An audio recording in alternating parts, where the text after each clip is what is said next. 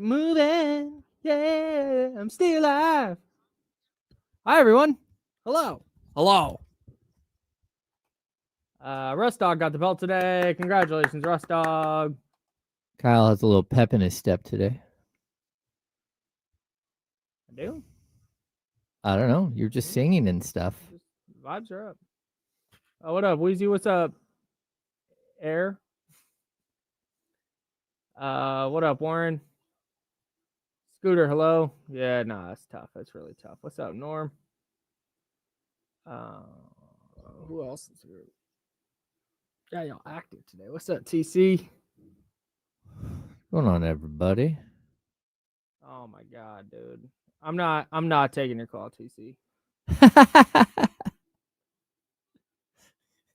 If you watched yesterday and take away that the head coach is the problem, I've got nothing for you. Like, I don't. Yeah. What up, KC? What up, Germs? What's up, Tyler? What's up? Chris Ochoa.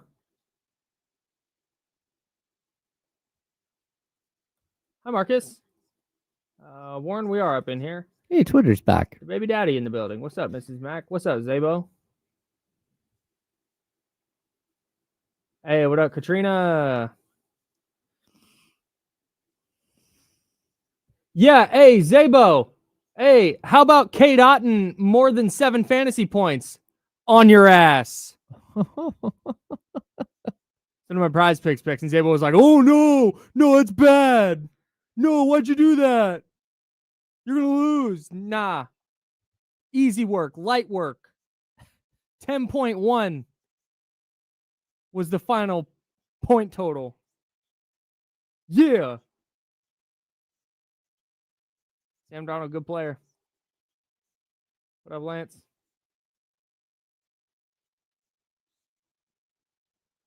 I agree. Yeah, it's a tough week for us. Oh. And my coach Christy are in the building. No, I hit it turned into a 4-play because Ibuka got hurt.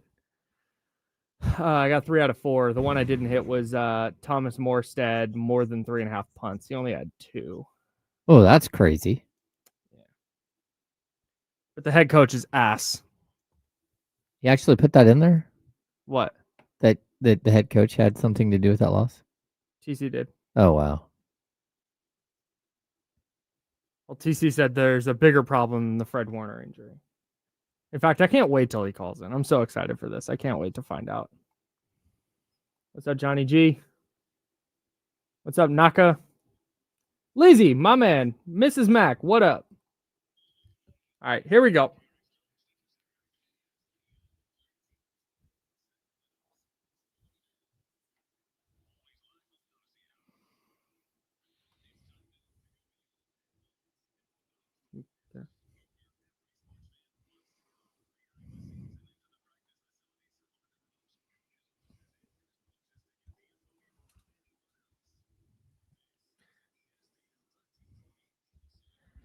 All right, today's show is gonna suck.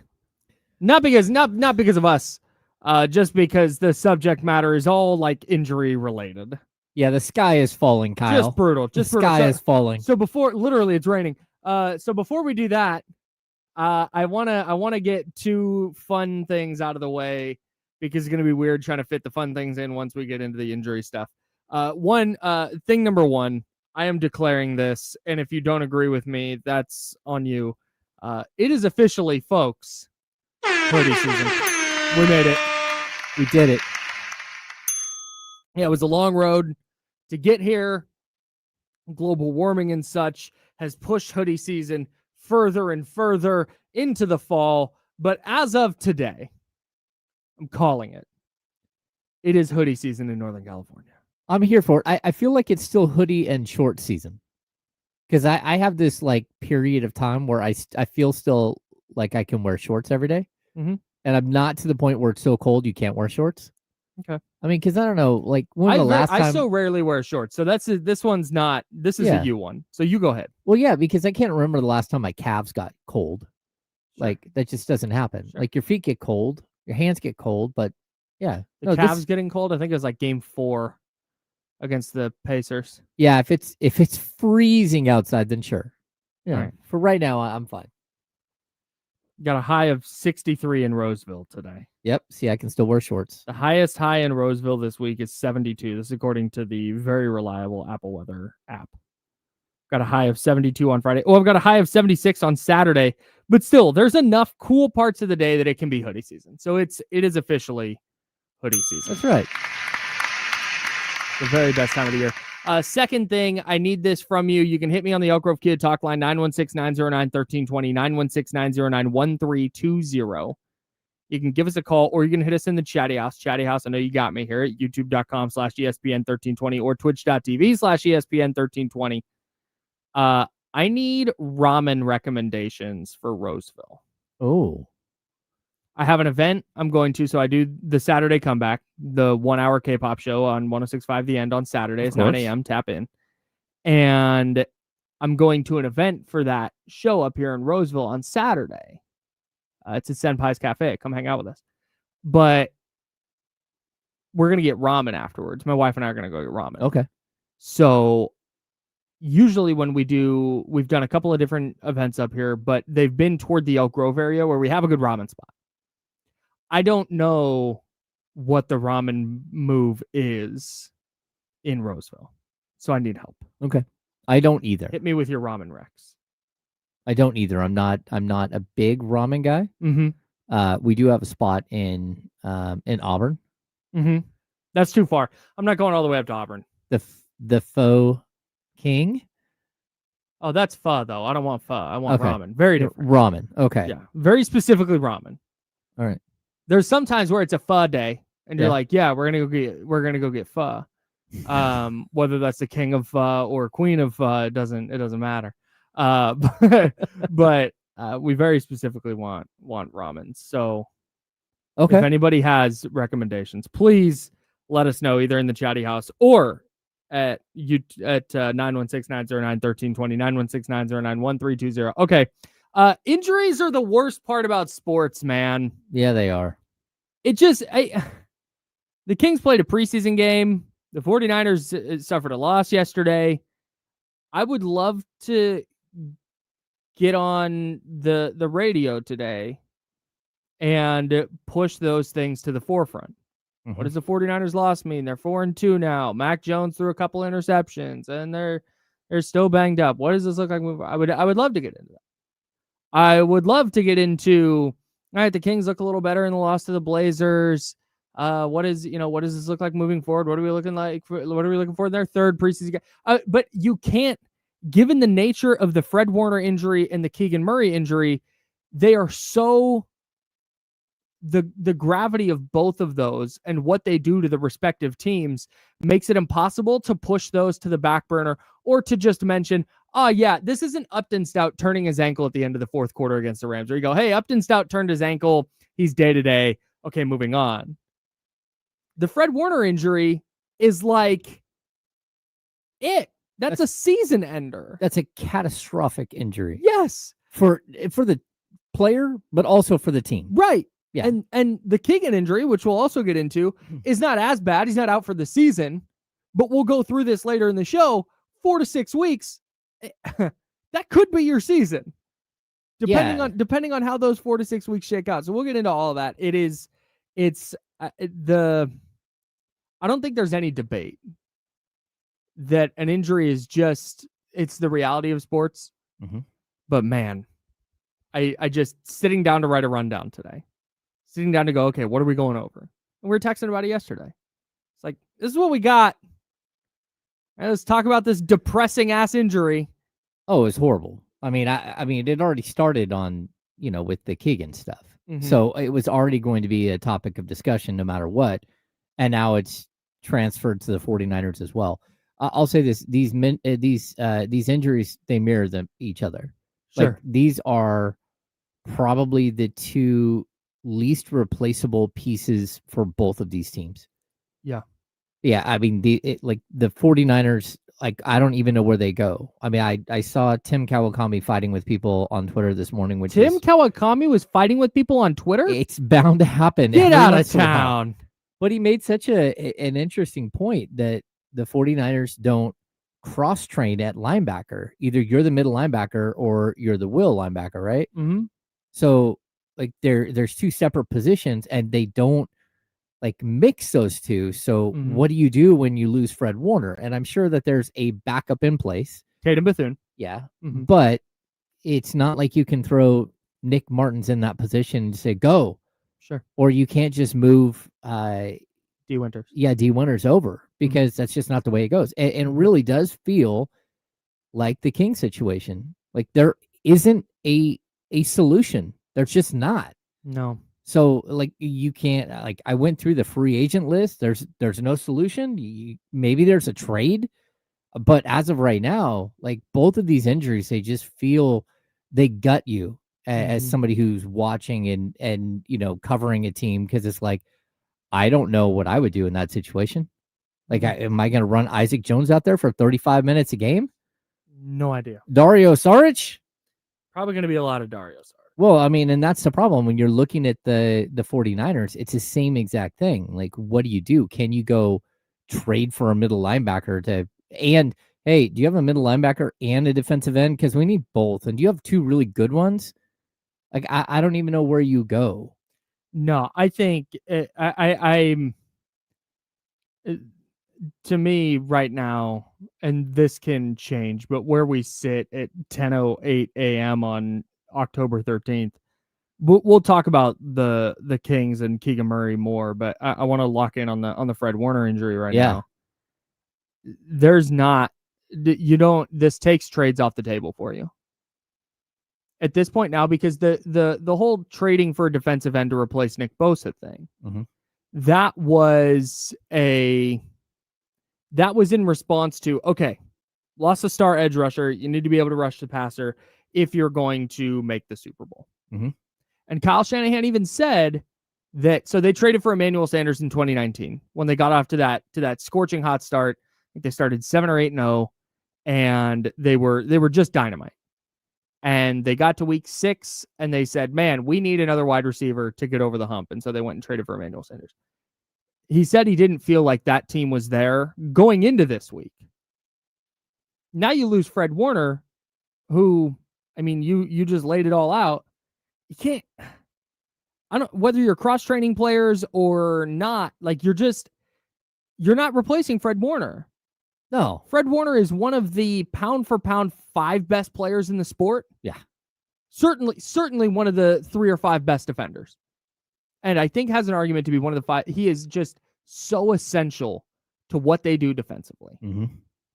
That it doesn't matter who else is on your roster unless you have Fred Warner 2.0 on your roster, which I don't think they do. So I don't think that this becomes now, because if you're making a trade, they're not making a trade and giving up future assets just to stay competitive. Yeah. They're not. That's just that would be silly. You're not going to go trade a first-round pick for Trey Hendrickson to try to get to the playoffs this year. Now, again, this could change. If they come out next week and beat the Falcons 28-0, and then they come out the next week, I forget who they have the week after that. I'll have it in 2 seconds. Arizona? No, Falcons, Texans, Giants, Rams. So if you go, so for your next 3 games, if you go 3-0 and outscore your opponents 85 to 27 in those 3 games, okay, then we can reevaluate this conversation. But I don't think they're going to get there. So I think when you're talking trading for a linebacker, they're not going to do that. If they do, it'll be like late round pick swap in 2027 to bring in some guy that is a third stringer on another team. Yeah, they think has some upside. I think the only way you're giving up high picks here is if you actually are able to fill both positions in one move. Like, I don't think that they're going to be able to go out there and get a defensive end or a linebacker that really moves the needle unless they push all in and say, okay, like, I don't know. Again, I don't know what the Bengals have at linebacker and whether they're willing to trade it. But if you're going to go make a move with that team, it's like, okay, well, let's absorb 2 salaries and See what we got. And like, look, this is for Fred Warner. I mean, he's not a young player. Right. And Turns so for 29 next month. Yeah, for him to have a catastrophic lower leg injury Mm-hmm. and to have it be your own teammate that inadvertently does it is just absolutely horrific. Even like when it initially happened, it feels like more and more we're seeing the injuries. Like, why is he hurt? Like, and then all of a sudden they zoom in, and you're like, oh, yeah, dear you saw his leg kind Lord. of dangling a little bit when he was. Oh yeah, it was there. horrific. Just so bad. Well, that, and especially after watching the Dre Greenlaw injury, and seeing how that played out, it just makes you it makes you sad because like this era, this window is closing on players like this that are so incredibly great. Yep. And you hope that the 49ers have other players ready to step in or can go find the next Fred Warner down the road. But still, it does make you, as a fan of watching a team, like really feel like, oh boy, like this thing is not, we haven't even got to the Trent Williams injury yet. That hasn't happened, but sure. I mean, that guy hasn't played a full season in a decade. Yeah. Yeah. So tough news for the 49ers.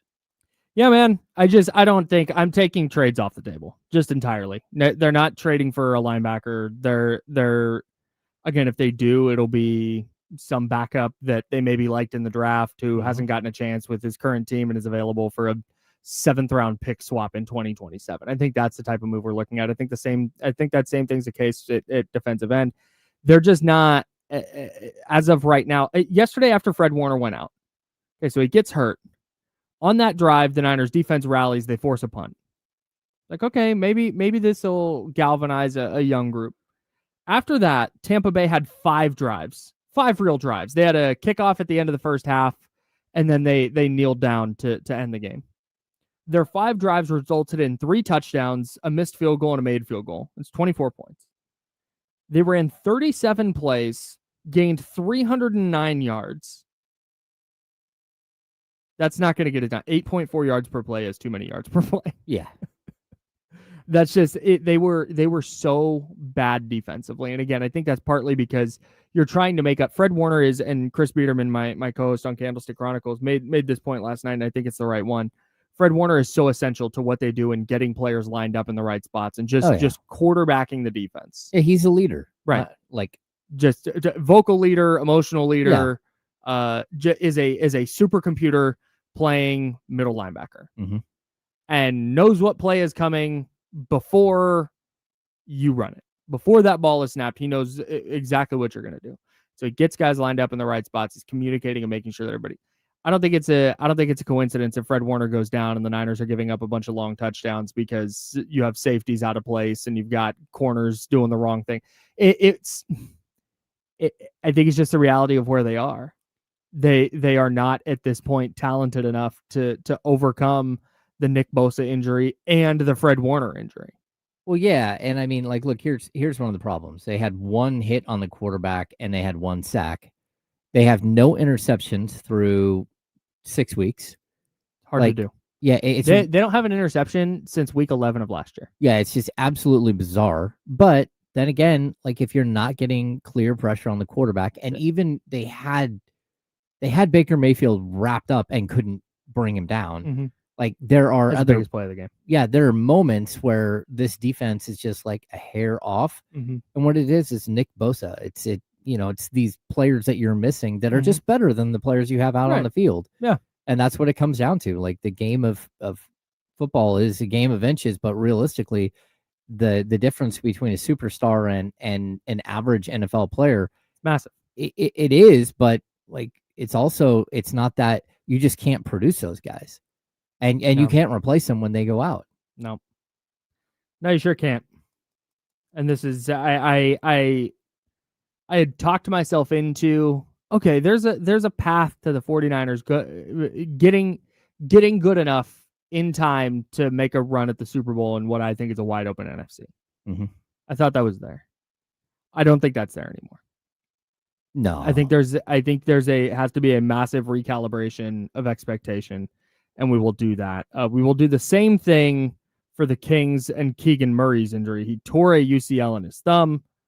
He needs surgery. He's going to be out at least a month, probably more. What does that mean for his extension? What does this mean for the Kings? We'll dive into all of that while continuing to keep the Fred Warner injury in the conversation. At 10:45, our buddy Dr. Narav Pandya is going to join us. He's the professor of orthopedic surgery at UCSF, and he is the director of sports medicine at Benioff Children's Hospital. We're going to ask him about the Keegan injury and the rash of 49ers injuries that they've been dealing with coming up at 10:45. Tons to talk about today on the Insiders. He's James Ham. I'm Kyle Madsen. We're on ESPN 1320 Sacramento Sports Center. Clear. I did not send Dr. Pay the link. What's going on, everybody?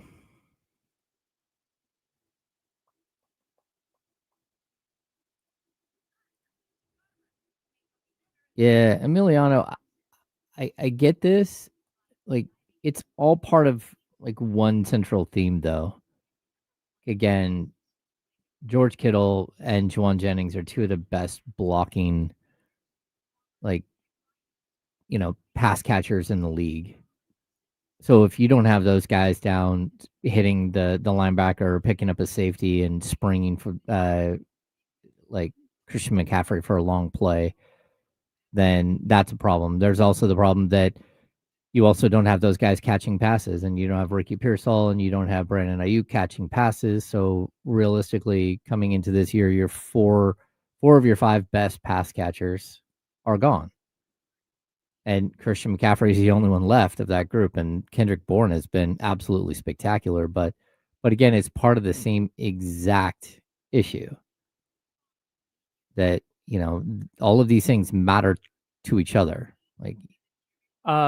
I don't disagree with anything you just said, but also I totally agree. The offensive line has been a problem, and CMC has clearly lost a step, some level of explosiveness. He's just not the same guy.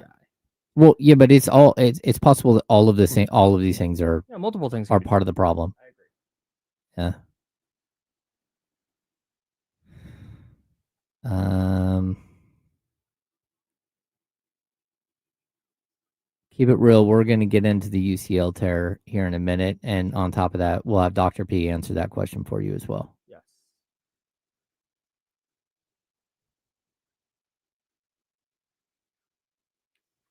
Yeah, I think a little bit, but also they've been banged up every year since 2019. This isn't a this year problem. But I think that's also the reason the Fred Warner injury is so jarring, is because he hasn't been part of those injuries. He's missed one game in his career. Oh, that's wild. Yeah. Yeah.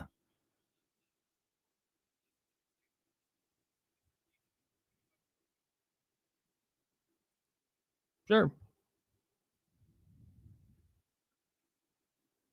I don't know what you could. Yeah. I'm saving this Raul chat. Yeah. And I'm saving that. Tom, if it's okay, I'm also going to answer that question on the show. Tom L., where have you been? Dude, he did a little non-basketball season hiatus, and now he's back. Tom L. usually has our guy Tom L. good basketball questions. He also, I think, haven't gotten here yet, Loki. We'll get here now. Yep. Totally agree. Yep, broken ankle last year, played through it.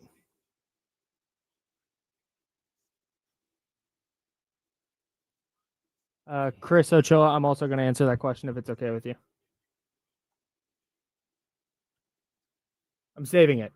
I'm saving that question, and we'll answer it on the show. A lot of good questions in the chat today. Thank you, guys. This is all it took to get you out of here? God, I would have done it a long time ago. Wow. Oh, buddy. This is talking my language. All right, here we go.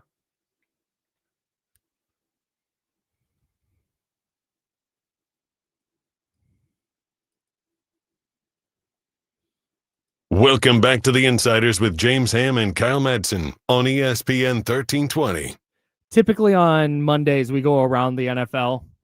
We listen to highlights from other games and talk about what happened in those other games, and if there's fallout, for either the 49ers or the Raiders.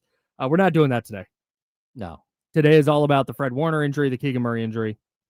and we'll keep those front of mind all show long. We're hanging out with you until noon. Dr. Narav Pandya, the professor of UCSF orthopedic surgery and director of sports medicine at Benioff Children's Hospital, is going to join us in 24-ish minutes. 10:45 is going to hop in with us and discuss the Keegan Murray injury, discuss the Fred Warner injury, and some of the other 49ers injury problems that they have going on.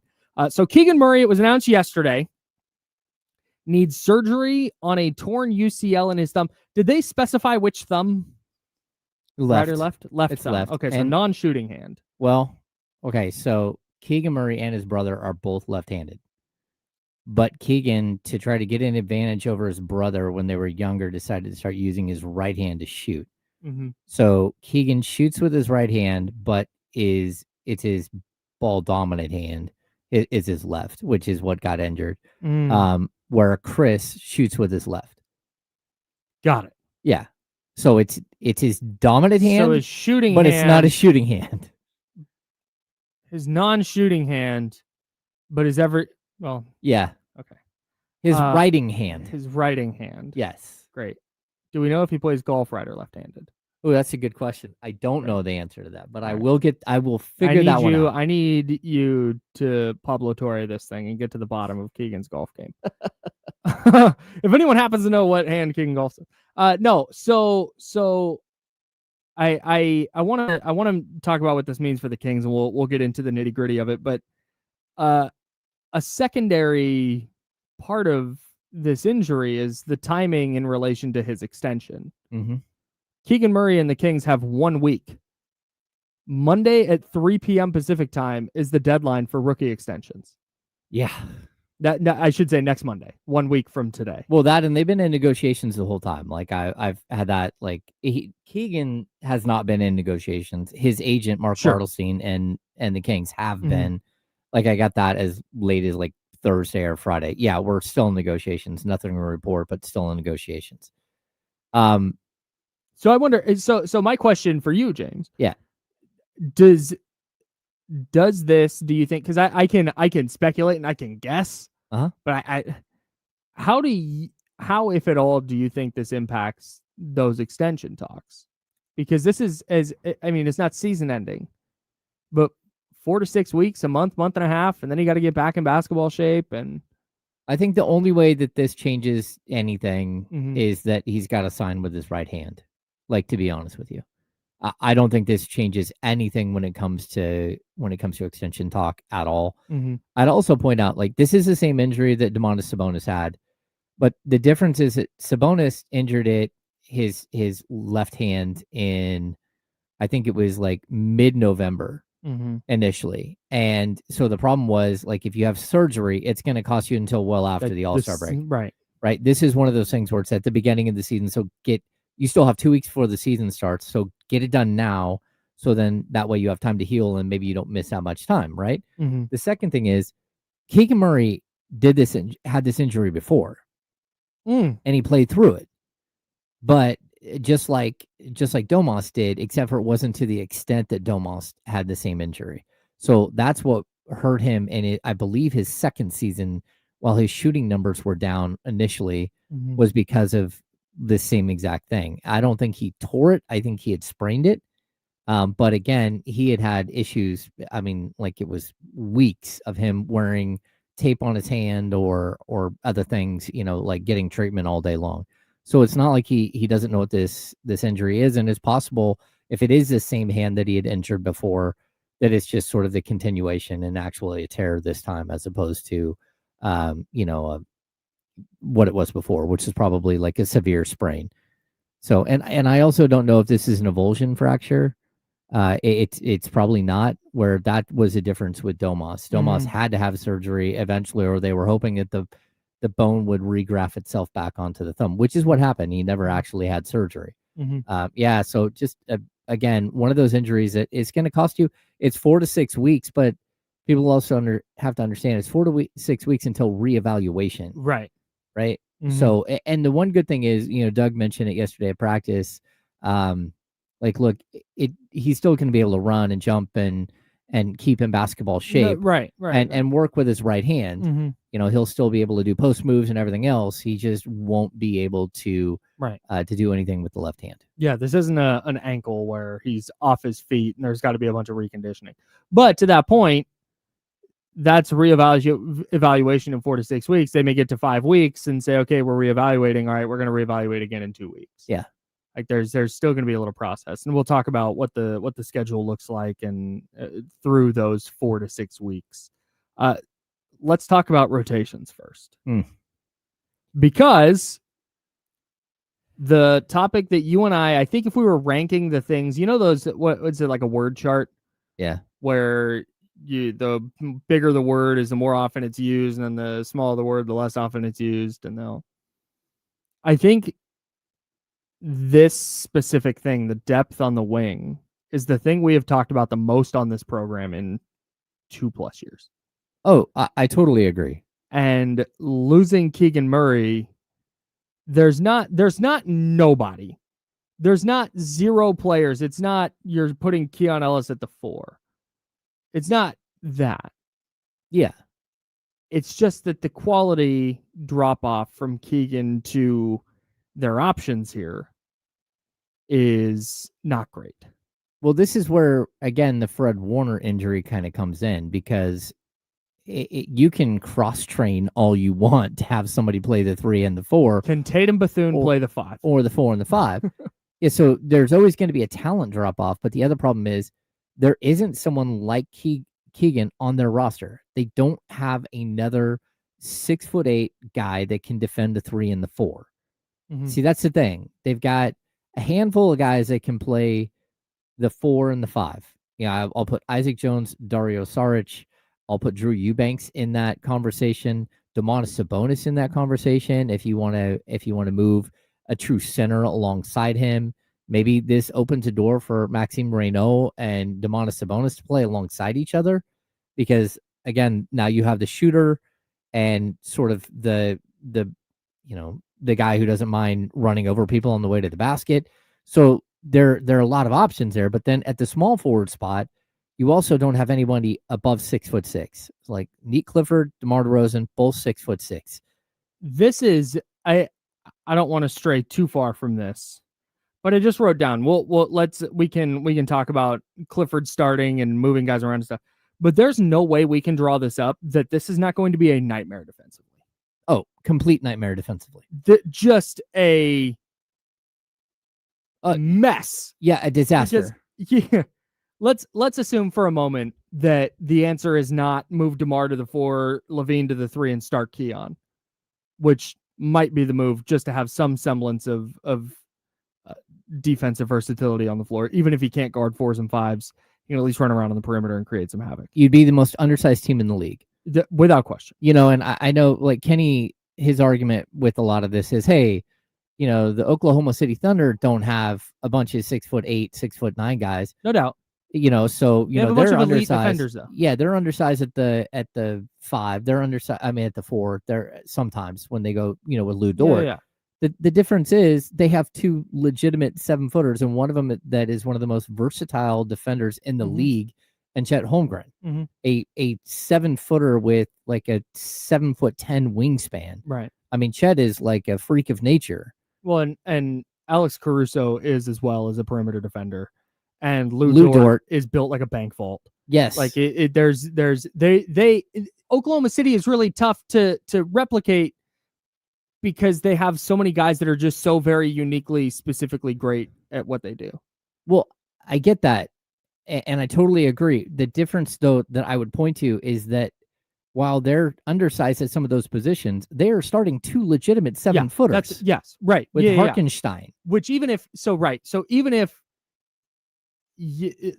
those guys aren't great defenders, right? Yeah, but they're still 6'4", 6'5", 6'6". Right. They still have these 2 monsters waiting on the back line. One of them who's a defensive specialist who's very high level defender. Well, yeah, I mean, like Chet Holmgren is a crazy high level defender, but Harkenstein is really good as well. Yes, and he has no other responsibilities. Nope. Other than playing defense and setting screens. Yep. I mean, he's not even like a phenomenal rebounder. Nope. They team rebound and everything. So if you're going to change your entire structure, that's one thing. But again, you don't have the pieces to put into place. Yeah, if Zach LaVine and DeMar DeRozan were just lockdown defenders, then okay, the length athleticism thing wouldn't be a problem. Yeah. But the fact of the matter is they're not. Dennis Schroeder is a fine defender. I wouldn't call him a great defender. And so if you're talking about, I'm getting sidetracked here, but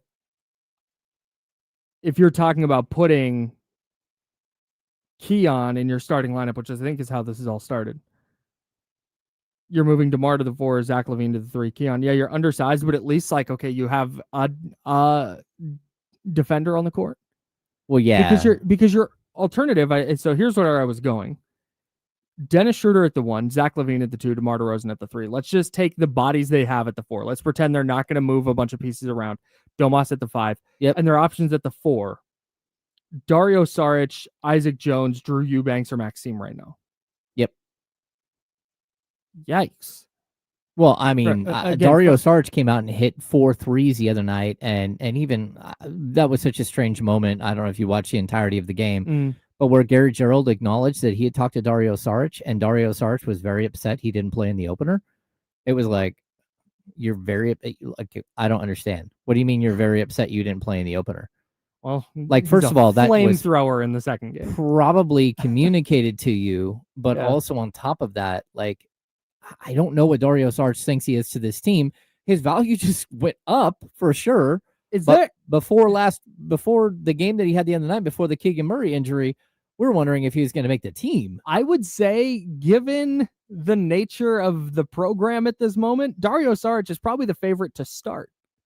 Maybe, but look at the defensive liabilities.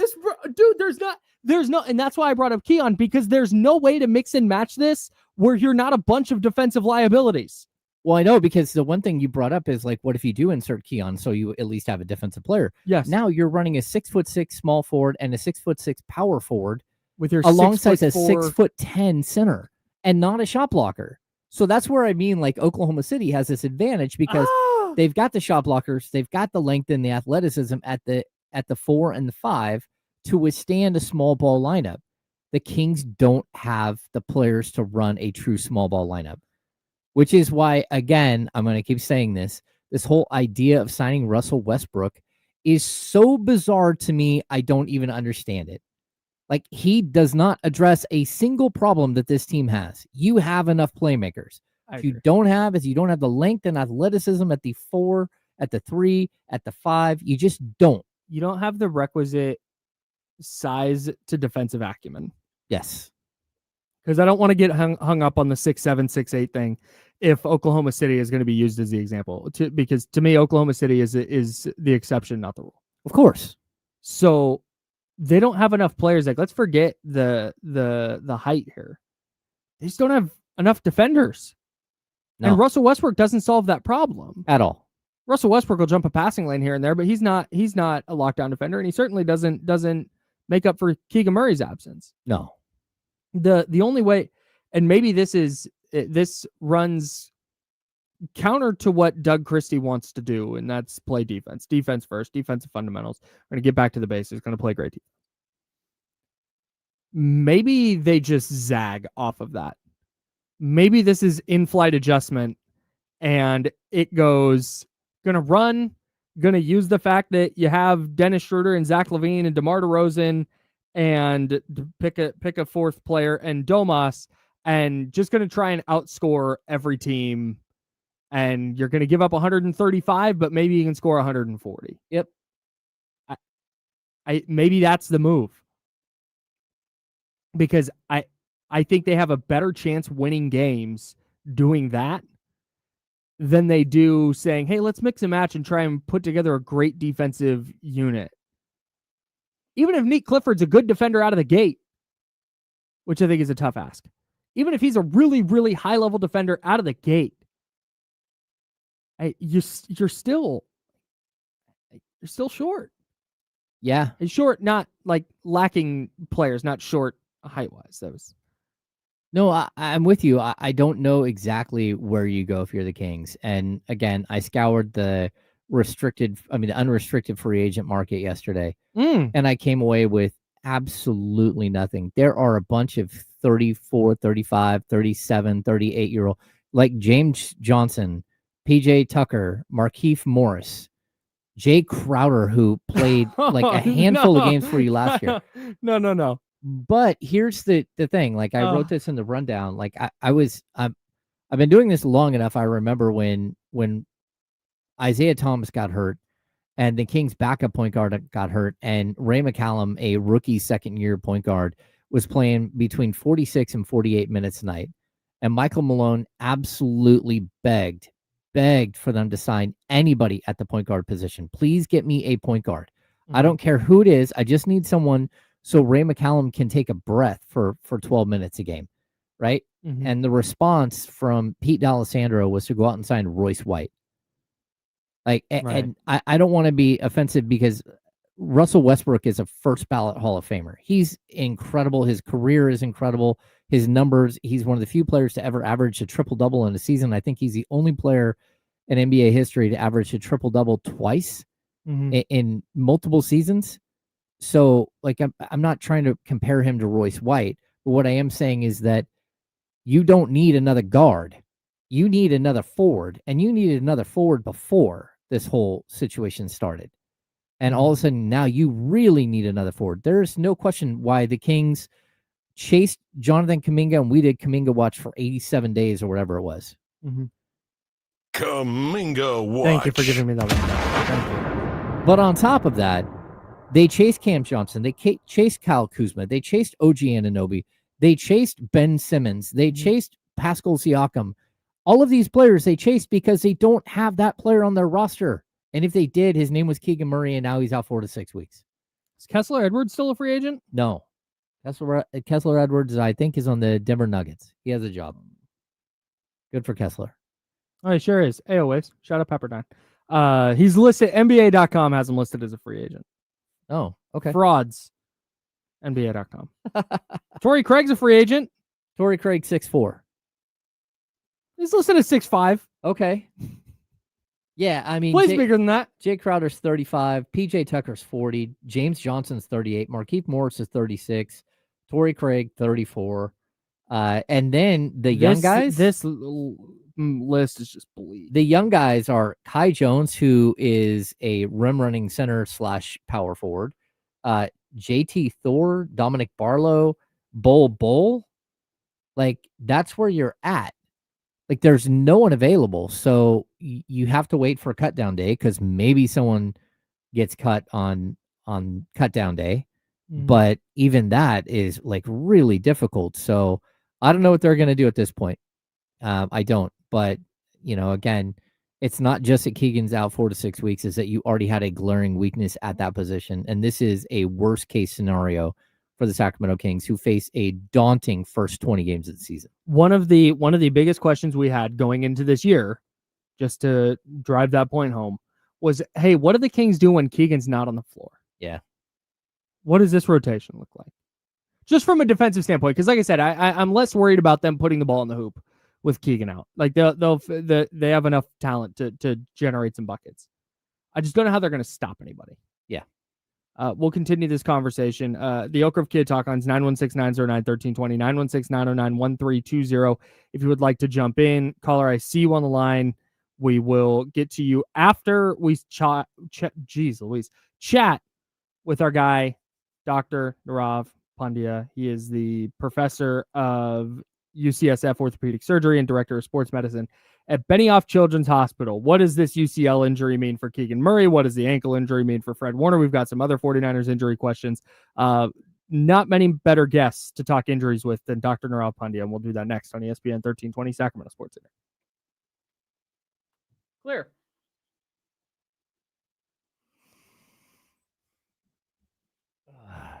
Oh, boy, that's a name I haven't heard. Interesting. Where did he disappear to? Yeah.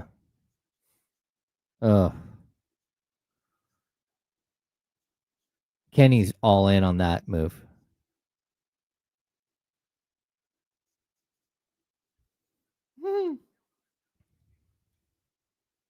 Good callback. Zabo, brother. Come on, man. Oh man, Sabo. Jesus. That's a tough look. That's dark. That is super dark, Sabo. So dark. Hey, Andrew, I thought of this too. Like the whole talk about Dalton Connect being a negative value player. Again, I will say this: like Dan Woike, who wrote that story, he was very clear to point out that if he didn't read the entire story, that was one opinion of one executive in the league. It wasn't like a blanket, everyone feels that way about Dalton Connect. And for that matter, like he has drawn praise. JJ Redick said he's been the best offensive player in camp for them, but he's going to earn his stripes on the defensive end or he's not going to earn them at all. So if there was a possibility for Devin Carter for Dalton Connect swap, I would definitely look at that. This is funny. Christian Wood is very talented. He's not on any list of potential free agents. So I don't even know what that means because I went through Spotrac. Christian Wood. And I pulled up available forwards. You know, the first name on the list is Trey Lyles. He was waived in February. Of course, Trey Lyles he's already signed in Europe. Arthroscopic surgery on his knee in September. That was in 2024.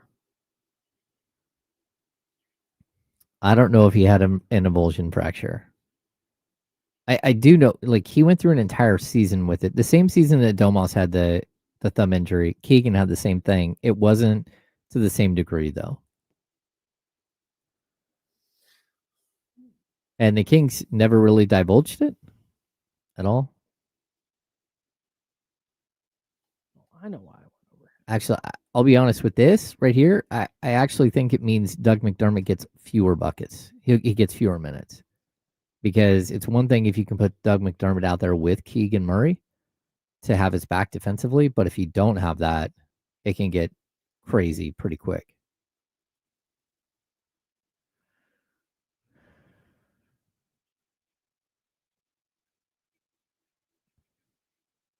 Yeah, see, this is something I would be calling on Katrina right away. Does Trey have a clause in his contract?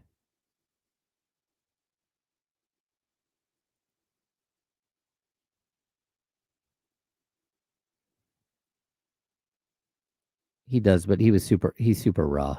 And he can't shoot the three, which means it's going to make it really difficult to play him alongside Domos.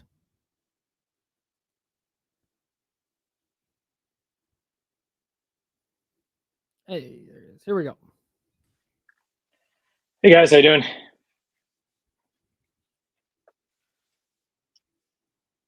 Welcome back to the Insiders with James Ham and Kyle Madsen on ESPN 1320. As James Ham, Kyle Madsen, and Dr. Nirav Pandya joining us. He is the professor of UCSF orthopedic surgery and the director of sports medicine at Benioff Children's Hospital. Dr. P, how you doing, man? I'm doing good. How are you? Was doing better prior to about 1:47 yesterday afternoon. We're not injured. That's all we can tell. We're doing great. Holy smokes. Dr. Pandya, appreciate you so much for hopping on with us. I want to start here in Sacramento, and then we'll shift to the 49ers. But the Kings announced yesterday that Keegan Murray has a torn UCL in his left thumb.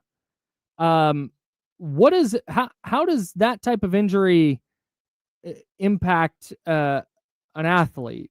Because I think about it, and yeah, I figure it's painful, but if he's shooting with his right hand, I wonder, okay, why are they electing to have surgery on this injury?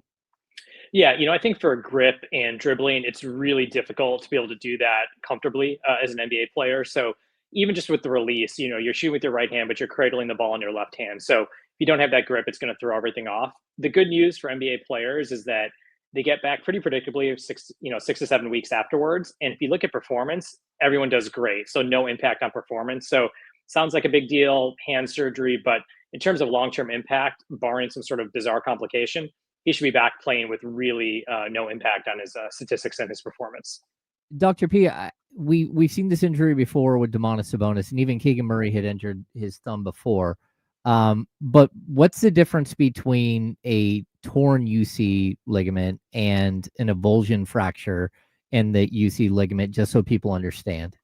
Yeah, so basically when you injure that, two different things can happen. One is, you can imagine, ligaments connect bone to bone. So if you tear the ligament, then basically it's not going to heal very predictably, because ligament, stuff that's soft doesn't like to heal together. But when you have an avulsion, what happens is that ligament pulls a piece of bone off, and it's easier for bone to heal back to bone. So a lot of times these avulsions don't necessarily need surgery. Jimmy G being the example for the 49ers, sounded like he had kind of this avulsion and ended up playing with it. So soft tissue injuries where it's just that soft stuff, the ligament, definitely need to get it fixed. The avulsion injuries, if that piece of bone is not too far off, it can heal. When patients initially kind of come in with that, their thumb feels the same way, but that's when you get x-rays, MRIs, it tells, hey, you need surgery, just the ligament, versus no, the ligament's fine, but it just pulled a piece of bone off, and that's the reason why the joint's unstable. Good news for Keegan Murray long-term, it sounds like, as we talked to Dr. Nirav Pandya, professor of UCSF orthopedic surgery and director of sports medicine at Benioff Children's Hospital. Let's shift gears and talk about this Fred Warner injury.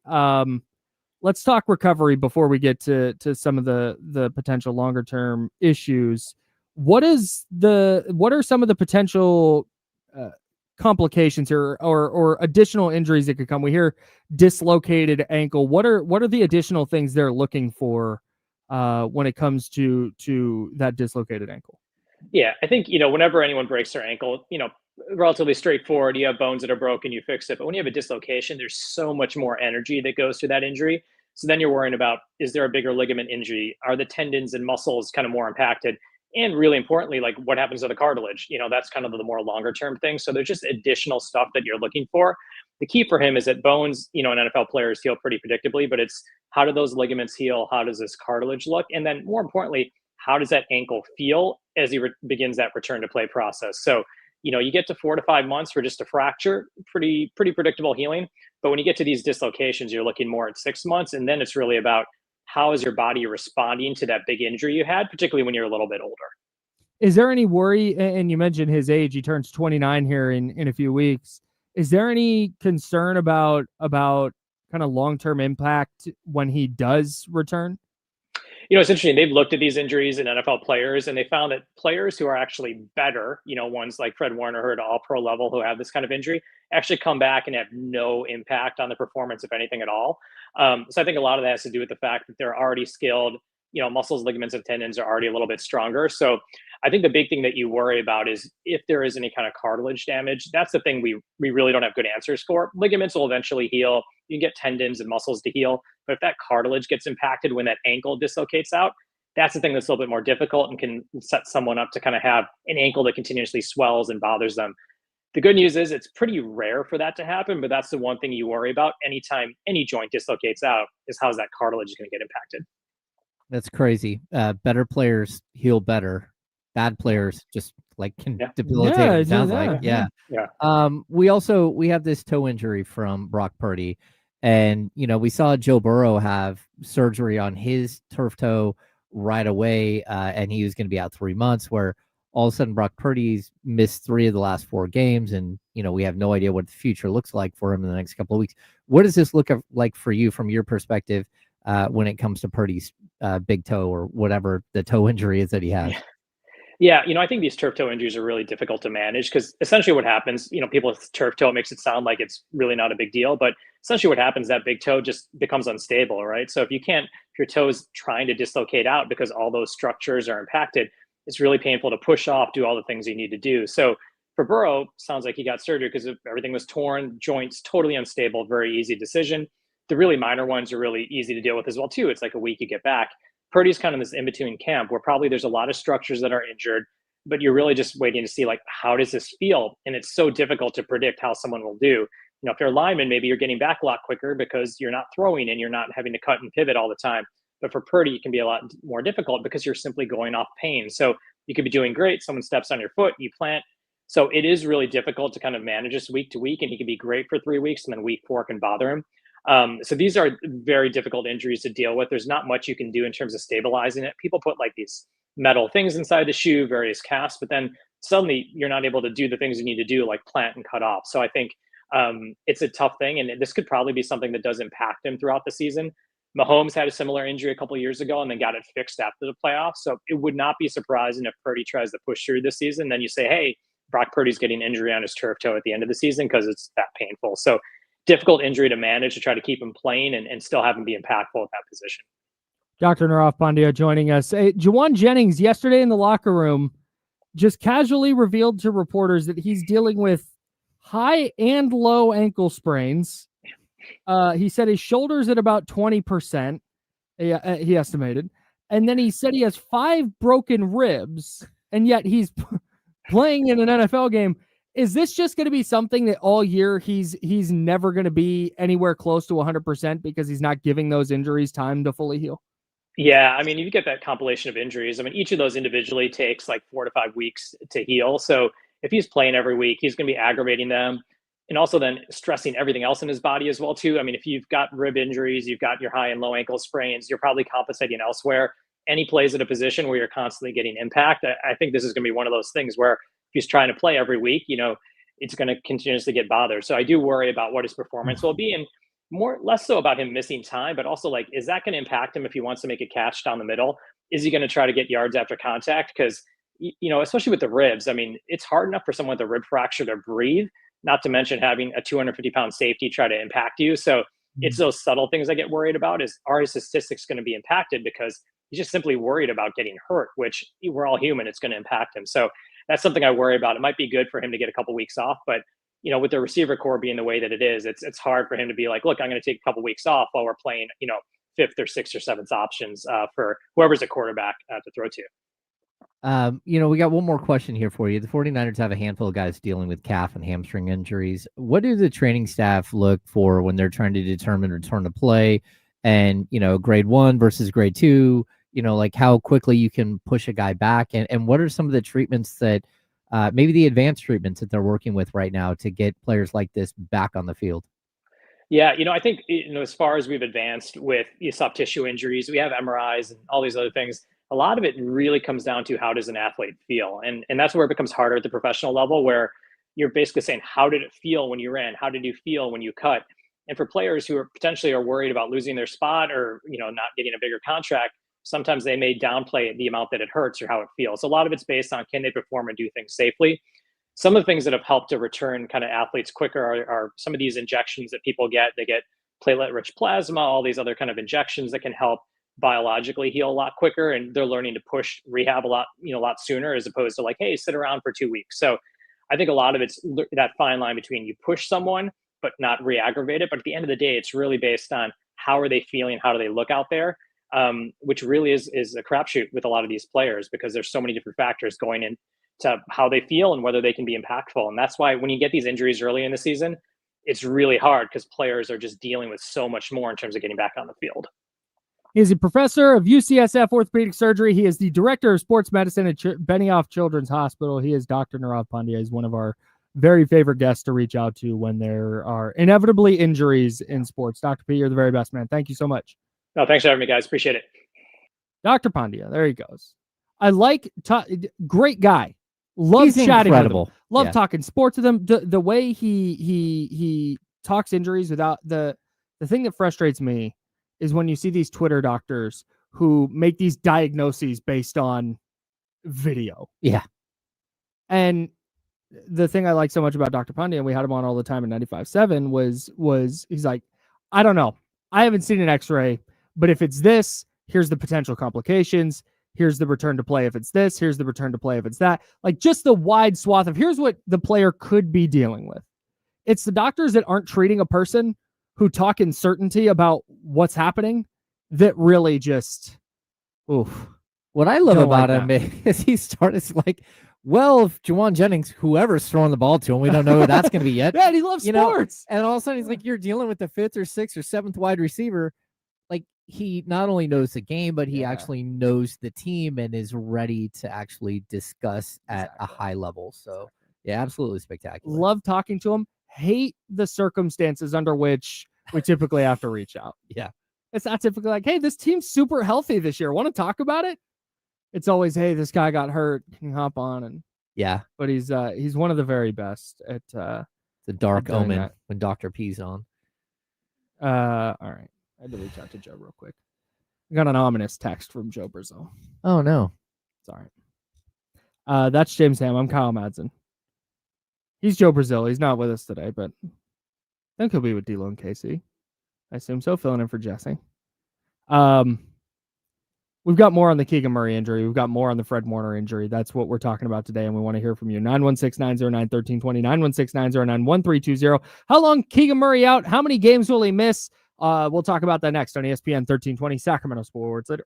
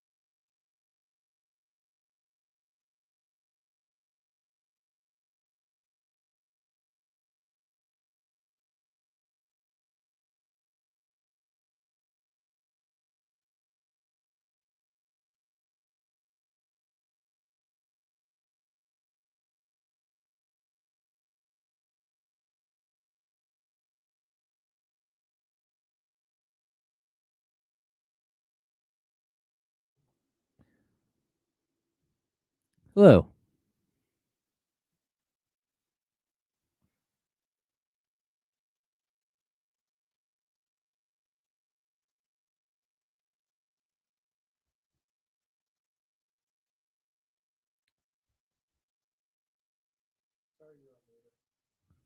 I think you're still off.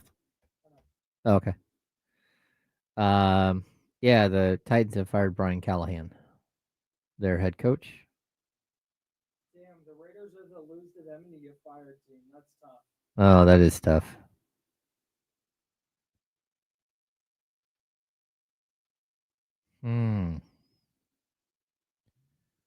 I thought just maybe so Jesse could have a good weekend that his Dolphins would win. Nope. Nope. They actually looked pretty solid. And then Tua coming out just flamethrower after the game. 16 rushes for 128 yards and 2 touchdowns for Devon Achane.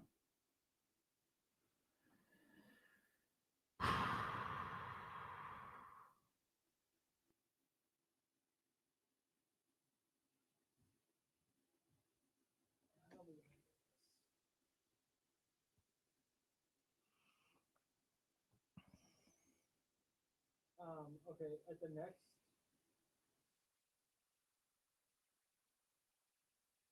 Move around.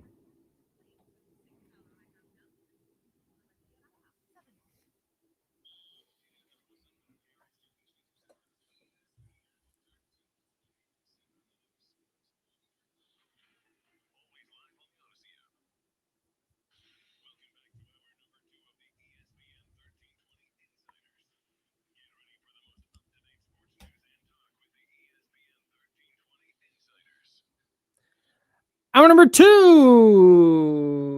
two. That's James Sam. I'm Kyle Madsen. We're hanging out with you until noon. Then we'll hand it off to D-Lo and KC. 916-909-1320. 916-909-1320 is the Elk Grove Kia talk line. If you'd like to join the conversation, talking about the impact of the Fred Warner injury. We're talking about the impact of the Keegan Murray injury. Let's get back to the 49ers and Fred Warner.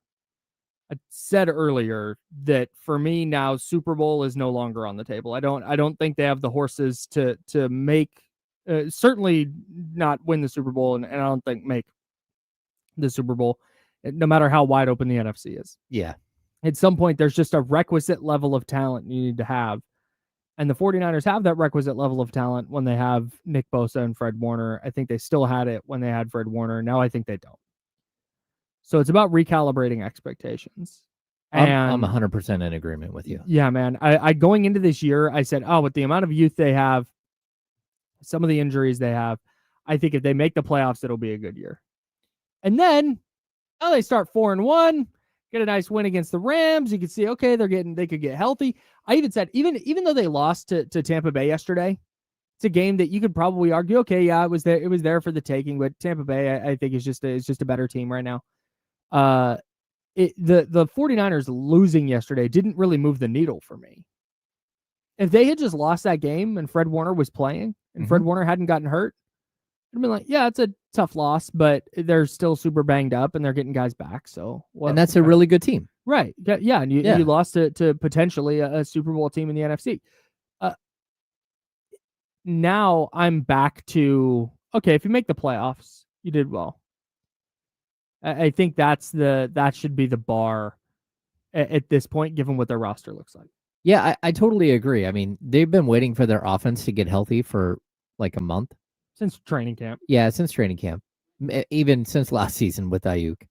You're just waiting and waiting and waiting for this moment where your offense comes back on the field. And while that's happened, you lost your two best defensive players. And so, like, it doesn't matter how good the offense is if, number one, they don't have any time to really, like, build continuity and build something that's sustainable. And on top of that, we've talked about this ad nauseum, but the fact that you're running Christian McCaffrey out there who does not look as explosive. We talked about that earlier. But on top of that, who's still averaging 25, 26 touches a game. Like, by the time you get your other offensive players back, there might not be anything left of Christian McCaffrey. And the same can be said now with the defense. Like, you're not getting these guys back. You had two catastrophic season-ending injuries to your best two defensive players. Yep. And what happens is you go out there and, I thought Mykel Williams got his first sack and he looked really good for certain stretches, but they just have that late play where they can't bring down, can't bring down the quarterback. And next thing you know, they get a first down that they shouldn't have got and the game's over. Yep. Like it is such a game of inches. And, right now the NFC is open. You're looking at teams like Detroit that went in and got beat last night by Kansas City handily. Like, that wasn't a very close game. At least it didn't feel that way to me. I agree. The Eagles, who they've lost two in a row all of a sudden. Yeah, now Zadarius Smith is retiring. Weird vibes in Philly. Yeah, and I mean, I really like Baker Mayfield and what they're doing in Tampa Bay, but they also have injuries that are piling up, and I'm not convinced that at this point, they might be a Super Bowl contender just because the NFC is filled with teams that are around this sort of level. Yeah. And I think the 49ers, if Fred Warner doesn't get hurt, it's possible that they win that game. You don't know. Sure. It's very possible that they win that game and they come out of week 6 as the number one team in the NFC. Yeah. So I think the one thing I will say is watching Tampa Bay, they have a leader on that team, and it's Baker Mayfield. Yep. They have He's a dog. Yeah, he is a dog. They have like a center of the universe player on the offensive side of the ball. I'm waiting for the 49ers to have that because as of right now, Brock Purdy missing game after game, McCaffrey just not looking like he has spring in his step.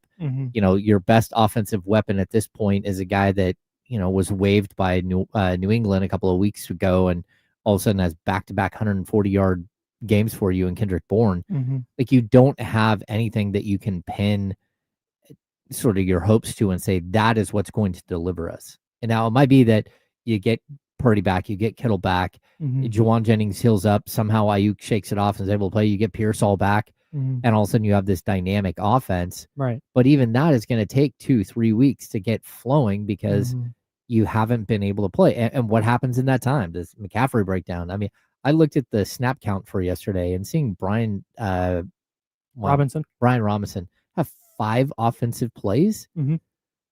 Okay. Do you watch him? Well, yeah, but Brian Robinson stinks. Yeah, but he has no juice. There's no Isaac Guerrero. There's no nothing. Also stinks. Yeah, like liable to fumble whenever he touches the ball. What is happening? They have to go. The 49ers have to go. I think 11-6 makes the playoffs. I was gonna say 10-7, but I think there's gonna be a lot of teams in that range. Yeah. So let's say 11-6 ensures. That means you have to go 7-4 the rest of the way. You have Atlanta. Okay. Tough game, but winnable. Houston, tough game, but winnable. The Giants, like tough game, but winnable. I think you're losing to the Rams again. Probably. You got to go to the Cardinals.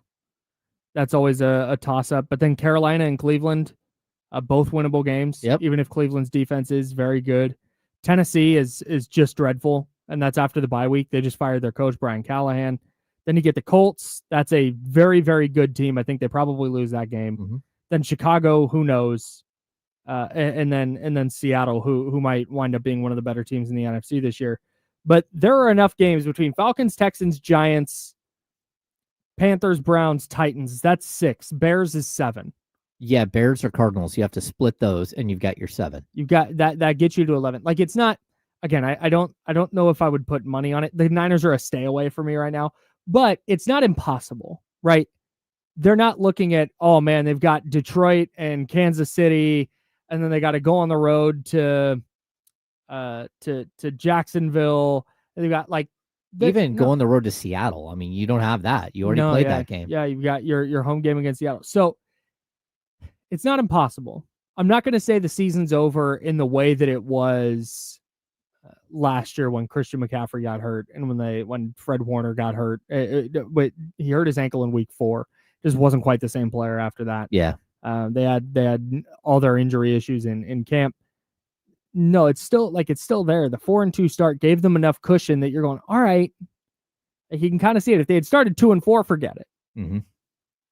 But I think if they get healthy offensively, I think they can piece together enough wins to make the playoffs, which I think would be a pretty decent feat considering how major injuries have been such a key storyline of the 49ers season so far. Let's get to the Elk Grove Kia Talk line, 916-909-1320, 916-909-1320. Don, you're on the Insiders. What's up? Cam, Kyle, what's up? TC, thanks for holding, man. What's going on? Hey, look, man. So check it out. It's real simple, bro. So I'm gonna give what everybody want to hear, right? So I get that was a brutal injury with Fred. That's not on Kyle Shanahan, right? But what is on Kyle Shanahan is how long he's been here, bro. In the most important position, bro, he never wants to invest in actually quarterback and offensive line, both of them. He either wants to get some journeyman that he can bring back, or he just doesn't do nothing with the offensive line. So people are talking about if the season is over, let's sell pieces and get draft picks. Well, do we trust this guy with the draft picks? Niner fans, I'm actually got a legitimate question, right? So say if we get 5 first-round picks right now, right? What is Kyle going to do in the next year's draft? He's going to draft 3 wide receivers with 3 of the picks, and the other 2 is going to be 2 defensive linemen. Let's be honest with ourselves, bro. That's what I be talking about with this guy. Even with Christian McCaffrey, you got 3 other running backs that you don't want to run, bro, at all. So that's on him. Enough of talking about him. Let's go Kings, right? Because I'm being honest. Kings, are we supposed to tank because Keegan Murray broke his thumb and the season's over? No, if it was up to me, Maxine would be starting at the 4, and I'll sit DeMar DeRozan down for Neat Clifford, bro, and move forward, go through with our bumps and bruises and learn and be a better team. That's all I got, bro. I'm just being honest. Really think about what I said, guys. Okay, I'll think hard about it. Thanks, TC.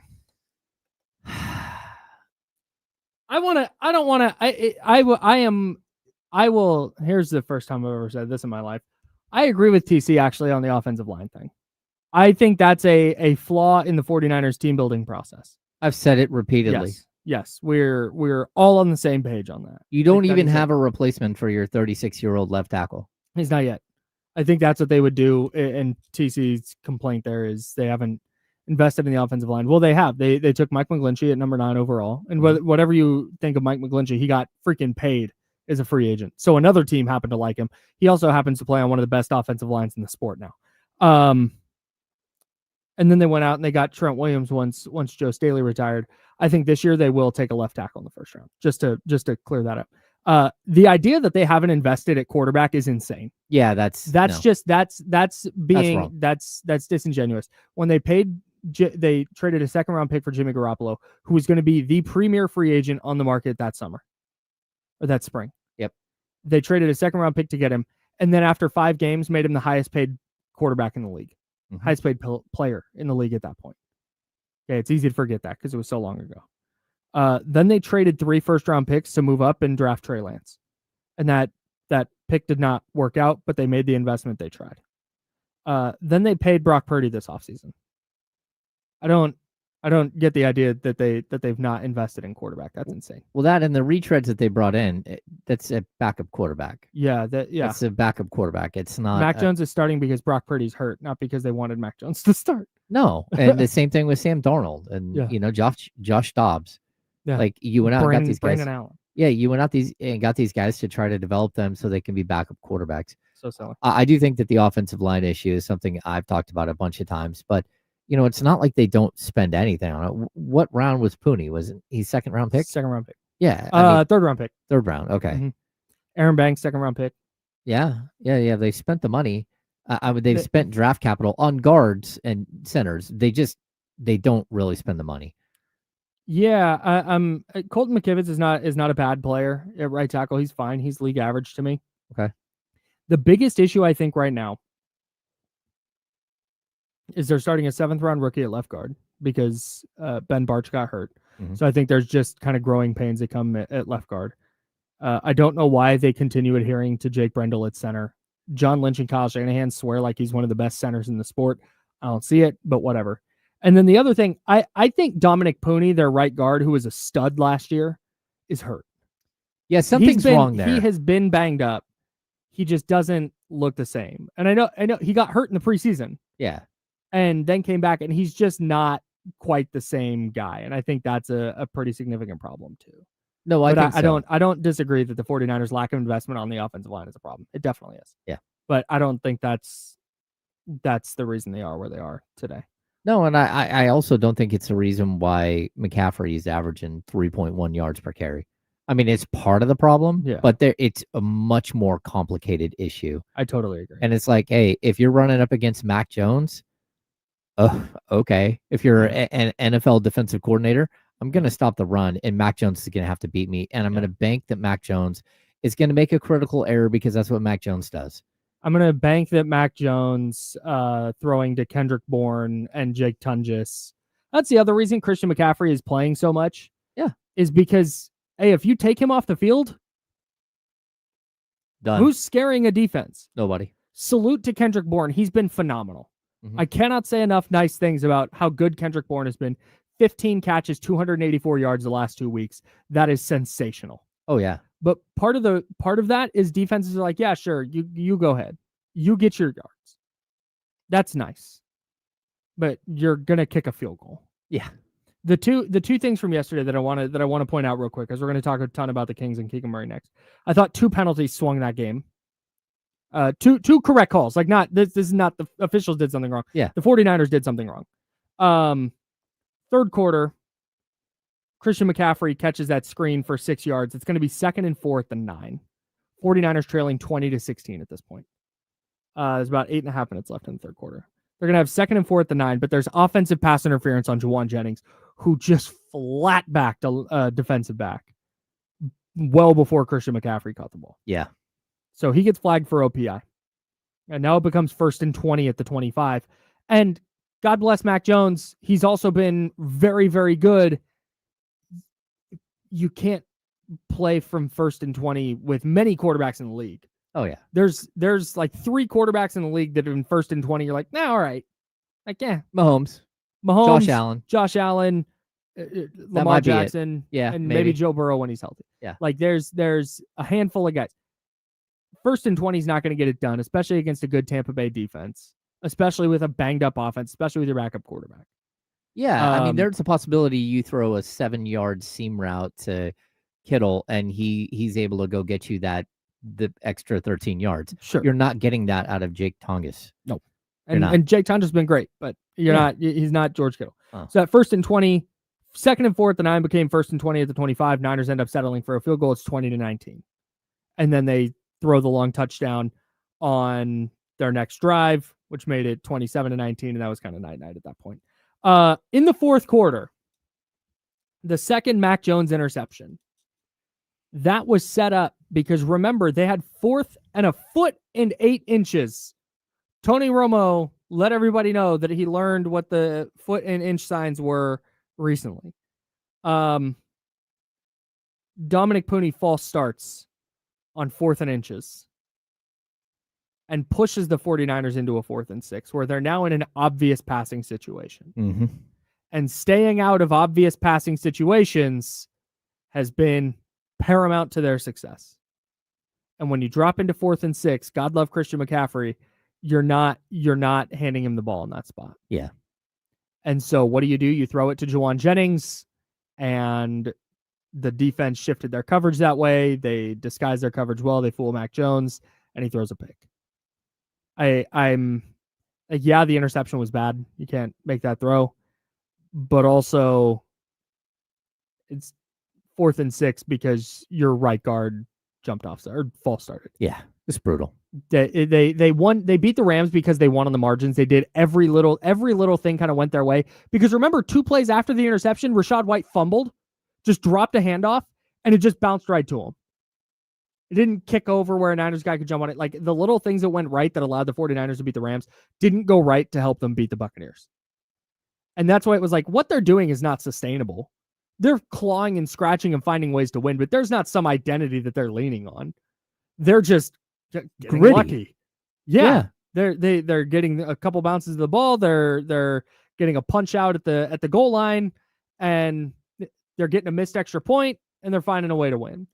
Like, but that was not sustainable, and I think you saw that yesterday, and it really was glaring with Fred Warner not on the field. Let's put a bow on that, and let's talk Keegan. Let's talk about the Kings, and we'll dive into their schedule. How much time does Keegan Murray miss, and what games does he miss? Because the Kings' schedule is brutal out of the gate, and there's a chance that Keegan Murray's injury might be a season ender for the Kings. And we'll talk about that next on ESPN 1320 Sacramento Sports Center.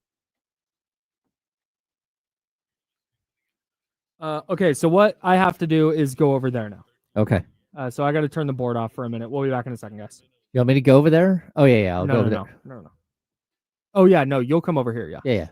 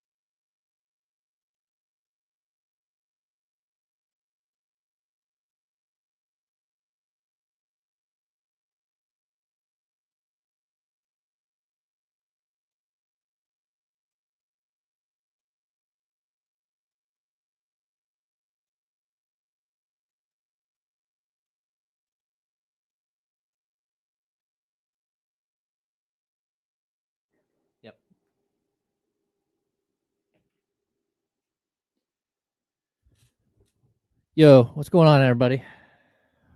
What's happening? Kyle will be back in 2 seconds.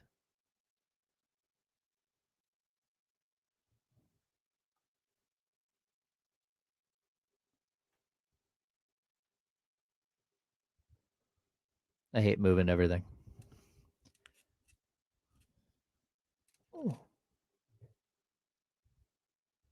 You don't need me to do anything on this computer in here, right? I'm not going to be able to be on the stream. Oh, you weren't? No. Oh, I got that weird echoey sound back there. Yeah, I got it. Okay. You guys got me out there? Okay, you're going to have to fly solo here for a second. Okay. Just tell me when. And discreetly to your door. Find affordable treatment options at up to 95% less than brand names at hims.com/joy. That's hims.com. Here you go. HIMS.com/JOY.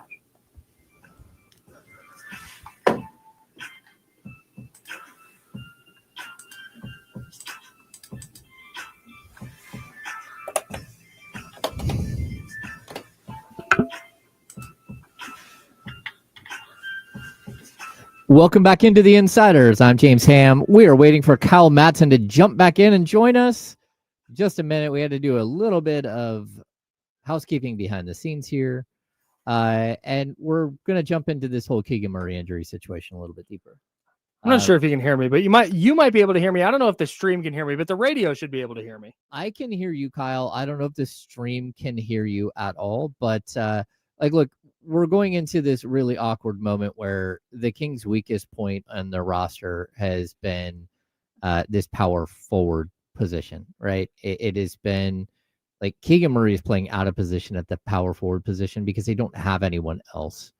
And now we're at a point where he's gone. He's gone for a considerable amount of time. And, we've got, if you're looking at how long he might be out, like the Dr. P we had on in the last block of the 10 o'clock hour, he talked about this being a 6 to 7 week injury. The Kings are putting it at 4 to 6 weeks before reevaluation.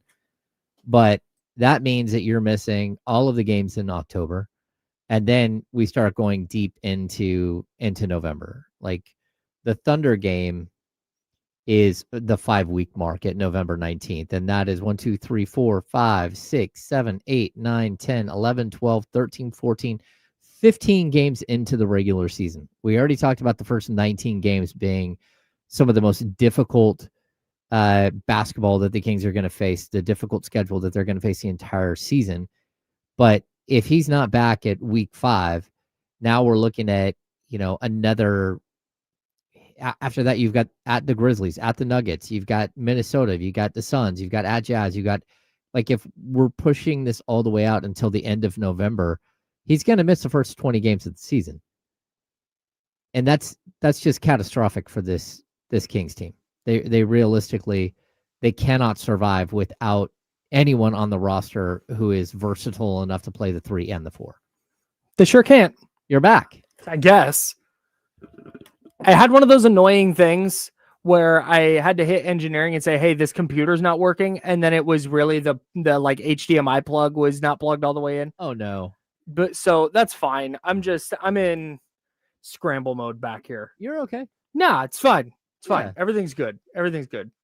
Except for Keegan Murray's thumb. That's not good. That's not good. Yeah, so you've got the Kings schedule through November is 21 games. If he doesn't come back and play until early December, you're talking 21, 22 games. Yeah, so the reason, so I picked, so 4 weeks would be November 12th. Okay.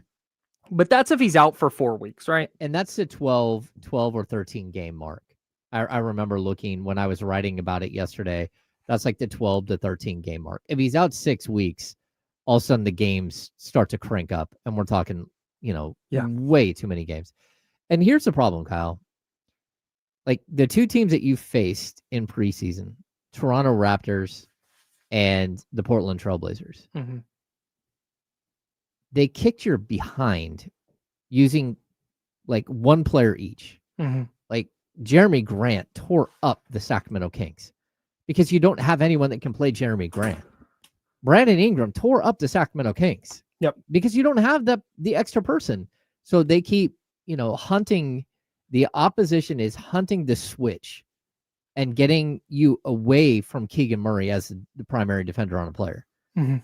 And they can do that because the next player is 6'6" or 6'5" or 6'4" Mhm. that they're switching onto those players, and then Mhm. they're shooting right over the top of them. Mhm. And that's it's the fundamental flaw of this roster. And again, I don't blame anyone for this flaw at this point that's currently employed by the Kings. Oh, it's currently employed. Got it. Okay. Yeah, because I mean, right now it's like they tried to go get Kuminga. They Sure. did. Sure. And if you had Kuminga, I think everyone out there would feel a whole lot better if you didn't have Malik Monk and you didn't have maybe someone else, Yeah. but you had Jonathan Kuminga, because now at least you have a 6'9" guy that you can put out there that can play the 3 and the 4. Mhm. Isaac Jones, he's more of a 4-5. I agree. The same thing can be said about Drew Eubanks, more of a 4-5. I think Drew Eubanks can play some 4. But I think both of those players in that 4-5 lean more 5 than 4. Well, and I'll say the same exact thing about Dario Saric. Yep. There's a point where Dario Saric could play the 4 effectively. Mhm. That time is not now. I would agree. The guy played 16 games last season for the Denver Nuggets. Mhm. He barely played over 100 minutes. Mhm. We don't know if he can play at all. And then he shows up to a preseason game and maybe he gave some people some hope because he hits 4 threes. Can I, real quick? Yeah. If you're hinging your hopes for the Kings this season on Dario Saric, please stop. Please. I promise that's not going to go well. If you want to hinge your hopes on Neat Clifford, great. If you want to hinge your hopes on Zach LaVine, fine. Don't be like, oh, Dario Saric? Super Dario? Super Dario. He's 4 for 4 from beyond the arc? Come on. That's going to be my question. Is it Saric? Are you going to, again, yesterday, I think at practice, Doug Christie talked about, Reynaud playing alongside Domas for stretches. Mhm. And in that situation, realistically, he's going to play the 5 and Domas is going to play the 4. Mhm. And that might be the answer because at that point, at least you're not super small. Mhm. I actually can understand that putting another big man, especially one that can shoot the 3, Mhm. next to Domas might be easier than moving, say, DeMar DeRozan to the 4 and using Neat Clifford in the starting lineup. Because number one, you don't have a backup at the small forward position now at all. Your backup is to either go to 3 guard sets without a natural shot blocker on the court, or to move DeMar DeRozan back to the 3 when you go to the bench. If you're able to put Maxime Reynaud, who is an unknown, into the starting lineup, it might help you long term, develop the player, but also now you still have an Isaac Jones to come off the bench. You still have a Dario Saric to come off the bench. You still have a Drew Eubanks to come off the bench. So you still have depth at the position. It's crazy that the Kings walked into a season with this type of predicament again. Yeah, man. And I think we literally talked about this last week. How if Keegan or Domas goes down, the Kings don't really have a viable replacement. Zach LaVine goes down. Okay, you have people who can get buckets. Yep. DeMar DeRozan goes down. You got people who can get Malik Monk. Okay, great. You got the buckets part figured out. Mm-hmm. That's half the problem, right? Yeah. And without it, just there's no. I have tried. I mean, forget piecing it together. Who their best defender is now Keon Ellis by a significant margin. Yes. But he plays a position that Zach LaVine's going to play a lot at, Mm-hmm. that ideally Neat Clifford is probably playing quite a bit at, that Malik Monk is going to also play, where Zach LaVine's going to play 33 to 35 minutes a night. Yeah. It gets really, really, really difficult to figure out. And this was already going to be a tough spot for Doug Christie, trying to figure out, okay, how to make this work to play the style of basketball that he wants to play. Yeah. And now you're missing the one guy who was the prototypical, okay, you got a 3-and-D wing. Awesome. Mm-hmm. And now he's gone. I mean, look how big the inability to sign Jake LaRavia back is. That should never be Totally. That should never be Totally. like a big deal. Yep. But it is. It is because you didn't go out and find another player like that. And again, the unrestricted free agent market is bare. I don't know. Again, maybe there is a possibility that a guy like Trey Lyles has an out clause in his he signed with Real Madrid. Is that where he signed? That sounds right to me. I believe For the that's where he purposes signed. of this conversation, that's where he signed. Yeah, I mean, he signed in Spain for sure. And I'm wondering, like, hey, Real do Madrid sounds you have an instant out clause in the for an NBA, call up? Maybe he does, but if not, the Kings should be scouring. Yes, Real Madrid. Yeah, scouring the waiver wire to see who gets waived, and that's just not a good position to be in when you're Yeah. looking literally at someone who couldn't make another team's 15-man roster as a potential savior. And like, look, there's a possibility that they do what you talked about, where they go Keon Ellis at the 2, they shift Zach LaVine down to the 3, DeMar DeRozan to the 4. First of all, like defensively, you're going to be a holy nightmare. But I think that's the case no matter how you slice this. No, I totally agree. So maybe, and that's where your depth is in the backcourt, and maybe it can help you. And that's where I can also like envision that there's a spot for Russell Westbrook. Like if you're going to make that move, now come off the bench instead of Keon Ellis, because you don't have Keon Ellis to use anymore. You come off the bench with a Russell Westbrook and with a Malik Monk. Again, I'm not sure how that works out because you're talking about 2 ball dominant guards, neither one of which have shot the 3 particularly well in the last 5 years. Maybe Monk gets back to playing a little bit more off ball and his numbers go up again. But talk about just like a disaster. This is the one player that they could not have an injury happen to. And I believe it happens on the last play of the half. Like I went back and looked, and Shaedon Sharpe swiped down at him. People might remember, like Keegan ripped a rebound away and put the ball up off the glass and beat the buzzer to end the first half. And then that's the last time we saw him. I didn't see him grab his hand before that. And I didn't even see him grab his hand in that moment because he went to the free throw line and got fouled. But like, what a disaster for the Kings. Really brutal. Yeah. You mentioned real quick before we dive into the schedule, real quick, you said that they're not likely to find a savior on the waiver wire. But I also don't think you necessarily need a savior in this spot. I think you just need somebody who can fill minutes without being a turnstile. Like just be, can you find an average defender? That would be what I'm looking for, because again, it's not, the Kings weren't going to lean on Keegan Murray a ton offensively. So the offensive side, I think figures itself out. It's can you get enough stops to win some of these games? And that's the question I have right now.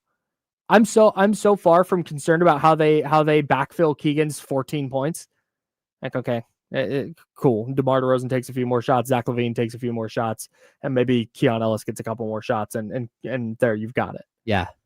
But it's that defensive side, and maybe you can just find a defensive specialist who can give you 14 or 15 minutes. Yeah. And just get you through the first 20 or so games. I'm even wondering if this doesn't open the door for like a guy like Daquan Plowden, who is at 6'6", who can shoot the 3 and who plays feisty defense. Maybe somebody that's going to get a little bit more burn in the early part of the season. That's, again, this is not ideal. I'd also like, man, you've got to look long and hard at the waiver wire. There's got to be somebody who doesn't make a team. Even, again, a Kessler Edwards that you can stick out there for 12 minutes and play defense and maybe hit a shot here or there, but at least he's going to play defense and he's going to fight for you. But getting in this situation so quickly, before the season even starts, it's alarming. And again, I think it's the alarm bell sounding, right? This is not anything that the Kings thought that they would be going through at this moment. Not even a little bit. Yeah.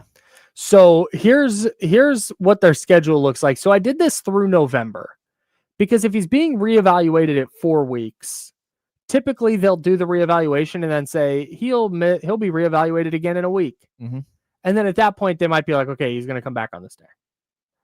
5 weeks would be November 19th when the Kings are in the middle of a road trip and they're at the Thunder. I circled November 24th as the first game that jumps out to me because they're back from a road trip. that's the 6-week mark or just shy of the 6-week mark. Yep. That might, I think, if the Kings are just, if they have to circle a date now, that's probably somewhere close to what they're circling. So he's not coming back mid road trip, which gets a little weird. But in those 21 games, we've talked a lot about this. There are 2, 4, 6, 8, 10, 12, 14 of their 21 games are against teams that made the playoffs last year. Mm. That's tough, including in their so they're at the Suns and then they're home against the Jazz. Then it's Lakers at Thunder. They have the Bucks and Nuggets on that 4-game road trip. Then they come home to face the Warriors, Thunder, Timberwolves, and Nuggets. He's certainly going to miss all those games. Yep. He's definitely out for all of those. Then you get the Hawks, who I think are going to be better this year. And if I'm not mistaken, that's the second night of a back-to-back. Yes. Yeah, I it's a believe home and it's home November back-to-back. 11th and 12th, I think. Yeah. And then you've got at Timberwolves, at Spurs, at Thunder, at Grizzlies, at Nuggets. Yeah, that's the third time you play the Thunder in the first without Keegan Murray. You'll play them 3 times without Keegan Murray. Just, man. Like we went through, even fully healthy. Let's say Kings are totally healthy going into the year. Those first 21 games, so through November, you hoping for 9 and 12? Yeah, I mean, the first 19 is what I've always circled as like the most difficult because I think that stops at the Minnesota game. I mean, then you get the Suns, the Jazz, the Grizzlies, right? Right after that. I think that those are winnable games, but realistically, if you were to go 5-14 or 6-13 in the first 19, I wouldn't be shocked. I mean, and that's with Keegan Murray. Yeah, the Timberwolves is 18. Suns, Jazz, Grizzlies are 19, 20, and 21. Okay. Yeah. But I mean, through those first 21, I think if you're going, 9 and 12, they're in a good spot now to as their schedule lightens up. They get improvement from the young players. They can make a push and finish the season above 500 and be in that play-in mix again. But now it's like, if you're missing Keegan for all 21, what are you hoping for? I don't know. Hope for 6-15? Yeah. Is that too light? Is that? Are you hoping for? I mean, they're going to hope that they're going to go 500 or better. That's what they're hoping. That's what they're hoping. But being realistic, it just puts you behind the 8 ball right off the jump. Man. Right. And again, it shines a glaring, like a bright light on the weakness of your roster. Man, it sure does. All right. He's James Ham. I'm Kyle Madsen. We have the handoff with D'Lo and KC coming up next. We'll talk about all these injuries. I gotta chat with our boy KC. Yeah. I know he's not feeling great today. So I don't know. We'll see if we're trying to bring the vibes up or if we're just wallowing in the sadness of the injury situation. That's James. I'm Kyle. The handoff coming up next with D'Lo and KC on ESPN 1320 Sacramento Sports Center.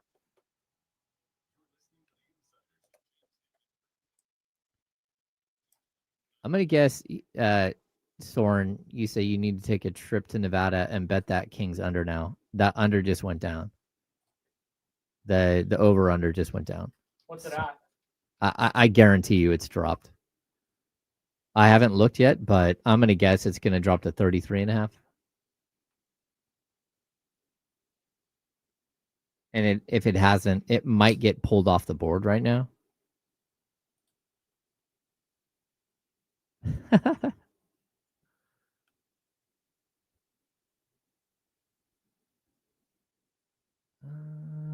Let me look.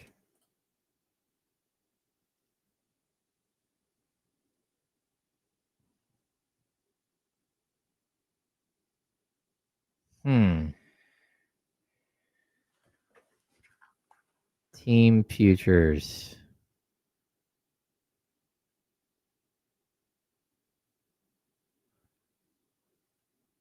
I'm really not good at looking at these sites. I have no idea.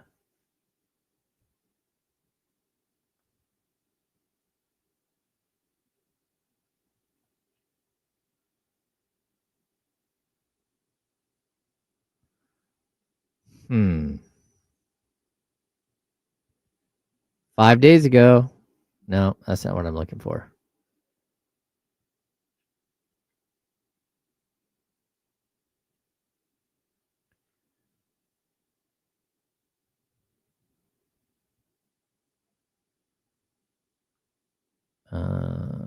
Sacramento. The over is 35.5. I'm gonna guess that's gonna drop.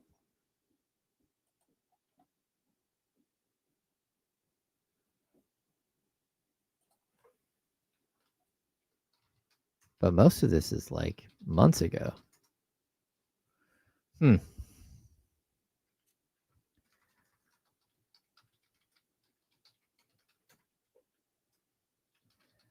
Bryce, the good thing about the first day after a vacation is that you seem to take a lot of them, so it's not that far away from your next one. Just saying. You will be telling us like 3 weeks from now that you're back in Disneyland. It's pretty fire. Yeah.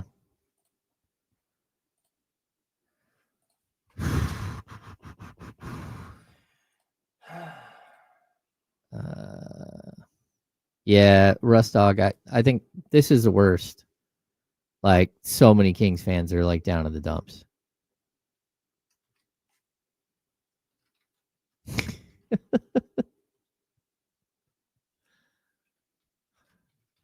See? Bryce, you can go ahead and put the date when you're going back to Disneyland. Oh, yeah, see? There it is. We already booked Christmas. Come on now. It's like right down the calendar. What's up? Yeah, you hop in here. I can switch over real quick.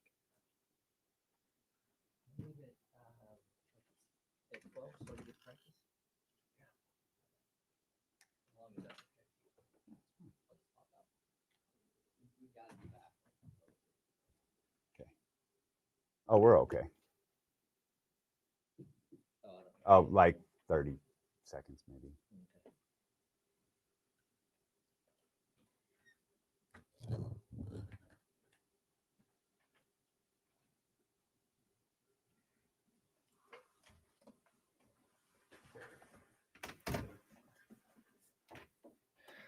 I have moved again. Got like 10 seconds. 10 seconds. 10 seconds. Okay. All right, here we go.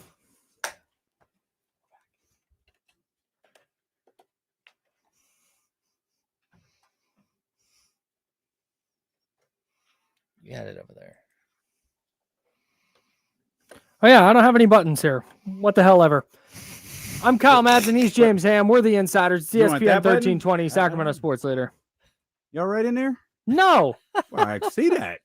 I'm not all right. It's a handoff. D'Lo and KC joining us on the Insiders. Talk to me. What's wrong? Fred Warner's hurt. Well, Keegan Murray's hurt. no. Seasons are over. It's Well. October 7th, 13th. I don't even know what day it is. It's October 13th. It's October 13th. Yeah. You're handling it great, though. Oh, totally. I am stoic. Stoic. Yeah, well, It's fine. you are a word that begins with S right now, but that's fine. You got doing, this. Kenny? Come on, man. You got it. How we doing, Kenny? What's So here's the deal. Let me slide this on there. Oh, there we go. So here's the deal. There's like a group of Niner fans that we're cool. It's like 4 of us, and we only know each other through Twitter, right?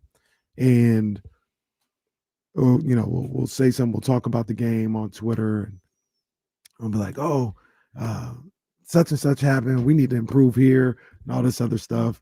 And one of the guys is always like, "Well, we gotta bounce back. If we get this one and then we get this one, then it'll be all good."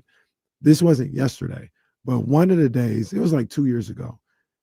We're in there and we're complaining like, "Oh, offensive line is this and that, this and that." And then one of the guys goes, and I'm gonna say it right now, if the Weaver comes in here with all his positive S, I promise you, I'm gonna go off. I don't want to hear it today. Today is not the damn day. I don't want to hear it. And that's how I feel about Niner fans today. There is scenarios and thoughts that I've played in my head of like, all right, how do you move forward football wise, football life without Fred Warner. And we're going to give him to you because we got 4 hours to talk. So I'll say him eventually. But I do understand that today is probably not the day to hear about how do you move forward. You know what I'm saying? Today is the day that you wallow and you are just, as a fan, mourning the just loss, broken because you lost Fred Warner. That's and it. That is tough. I think that was the general response from the team yesterday too. I mean, they give up what I say 8.4 yards per play after Warner went down, and they said it in the locker room afterwards. That was Superman. He missed one game in his entire career, and to see him go down and not just go down, it's not like he had a hamstring and limped off the field and was in the medical tent and is he coming back? Like, nah, man, he went down and it was immediately like, oh, yeah, he's done. Yeah, it's over. And he was the linchpin to everything. Kenny, you talked me into this. Like, all right, Nick Bosa goes down, but they still got 54. They still have a chance because they have 54 in the middle of that defense. They can be a top 13 defense as long as they have Fred Warner. And that got removed. You can be as optimistic as anybody, and we're still going to watch and we're still going to talk about it. And yes, if you want to draw a path to the 49ers winning 10 or 11 games and making the playoffs, sure, that is there. But there's no path beyond that. And I think if you're teetering, falling one way or the other, they're teetering much closer to falling to below 500 than making any kind of real playoff run.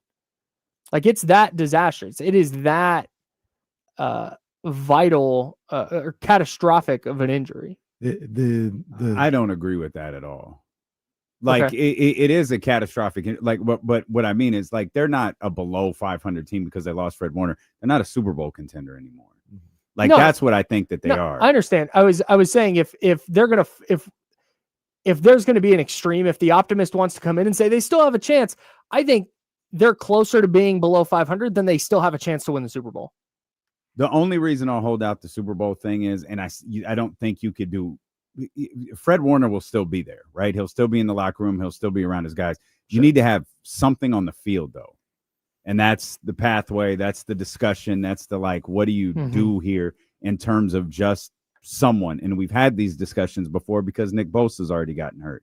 We've had discussion about guys. Hell, Las Vegas is a disaster. I don't care what they did yesterday. Talk to them. Talk to Cincinnati. Like, call teams around the league. Figure out what's going on.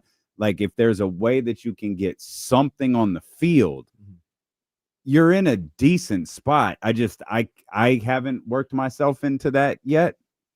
But, like, you get out there, win a couple of games. Like, yeah, maybe, because you're right, Kyle. Kenny and I were just talking about this as we were walking in. They died. Like the second it happened. It was like watching Christian McCaffrey post game was crazy to me. Yeah. Like, through all of the injuries that this team has been through, just the first 5 weeks of the season, none of them caused Christian McCaffrey to look the way that he looked yesterday, which shows you the importance of Fred Warner, the football player, and Fred Warner, the man. It's not a discussion to, like, because they both are unbelievable players. But, like, when Nick Bosa went down, it was like, how do I explain it? I want to minimize them, but it was purely football. It was next man up. Yeah, it was purely football. It was, we lost Nick Bosa. How do we figure this out on the football field? We just lost one of the best players in football out there, and it was purely football. Fred Warner goes down, and you lose your soul. You lose your will in a lot of respects, at least for a little bit. Now, these are all professional athletes, and I don't want to disrespect Bethune. I don't want to disrespect what's the other linebacker? D. Winters. D. Winters, yeah. Nick Martin, who might get some looks now. Look, these guys, like, you guys are professional players. Like, I don't want to disrespect them and say, like, you have no shot. That's for I'm a media person myself, so I'm not trying to say anything. That's for media people and fans to say. Those guys in the locker room have to feel like, I'm here for a reason. And no, we can't, one person can't fill in Fred Warner's role. But if we work together as a collective and pick up our games equally, maybe we can get some of that. But losing Fred Warner in that moment, that just destroys your soul. Mhm. There's no other player. I don't even think McCaffrey's that way. I don't think Trent Williams is that way. I don't think Nick Bosa's that way. I don't really think Brock Purdy is that way. That when they go down, your heart sinks as a player at that time. It was only Fred Warner, and they lost that guy yesterday. Yeah, man, that's the what you said there about like they lost their soul. That's why the next man up thing doesn't play to me here. Like 1,000%. Sure. Tatum Bethune is a pro athlete. He's going to step in. He's going to play the snaps. It's not like they're going to get scored on every time the other team has the ball now. They're going to get some stops. They're going to make some plays. But there was an intangible quality that Fred Warner brought that is not that there's no next man up for that. Mhm. Like Fred was that dude and has been that dude since 2018. He stepped on the field at training camp and Robert Saleh went, "Oh, you're getting the green dot on your helmet because you're the leader of this defense on day one." And he's missed one game. That's crazy. One out of, what was it, 122? 130 something. I think it was 133 or something. If you add in playoff games, it's probably in the 130s. Okay. But 122 regular season games, he missed one. Mm.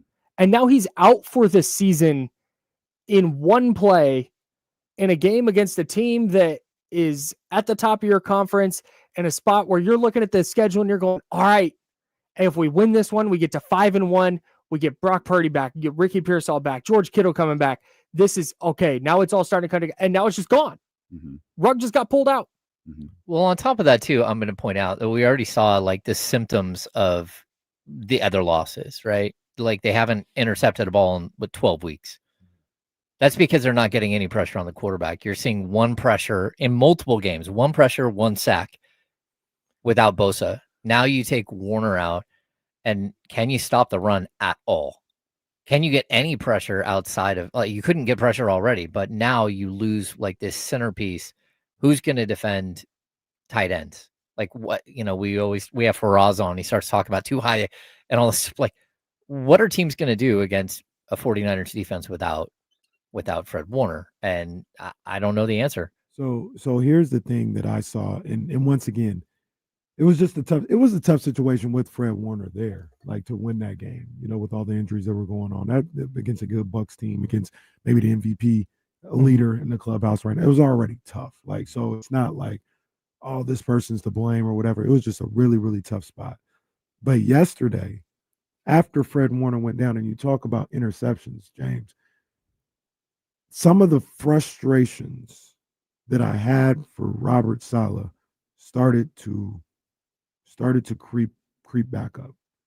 And Kyle, maybe you can help me out with this, but how many times in the second half were they rushing for, had the backers kind of in the middle, Mm-hmm. and everybody else was in a zone, and Baker would pick apart the middle of the field. Mm-hmm.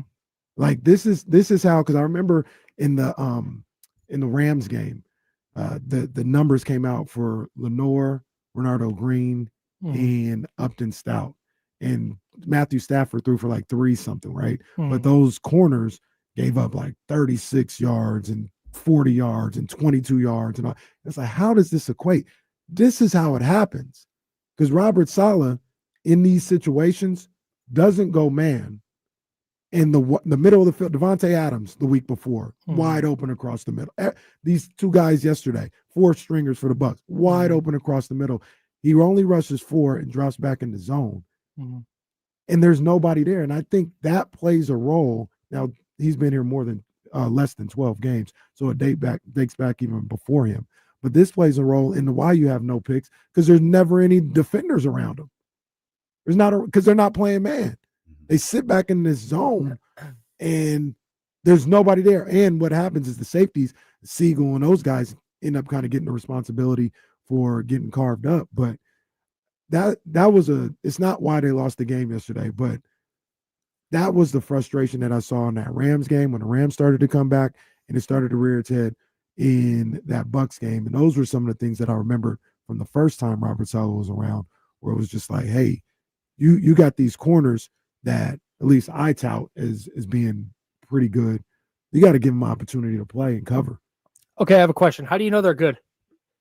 Because it feels like, now, once again, I'm not all 22 or whatever, but when they do cover, they do a pretty good job. When they are in man or we're in there in the vicinity of the receiver, following the receiver around, it seems to be pretty sticky coverage. Now, I understand. Now, look, you can't go man all game long. I understand that. And maybe on 3 downs, he went man twice, and the one time he went zone, they made him pay for it. That's what I don't know. I'm not here to say that I'm in the locker room, but maybe I'm wrong, but it felt every time, even on the deep touchdown, that was zone 2, miscommunication.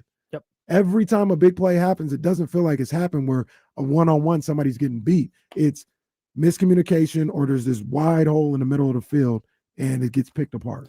So I think there's a couple things on this. Robert Saleh's whole thing is you simplify everything so your players can play fast and it's easy to digest. I think what you're talking about with the miscommunications, and we talked about this on Candlestick Chronicles, and Chris Peterman made this point, and I think it's the right one. As soon as Fred Warner, who is a supercomputer at middle linebacker in the heart of that defense, as soon as he went off the field, the miscommunication started and the coverage bust started. And I think that is where, like, Robert Saleh can't adjust to that on the fly in game. He can, though. He can't. I think he can, because to me, I could be wrong. I'm not Ryan Clark. Okay. But what's this? You want to simplify? Thank God you'd be apologizing all damn day. What if I'm trying to simplify everything? What's more simple than guard your man? I would believe it's because they draft players who are better in zone coverage than man coverage, and that man coverage would go a little bit like the Kings playing all their young players would go. Maybe so, but isn't that simpler? Like, yo, we're going man too high safety and man up, as opposed to, well, if this guy comes into the A area, I hand it off to him, but I'm gonna stay here. And to me, zone is not simplifying things, especially when you got motion, when you got people coming across the coverage, when you got people running across the field and you're supposed to hand somebody off and maybe hand off to the safety, all this, as opposed to, look, I'm bringing 5, we're in man with too high safety, guard your man. Yeah, it's probably why the Niners defenses have been so bad under Robert Saleh. I don't think it's been. I mean, I don't he's think awesome. it's been bad. He's an awesome defensive coordinator. But just answer that question though. Like, what is simplifying the offense or simplifying the defense? The difference is they're not getting after the quarterback. What is simplifying the defense? Is it simpler to have communication? The simpler thing is to do guard your man. It's to do the thing that you have been doing since training camp started. It's just, that's just it. The problem is not what they're doing coverage wise. The problem to me right now is the fact that they have 3 quarterback hits in the last 3 games. Yeah. The whole Niners defense is predicated on, we're going to get after the quarterback. We're going to impact the quarterback. We're going to make him throw the ball before he wants to. We're going to make him throw the ball to a spot he doesn't want to throw it, or we're going to make him scramble when he doesn't want to. And they can't do that right now. They in the 2 games since they haven't been able to get quarterback pressure, they ain't never looked like they looked once Fred Warner went out yesterday. That's the thing. The pressures are the pressures and all this other. That's fine. I'm not disputing that, but they never looked like they looked the second Fred Warner went out since Nick Bosa went out. They didn't look like that in the Cardinals game. They didn't look like that in the Jags game. They didn't look like that in the Rams game. The second he went out, and to your point, the communication got a little. They didn't have their main communicator. That's when the problems happen. I'm not saying pressure on the quarterback doesn't matter, but hear me again. They never looked like that in 3 games until that guy. They weren't getting pressure before. Right. And they never looked like that. Right. Do you give grace for the emotional shock of Fred Warner's ankle snapping in half? 100%. 100%. They had Trent Williams saying after the game it was hard to play after that. They had Jawan Jennings saying he needed to take medicine because he was nauseous. And because he has 5 broken ribs and 2 ankle sprains. That too. They absolutely they were cooked at that moment. We asked Coach Marion a couple weeks ago after the James Conner injury, how do you play after that? He's like, man, football players are a little different, but I can't imagine playing, not if it was, no disrespect to anybody, but if it was the 4th-string player snapping his ankle, no doubt, I'd have a problem, let alone. It could have been Nick Bosa. Right. The reaction wouldn't have been the same. the team reacted the way that they did because it was Fred Warner. Correct. And that's what we were talking about earlier. It's Fred Warner, the football player, but it's Fred Warner, the man. 100%. They weren't reacting to Fred Warner, the football player. They weren't reacting to the communicator and the quarterback of the defense. They were reacting to Fred Warner, the man. And that's why they all left the sideline and came out to him. And there's nothing you can do. Like, you just you go play football. And unfortunately, it was first half was the second quarter. Regardless, you still had halftime you had to get through. Like, the adrenaline of just being on the football field is gone because you have to go into halftime and take this break. And then you got to come back and figure out a way to play football against, by the way, you're not playing the Titans. Right. You're playing one of the better NFC teams. Yep. And, Baker solidified his play. Like, can you imagine what this football game would have been like if everyone on both teams was healthy? You talked about 4-string wide receivers. It wasn't because it was garbage time. It's because that's who Baker Mayfield is playing with. He's got 4 starting wide receivers out. We're getting updates from Todd Boyles already on next Monday's game. Like, imagine if all of these guys were available. KC said that when we were walking in the studio on Friday. Man, this would have been special if everybody was healthy. And instead, the outcome is we lose more people get hurt. The one. Yeah. The thing that's crazy, and you're listening to KIFM West Sacramento, KRXQHG2 Sacramento, ESPN 1320 Sacramento Sports Leader, always free on the Odyssey app. The other after the shot clock, by the way. Shot clock violation. No, it's not. I got till 05. Oh, okay. Yeah. Yeah. No, I didn't know. Premature inadvertent whistle. All right, we'll play on then. Take a lap. Fence him back. No, where were we just now? Sorry, all of the guys being injured. Fred Warner. Oh yeah. That's what's crazy is the Niners losing yesterday is not the thing. The needle moved for me 0% because the 49ers lost. What had Fred Warner been healthy? Had Fred Warner been healthy that entire game and everything gone exactly the same? I don't even think it would have. But let's pretend everything goes exactly the same. I'm not sitting here today like season's over.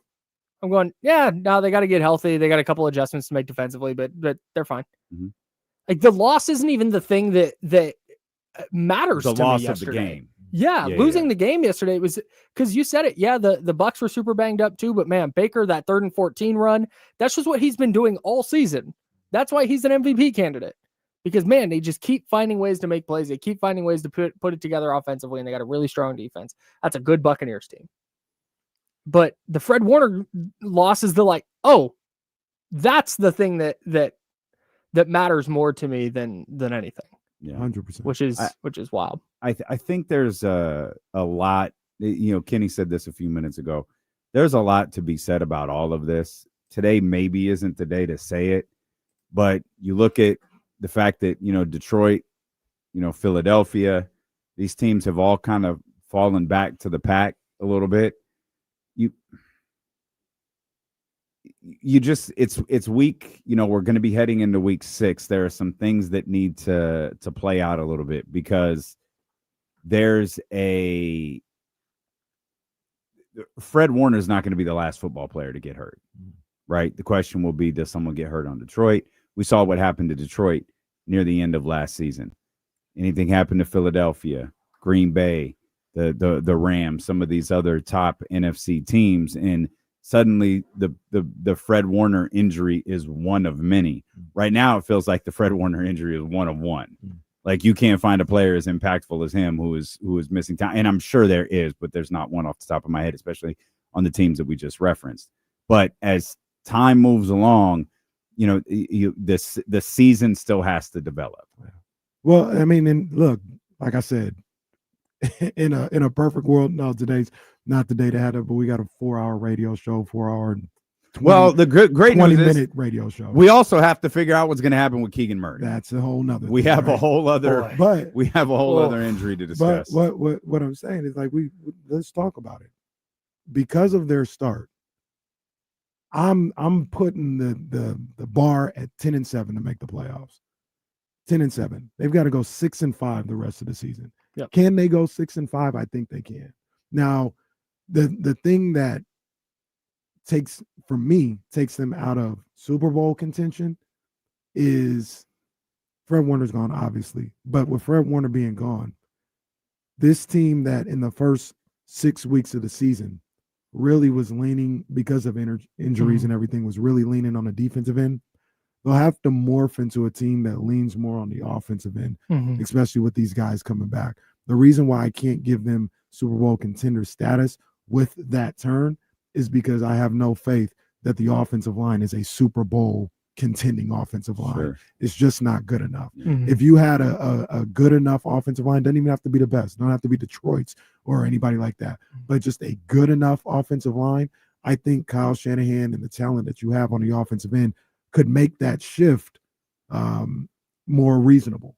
But we're 7 weeks into the season. They still can't run the ball consistently. They're getting beat up in every situation when it's run game, screen passes, pass pro, suspect. Like, they're just not good enough. And that's where I can't have them in a Super Bowl conversation.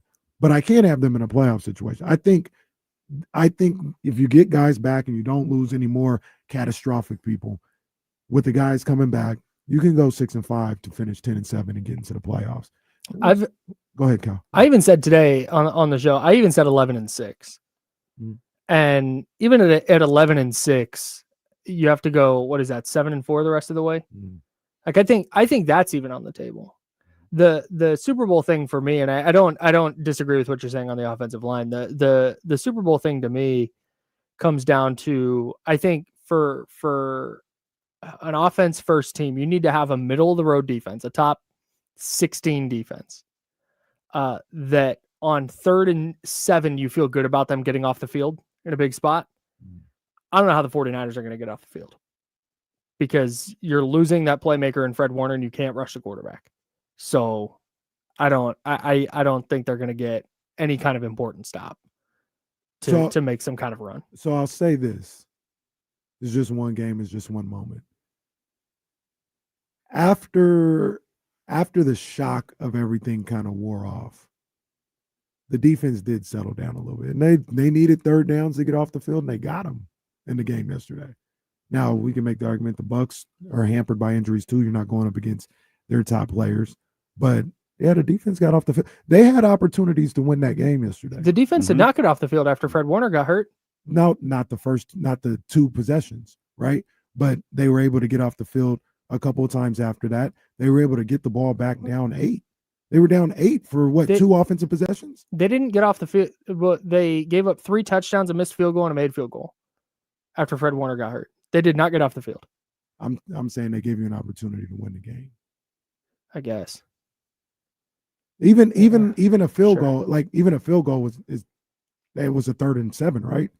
And they stopped him from getting a 1st down and forced him to kick the field goal. Sure. Like, that's a 3rd down stop. Like, you want to get into situations where you just can't stop them from getting a 1st down. And on the fly, they had an opportunity to win that game. We're in the 4th quarter. That pick happened for Mac Jones, middle of the 4th quarter, right? Yeah, toward the end of the 4th, the Dominic Pooney jumping false starting on 4th and inches. So I heard you say that. Golly. And I agree with you. I'll even go back and TC, listen to me here. I hated the 3rd and 1 play call. There were 9 people pinching in on the defensive line. To me, I know it had worked a number of different times. And usually when you get into that quarterback sneak tush push situation, there's maybe 4 guys on the line, and Mac Jones or Brock Purdy, whoever, figures out which lane they want to go to. They get up to the line and they say, I'm going to go to the left. That's where the opening is. There was no opening on the defense. There was 7 guys on the line. That play was never going to work. And even with the way you're able to run the ball or whatever you're trying to do, I wouldn't have felt great on the 4th and 1. I thought the 3rd and 1 play call should have been something where you spread people out. You had options, maybe a draw, maybe you spread them out and then you do that thing where he sees what's going on and he runs up behind the center and does a quarterback sneak that way. Once they got 7 guys on the lines, I'm not a big believer in wasting timeouts before the 2-minute warning, but I would have rethought everything in that situation and not ran that play. That was a wasted play. Yeah, he probably wants that one back for sure. What would he say? I don't know. Oh, that's so we just forget the board after a while.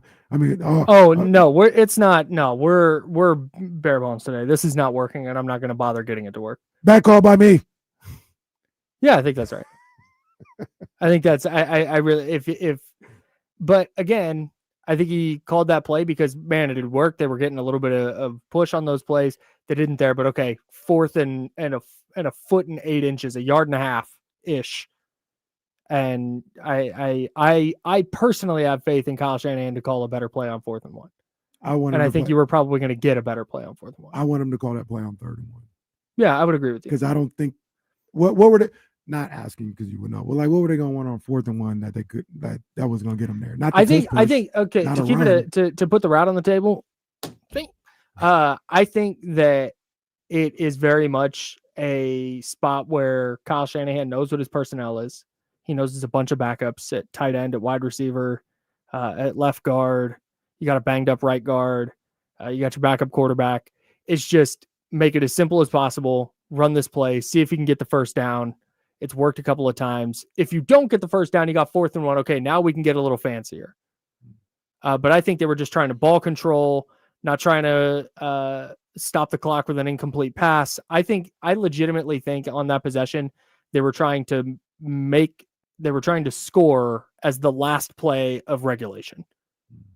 I think that was really the goal there. And I think that was probably the thought process, but yeah, no, I'm with you. When he lined up and you saw the Bucks defense pinch down the way they did, it's like, can you can this? Will you run a different play? Kill. Yeah.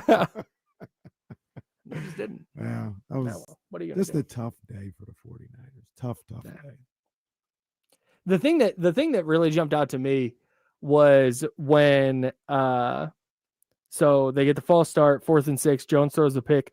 2 plays later, Rachaad White just fumbles. Just drops the handoff and it bounces right back to him. Yeah. And it's just It's the kind of bounce. one of those. Yeah, that was it. It's Yeah. like, oh, that's the bounce that's gone the 49ers way all year. Yeah. And it didn't today. Like, well, It feels like it started with the Baker play. yeah. Like when Baker made that play before in the third That was quarter, it. before was that, the it was game. like, Yeah. And then the dagger touchdown. over the top. Okay. Well, so the play in itself is like, God, that was an incredible play for Baker Mayfield. And then the pass, the 45-yard touchdown is like, okay. The All right, throw, it's like the busted it's one of coverage, those the days. catch. Yeah. But to Kenny's point, like it was still an 8-point game with like 3 minutes left. Mhm. It didn't feel like it was an 8-point game, but it didn't feel like it. Mhm. It wasn't one of those things where you felt like, all right, just get the ball back. You got a chance. Mhm. It was like, no, it's cute. I also They had the ball twice down to 8 Mhm. after the touchdown and then after the missed field goal. Yeah. And they just the offensive magic just wasn't there anymore. Yeah. I also thought as the game went along.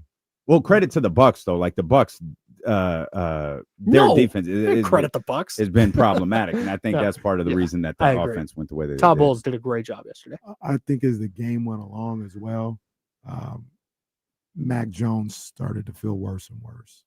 Whatever he had to do to get ready to play Sure. that game, Sure. I think I agree. as it went along, it started to kind of rear its ugly head again. Yeah. I think this was the concern I had when Mac Jones first stepped in.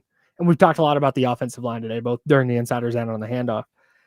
I think one of the major concerns was, man, Mac is not nearly as mobile as Brock Purdy is, and I think it's going to expose the offensive line. And then being able to kind of get around it, Mac is just mobile enough. Yesterday looked bad. Every time the pocket collapsed a little bit, he had nothing. He couldn't step up through the pocket. He couldn't step out the side of the pocket. There were lanes for him to move, and I just think physically with the oblique, with the knee, I just don't think he can do it right now. Yeah. So now you have this relatively unathletic quarterback who's dealing with a core muscle injury in his core and in his knee, and it's the 6 sacks yesterday was crazy. I mean, that they- was too many. They talked about it on the broadcast a little bit, and they were having a little fun with it, but I think it was a valid point. That play third quarter where there's nobody covered and he has a lane to run and he runs for like 5 and runs out of bounds. I mean, that looked like a struggle. Oh, I That thought looked and he almost tore his ACL stumbling out of bounds. Yeah. Oh my God. But he could, like, he saw it. He was like, oh, okay, everything's covered. I got a lane. It's not like he's Michael Vick and he would have ran for 12. But even him saying, let me get 5 and get out of bounds, he was struggling to get the 5. Like, he was late, like, let me get there.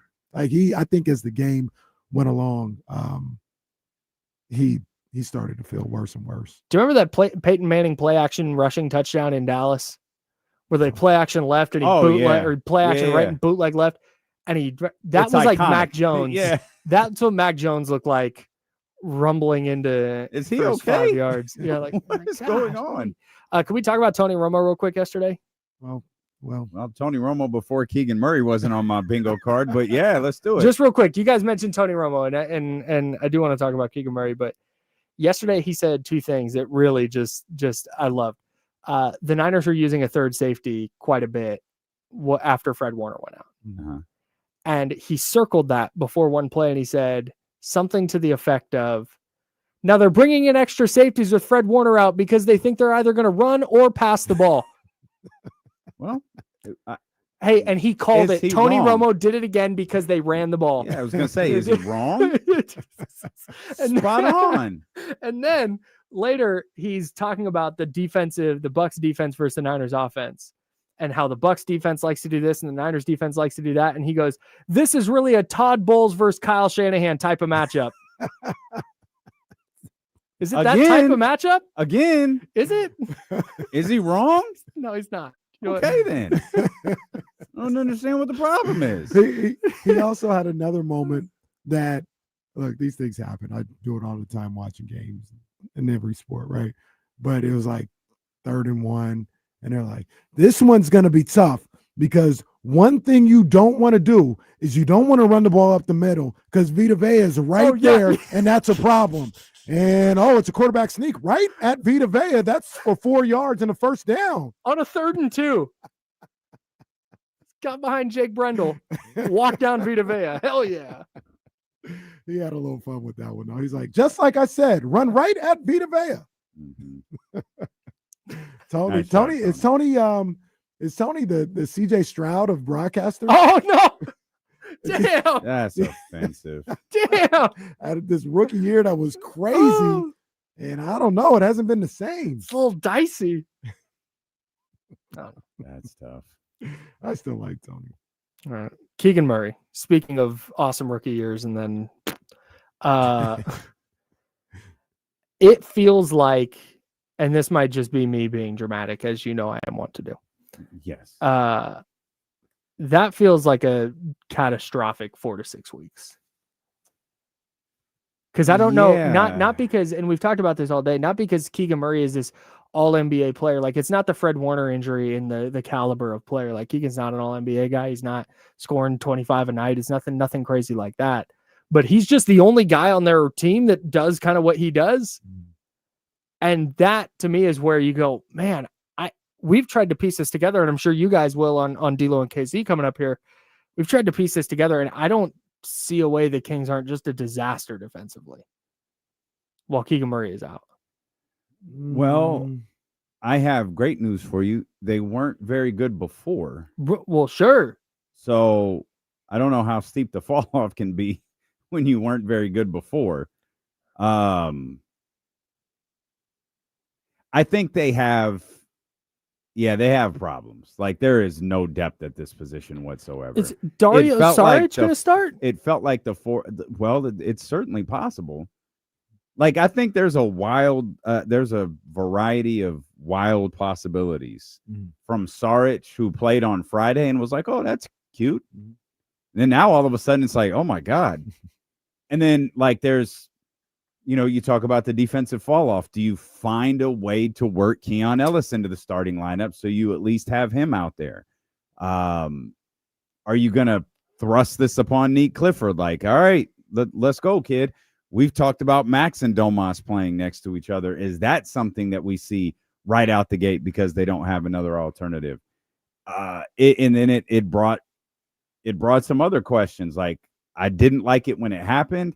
I understand. Like I understand the reasoning for it. I don't agree with it and don't like it, but like what's the conversation if Jonas Valanciunas is still here? It's not ideal to start those two next to each other, but I sure as hell would, because Jonas Valanciunas is a starting caliber player on any. I would absolutely. I don't care which one is 4, which one is 5. I don't care what you want to do and how you work this line about. You figure out the rotations and all of that afterwards. But I keep going back to this. I like Dennis Schroeder, and if you had told me, in like, take my fandom out of this, if you had told me that the Kings could keep Jonas Valanciunas and sign Russell Westbrook, I would have done that 10 times out of 10. And there's no Dennis Schroeder. I absolutely would have done that. I agree. But now, and now you're here. You're already trying to finagle the backup point guard position. Like, you're piecing this together somehow because for some reason they just won't go sign a backup point guard, Russell Westbrook or whoever. And now you're trying to figure out this starting 4 position when a week ago we were trying to figure out the backup 4 position. And you're just like, well, this will be welcome to the NBA, Doug. You've got your work cut out for you. I'm not trying to minimize it at all, because Kyle's 100% right. People have talked about it. There's nobody else on that roster that does what Keegan Murray does. Like, it just, you don't have a guy that can guard 3 and 4s who can shoot the 3. You don't have them. Shards can't do that. Isaac Jones can't do that. Those are the 2 guys that you have in that situation. But I do think there's opportunities to mix and match what you do, and there may be opportunities where you, I don't know if improve is the right word, but where you can help out. Like, for instance, if Isaac Jones is playing some minutes, you lose a lot shooting wise. I think, without really looking at Isaac Jones' game like that so far, I think you absolutely lose things on the defensive end. But he's a hustle guy. He's tough. You may gain a little bit on the boards as well with the way he's able to rebound. The thing about looking at some of these guys is, let's just go, like, you talk about the Lakers. The 4 that we think about, like, we worried about Saric or Isaac Jones guarding Jake LaRavia or Jared Vanderbilt. and look, and I'll tell you like this. Joking. I'll tell you like this. If Keegan Murray's out and other teams are looking at the Kings like, oh man, we're gonna go to work on the 4 spot. Like, we're gonna eat that for lunch and dinner. And they want to run their offense through Jake LaRavia and Jared Vanderbilt because Keegan Murray isn't there, by all means, please do that. But I think it's more when you play Cleveland, Keegan Murray's drawing the Donovan Mitchell assignment and doing a nice job. No, he's not. He's not doing that. I mean, he shouldn't be guarding Donovan Mitchell. Okay, did he not? I legitimately might have hallucinated that. But is that not a thing that happened? He might have. Donovan Mitchell, I think, went to work both times they played. Like, he could be guarding him all he wants. DeRozan could be guarding Donovan Mitchell if he's getting 35. What are we doing? Keegan Murray is a really good defender. I don't think he's a lockdown defender at this point in his career. Maybe he becomes that, but everybody always points to Steph. Well, honestly, he did a really nice job in that playing game. I think Keon Ellis did a really Keon good job. Keon was awesome. Steph, just because everybody brings that up, I think he might just try to destroy Keegan next time. If, like, maybe it hasn't gotten wind to Steph Curry, but you don't do nothing like that to somebody like Steph Curry. But outside of Steph Curry, can anybody think of, and this doesn't mean he's a bad defender, can anybody think of Keegan Murray locking anybody up? No. That's not. Yeah, he's not an all NBA defense guy. But that's the reason why I say that is, number one, I think his position is kind of lends itself towards that, which I say maybe there are some guys that you can work around when you talk about Sarge or Jones from that position. Outside of Julius Randle, I can't think of a quote unquote 4. Maybe Paolo Banchero too. Evan Mobley's on there. You talk about Cleveland. But we're talking about a handful of guys that like, they're going to run their offense through them and it's going to be a nightmare. And to that point, it was a nightmare for Keegan too. Those guys just aren't really there like that. So I think there are teams and there are matchups that you can workshop some stuff. Maybe you can work some lineups where you can survive till Keegan gets here. Because make no bones about it, you are better defensively in any form or fashion when Keegan Murray is there. So you're going to try to just survive until you can get him back. So real quick, I know we got to step aside momentarily. Should I save this for D'Lo and Casey? I have a thing to ask you. Well, that'd be a great idea because you're not actually going anywhere. So yeah, no, I'm hanging out here. It turns great. out. Yeah. Who knew? I didn't. Not you. Yeah, no, we'll do this. We'll continue this conversation because we got to step aside here. I want to do the Scott Perry calls KC thing. Oh, again. that'll be Let's fun. do it. That'll be Talk great. to my man Scott. Scott Perry's That'd going to be be on great. the horn to talk to Kenny Caraway.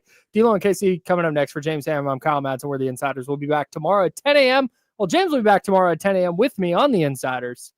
I'll be with D'Lo and KC here hanging out with you guys from noon to 4 on ESPN 1320. Drink water, be nice to people.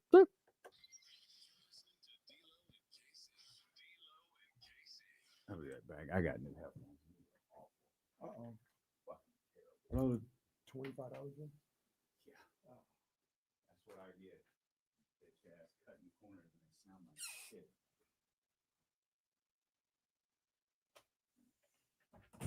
Kyle Madsen, what's up, man?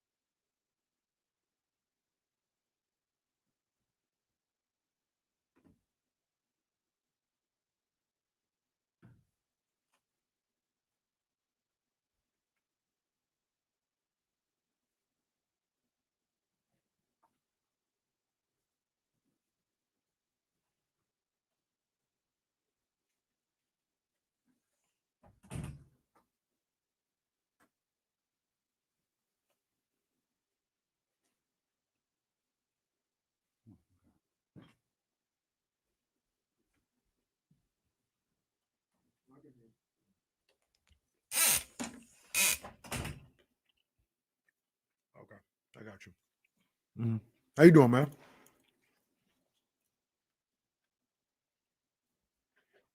Oh, I'm not in here.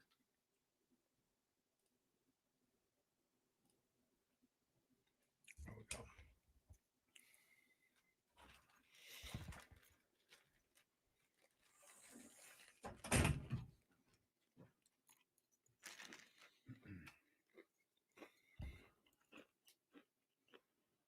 Okay.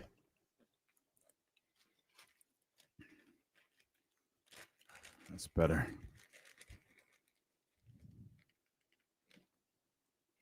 Pamela Love.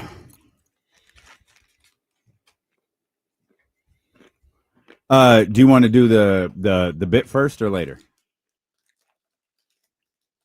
We'll do it later. Go take care of your business.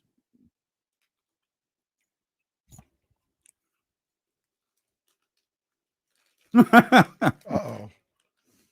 I understand. You're talking to just us, right? Okay.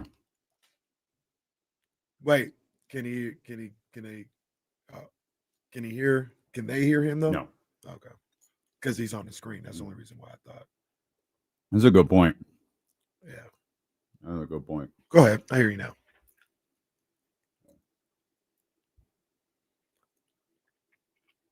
Mm-hmm.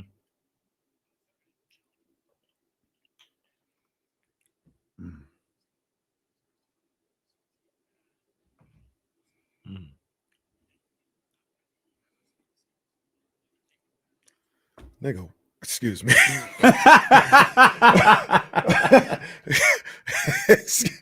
Excuse me. What? What? That's it. That was Kyle's reaction too. That was Kyle's exact reaction. Tell her we said it was okay. I ain't never heard that in my life. Are you crazy? That is amazing.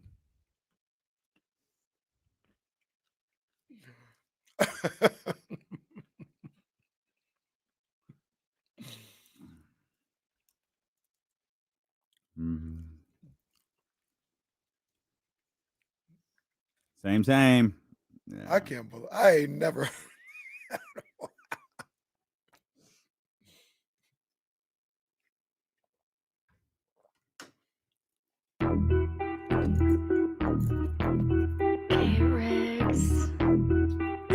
Yeah. We got them screaming D-Lo, KC, D-Lo, KC, D-Lo, KC, D-Lo. We got them screaming D-Lo, KC, D-Lo, KC, D-Lo, D-Lo. We your number one spot. We your number one spot for some sports, huh? Got the city going crazy when we work, huh? We top 2, but we ain't 2, we in first, huh? And when you need the real, we is who you search, huh? D-Lo, KC, D-Lo, KC, D-Lo, KC, D-Lo. We your number one spot. Let's go. Hey. We let them air horns fly just one time, though, as we welcome in here to the Monday, October 13th edition of D-Lo and KC. I'm Damian Barling. The ultimate needle mover in God mode himself. He's Kenny Caraway. Yes, sir. Yes, I got it. Acknowledge me. And we are live. Worst slums of Sacramento. Alongside our man, Kyle Madsen, who's filling in for Jesse Tapia. I can't wait.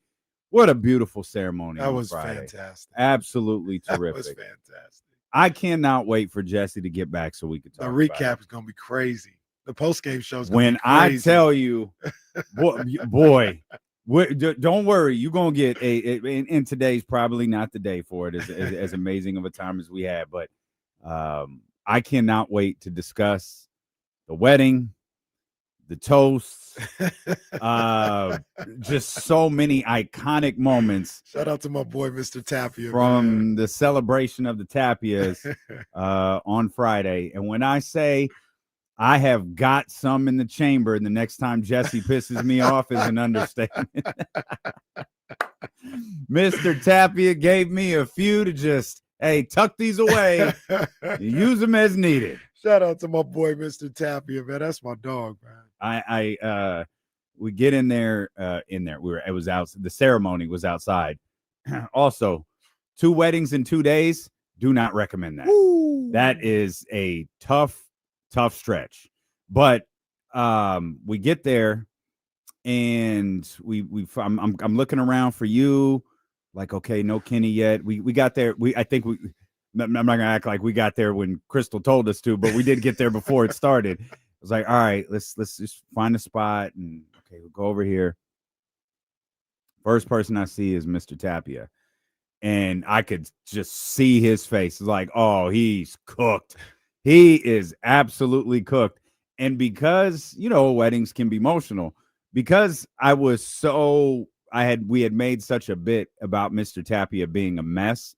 I was so relieved because it was like a game to me. And so it was funny to see how, and so the first time, and I'm sure this happened with you, the first time I saw Mr. Tapia, he just like falls into my arms. I saw him after the ceremony, of course. So the most emotional part is over. The fun stuff is ahead.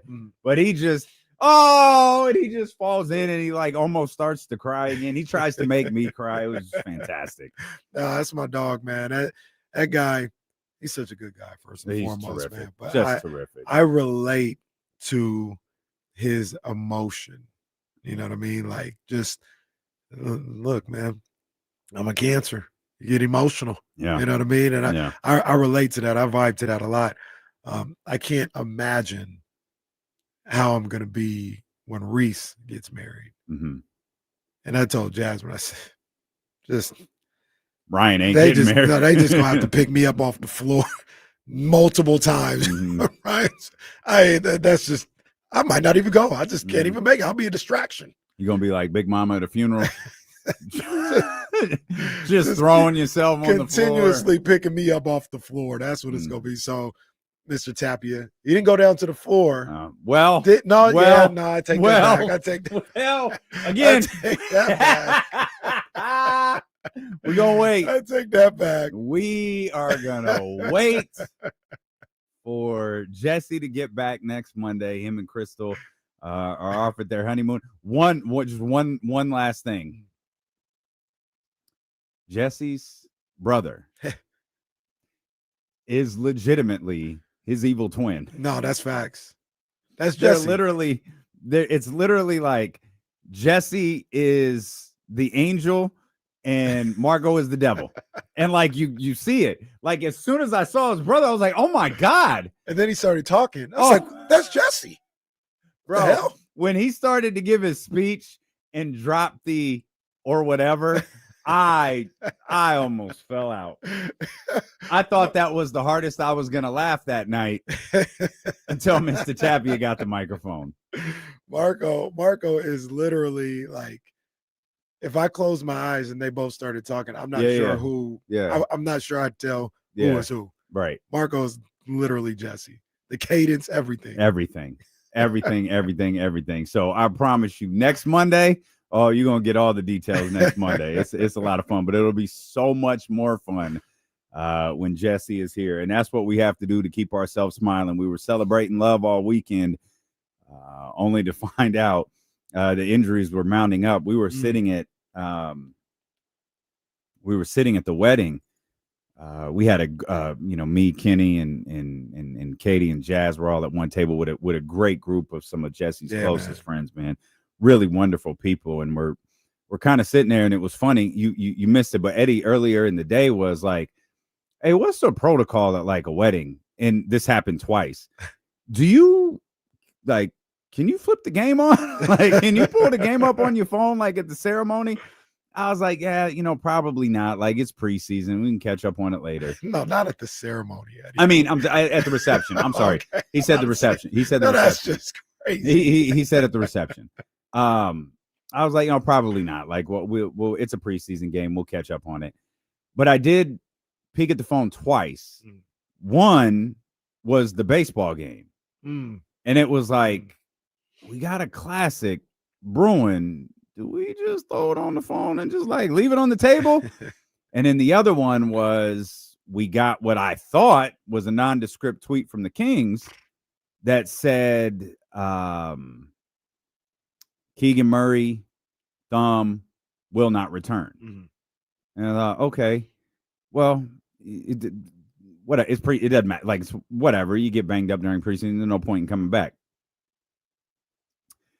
And then noon hits 2 days later, and you recognize, oh, this is a thing. Noon is when the email went out from Sacramento saying that he had torn his UCL and he was going to be out 4 to 6 weeks. Which, correct me if I'm wrong, and I might be wrong. We'll ask James this. James ran off to practice, but we'll ask him this at 3:00. Was this or was this not Domas's injury?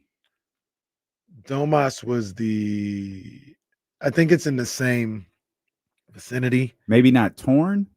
Yeah, Domas, I forgot. Because, if we ask James, he's going to react. Yeah, he's going to act this out in just the most disgusting way imaginable.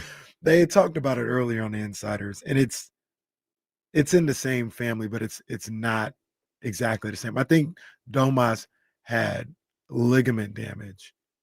Peyton says an avulsion fracture. Yeah. Okay, that checks out. And he had ligament damage, like something happened with the ligaments where they didn't need surgery. It was just pain tolerance, and they were going to heal itself. Keegan, I think, broke the bone. Oh, he broke the bone. Okay. Yeah. I think that's the torn versus broken. Yeah, I think that's the difference between the two. Or one, but James will tell us. So no, I'm not going to ask him because he's going to put out his hand. He's going to say, okay, so what happens is the thumb turns this way. Like he can't wait to reenact Fred Warner's injury. So I was just ain't going to talk about it with him. Bro. And so that's what the weekend winds up being. Is at 12 o'clock you get news about Keegan Murray's injury, and about 2 hours later, Fred Warner's foot is pointing in the wrong direction, and now everything is in shambles. It's like, okay, you're trying to process what this all means. You have one, a team that you and I probably think more highly of than other people do here. And again, we're talking 40 to 45 wins. I was thinking about this morning, where we think the Kings might finish versus where, be it Vegas or just less optimistic Kings fans think they might finish, might still just result in a different version of the same exact thing. They're missing the playoffs. Right. You're missing the playoffs with 35, 36, 37, 38 wins. You're probably missing it with 40. 44, 40. You're not getting to the 6th seed with 44, 45 wins. You're getting to the play-in, which, as we are all very aware of, that could be one game and you could be missing the playoffs. Mm-hmm. So it's like we're not talking like drastic differences. We're actually talking a number that could very well be decided while Keegan Murray is out. Right. And I know people have posted the schedule and looked at the schedule and how difficult it is and all of these different things. And it's like, man, I don't know. It's tough, man, losing a guy like Keegan and losing him in particular, because like we've mentioned before, there's only one guy on that roster that does what he's able to do. So that's tough. That's just tough. And that's something that by itself, and I think people need to hear me when I say this, by itself, you don't replace. Like, you don't say, okay, Keegan's gone, we'll just slide in player X and everything's good. Right. You can't do that. Yeah. But what you possibly can do is, depending on the matchup, depending on the game, depending on the situation, mix and match some players that can help you get by until he gets back. And that's all I'm saying. Are we looking at a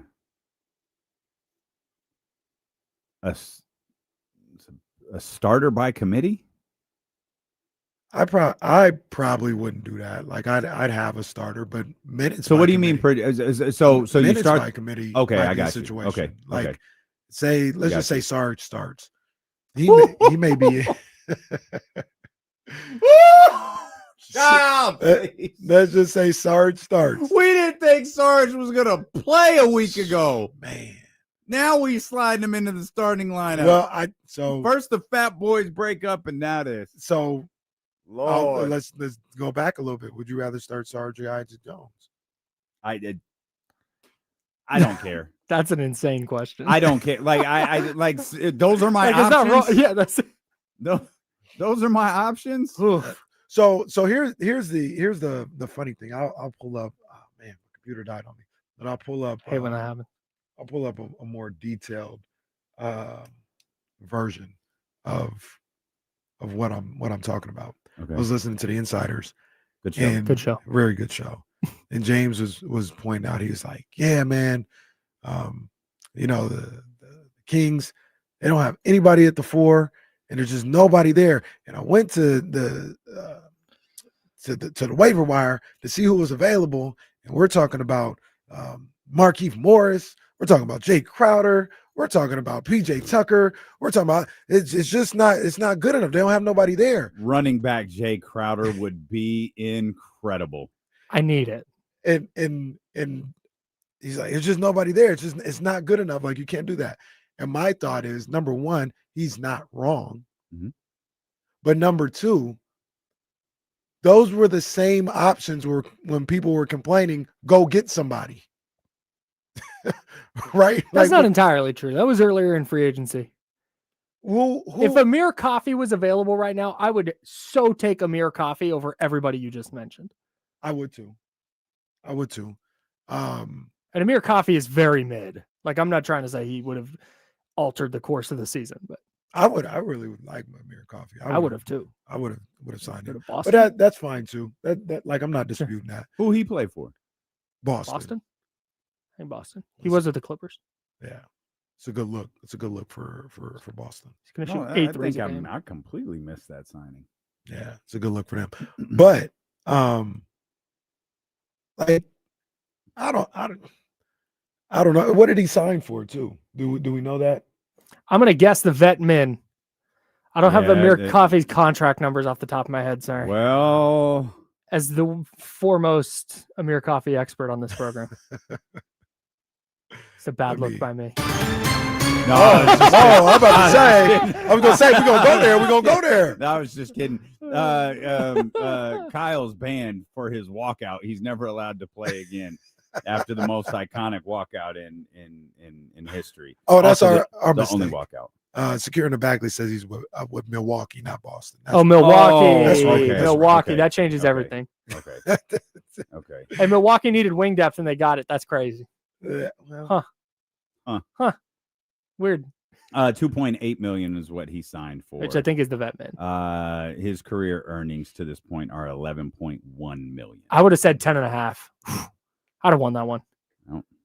So Amir. But here's the other thing, Kyle. Here's the other thing, Kyle. Can that be the running joke that I would have won all these pocket That'd be watches? great. That'd be great. Here's the other thing about that though too. When you talk about trades or free agency, what if Amir Coffey didn't want to go here? Well, Like what? Like I'm. My guess is they didn't even inquire about Amir Coffey. Mm-hmm. But I also don't know that.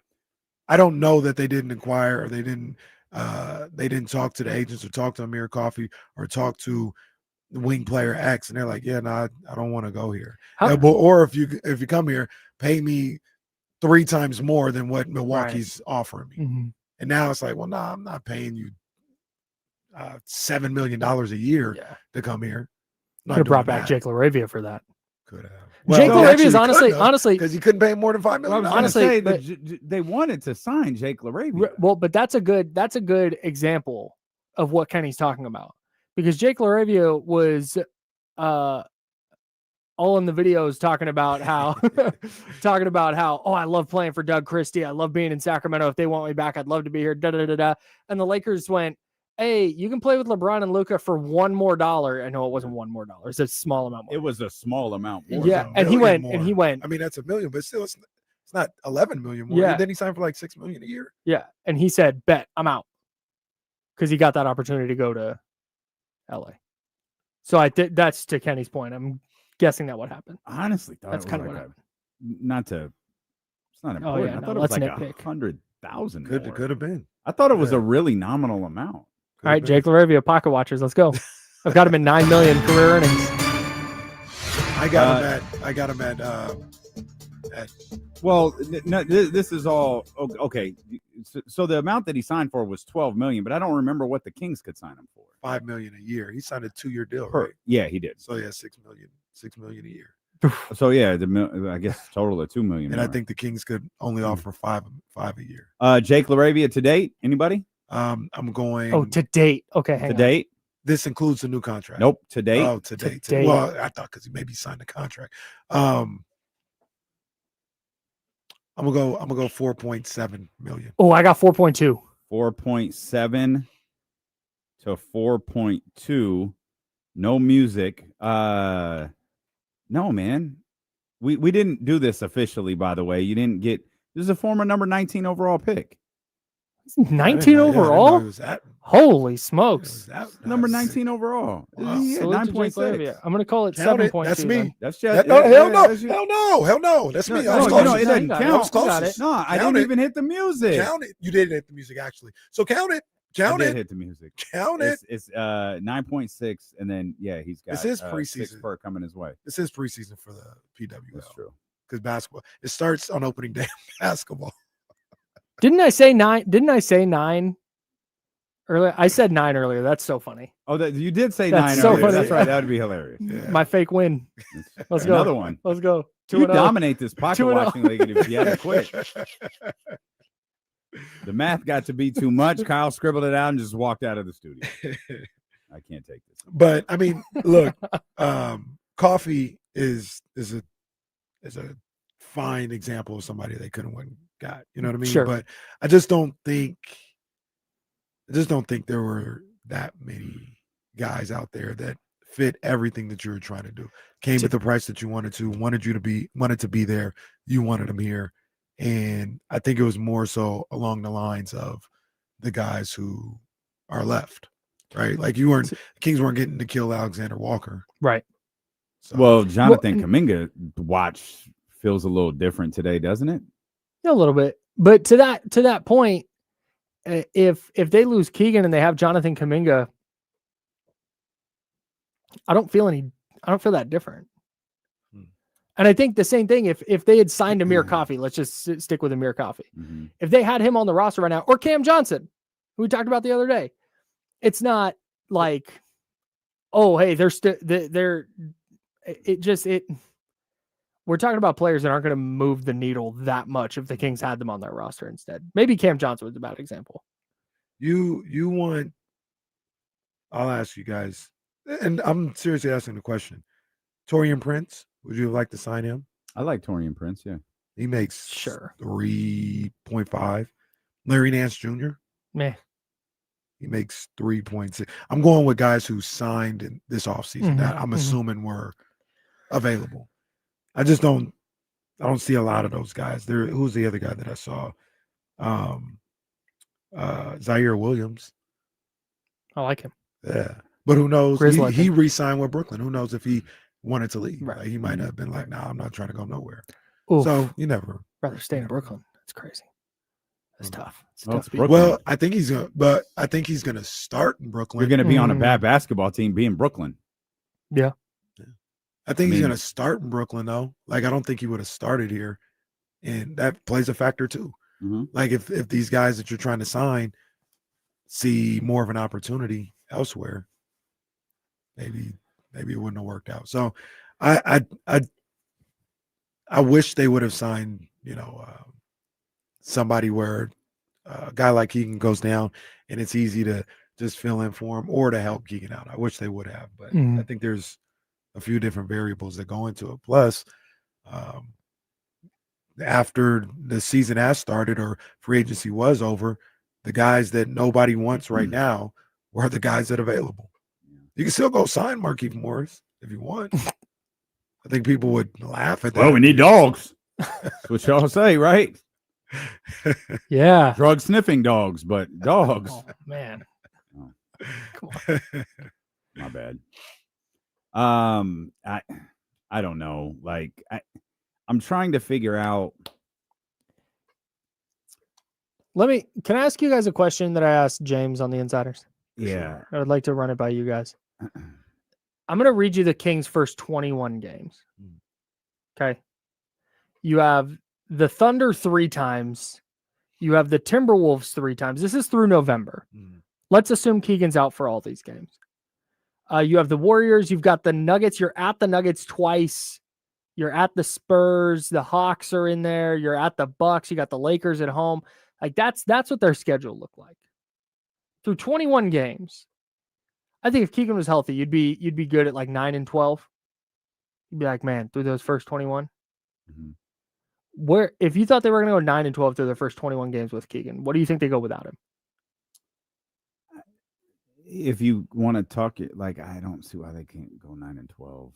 Like, I think the same thing. I mean, to the exercises point, like, maybe you lose a game or two more. Yeah, I don't know if you've talked yourself into that schedule being so bad, man. Like, I know this is the fascinating thing with the schedule. We look at it and try to predict wins, both good and bad. This is like, when the Kings lost 5 straight leading to Mike Brown's firing, wasn't the thing they had to go 5-0 in that stretch because of who they were playing? Yeah. Like, looking at the schedule, especially with this basketball team, doesn't matter. They can compete with Denver. They can compete with Minnesota. They compete with all those teams. Like, they, prior to last year, played Oklahoma City really, really well at times. I feel like it's the same. The reason, right? Okay, so the reason I asked that question is that would be different if it was, although the Kings might be a bad example just because of their roster, but you might be different if that was Domantas Sabonis, right? Yeah. Right. Yeah. So yeah. man. So you guys really don't think Keegan has any kind of impact like that? No, I do. I don't like 9 and 12 like is already not good. Sure. Like- Although I think 9 and 12 through that 21, I think it'd be okay with that. I know it's not good on paper, but that's a tough stretch. Yeah. To start the year. They don't, and I guess where I'm struggling is they're not going to have an easy stretch. For like the example that I just outlined, they went 0-5 in a stretch. People thought they were supposed to go 5-0. Like there's no easy stretch for this basketball team. And you know how I feel. I mean, I don't think there's. Maybe it's jaded because of the Kings, and it just feels like they never had. There's no easy stretch in the NBA. I don't think there's one team in the NBA. You guys are Jamesing my question. Yeah, I just. No, I said for little both. But look, I said for the sake of the argument, I said a game or two. Take a game or two off of that. So what's that make you? Yeah, I don't think they're yeah. 4-17. Okay. I don't think that. Okay. I mean, if you had, what'd you say, 9 and 12? Like, I don't think they're 4-17. Maybe it's 7 and 14. Like, I don't know. Like, what if that stretch Keegan is averaging 6 points per game? Is his impact on the defensive end that great? So there's an uncomfortable part of this conversation that we have to have. That's the conversation Scott Perry wants to have with Kenny. Oh, great. Scott Perry's, Okay. Oh yeah. Let's do that when D'Lo and KC return here, along with our man Kyle Madsen from the Insiders on Sacramento Sports Leader ESPN 1320.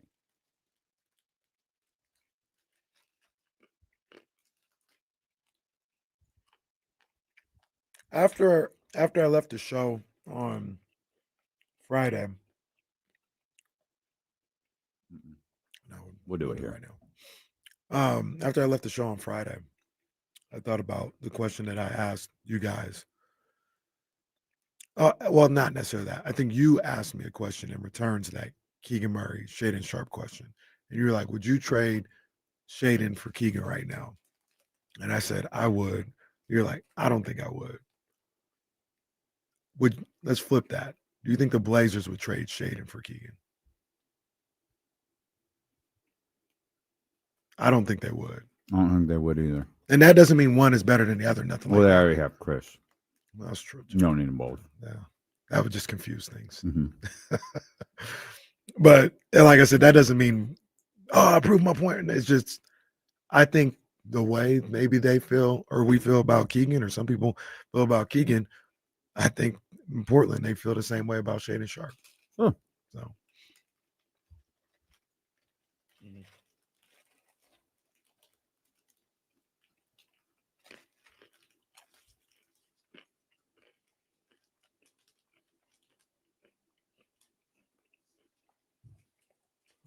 I kind of think that's what the Kings should do with Keegan. I remember we talked about this one time, and that's what I felt they should probably do. And then we talked about it, and it's like, nah, just sign him, because you can do whatever you want once you sign him. Like you can move him or whatever. And that's the side I end up going on. It's like, yeah, just sign him because. Just do it. But I remember initially, I was like, why not just let it play out? I can't remember the argument. That's the new NBA. You used to just sign those rookie extensions like, yeah, no, we need this. Now it's like, what's the league got for you, pal? And if they have something, then you match it. If not, like why would I overpay? Titans really fired their head coach. Did they think they were going to be good? Well, no, but that week 3 moment lives in my head with that guy. Mm. Don't know if he should be fired though. I didn't think Brian Callahan would be the first one fired.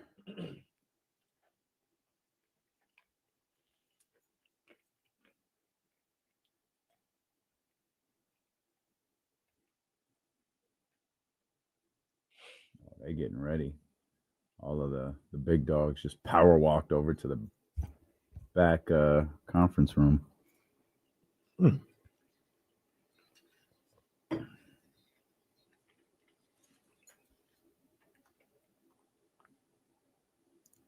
Welcome back. It's my bad. That's all good. It's all good. I was laughing. We just saw like all of the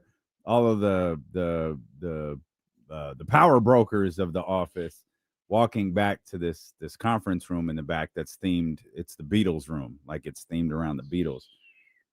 And I was listening to this podcast recently. It's an interesting music podcast, but they were talking about the Paul is dead phenomenon. Have you ever heard of that? No. It's incredible because I guess for like 4 years, they thought Paul McCartney was dead.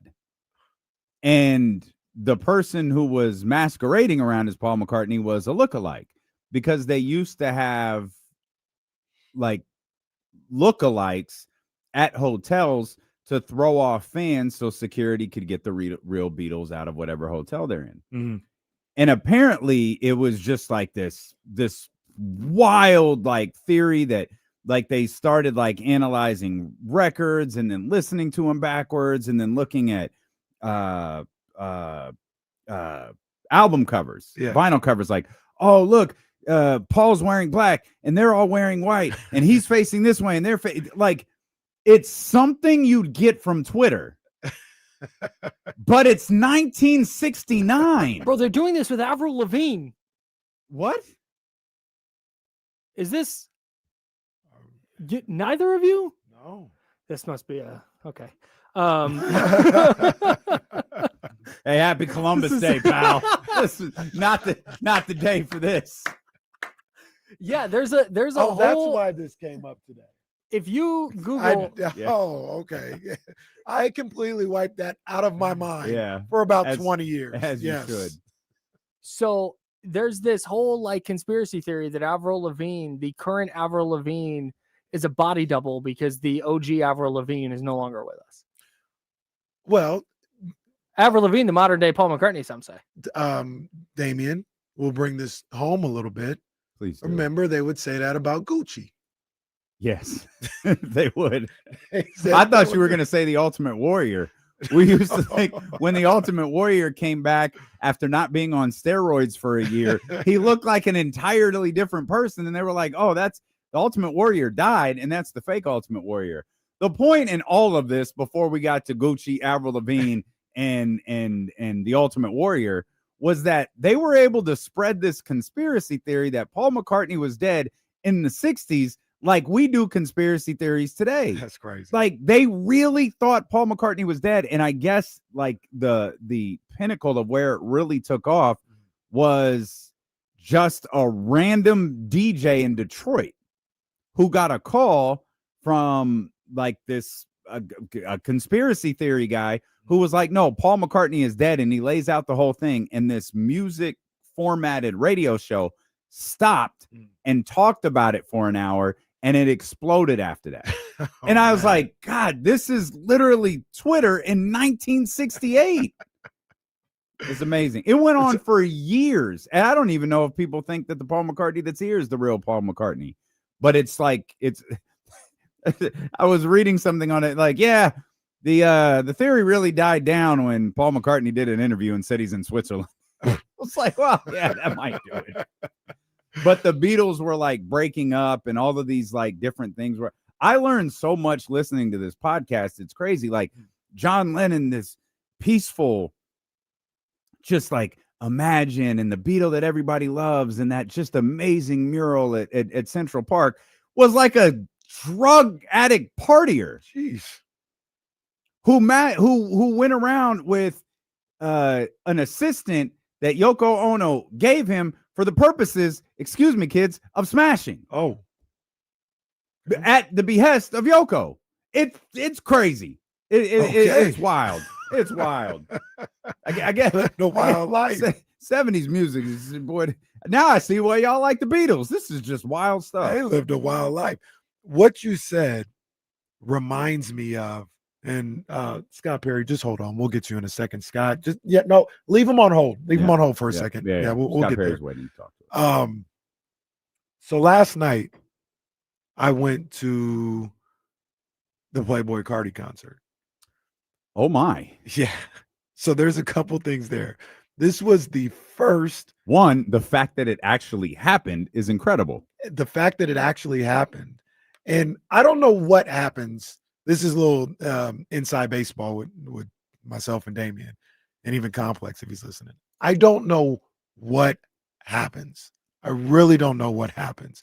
We saw this with Future when he came to town. Mm-hmm. We monitored these things up to about a week before.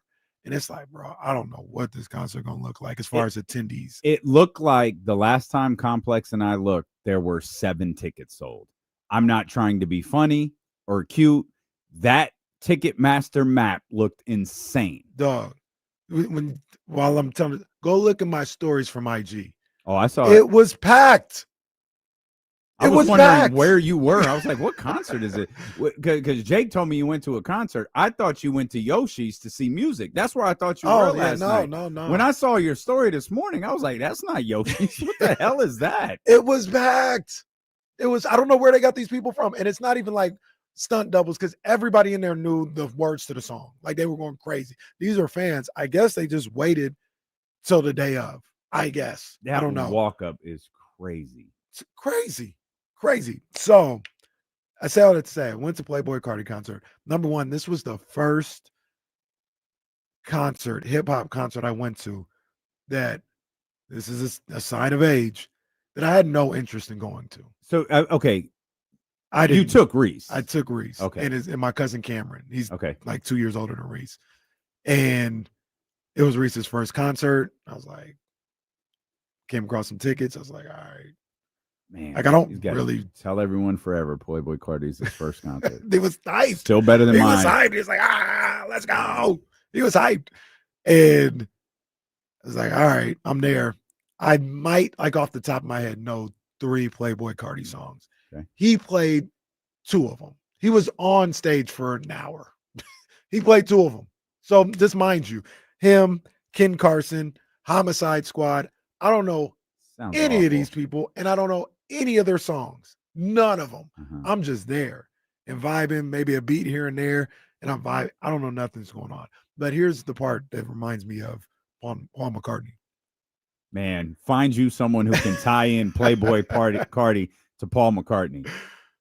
The stage was high up. It was above. They had a mosh pit on the floor too. No chairs on the floor. It was a mosh pit. Stage was high up. There was like these strobing lights most of the night. It was kind of dark. Camera really never gets on these people. Lights never brighten up so you can see them. There is a possibility that Playboy Cardi was not there last night.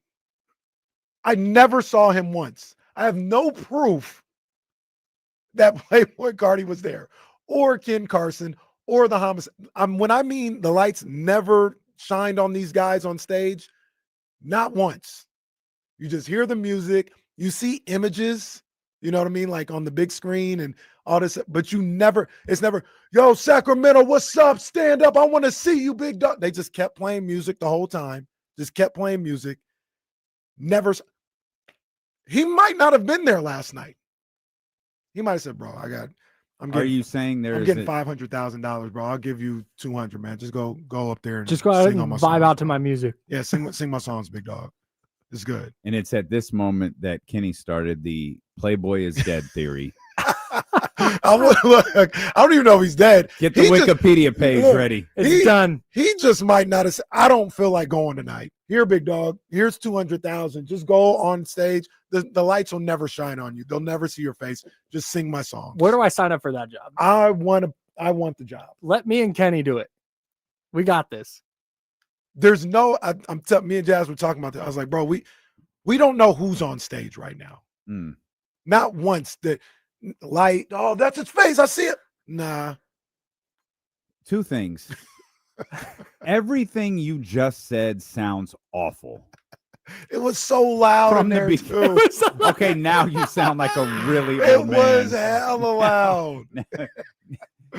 Now you sound like the oldest man that ever I love lived. this. This is It so was great. hella loud. But when he played Fiend, that was fire. And he did. Is that the one they play in all the arenas? Yeah, that's Fiend. the Zach Fiend. That's my new favorite one. Yeah, that was fire. They went crazy when Fiend came on, and they went crazy. Well, they went crazy on a bunch of the songs I didn't know, but they played Timeless too. Those were the two songs I knew. So Travis, The and whole Weeknd. night. The whole night. Mhm. Those were the two songs I know. We were there from 8 to 11:45. Those were the only two songs I knew. Is that because that's the only two songs that you play on KSFM? I don't know. Well, Fiend didn't get a long run on KSFM, believe it or not. Yeah. It did, but not a long Yeah. one. Fiend, yeah. I knew it from there. And it was from Travis Scott's album. So that's where I knew it. Yeah, Not Playboy that's Cardi. Travis's joint. I'm sorry to telegraph this, but can you do the Prize Picks read? Absolutely. Normally there's like this real cute transition into something. Could you just go to Prize Picks And look, download the app? I'm gonna tell you right now. Mm-hmm. Prize Picks just sent out the alert. Oh yeah, I just saw Max that. discount I for saw Steph Curry that. on opening night. Yep. 0.5 points. You can add him to a lineup. I'm taking Whatever lineup less. you want to. Oh, well, that would be devastating for Dubs fans. But 0.5 points, max discount Steph Curry. You can have an opening night lineup and basically get one free play already. Like that's just a lock, except if you're Kyle. That's not a lock. But go sign up for Prize Picks right now. Download the app. Put in the promo code KIFM to get $50 towards your first $5 lineup. That's promo code KIFM to get $50 towards your first $5 lineup. Must be present in certain states. Yep. Go to prizepicks.com for more details. Mm-hmm. Prize Picks and the star of stars. It's good to be right because this is All-Star Weekend. So I got to say like David Stern. The star of stars, West Sac Kings fan. It's good to be right.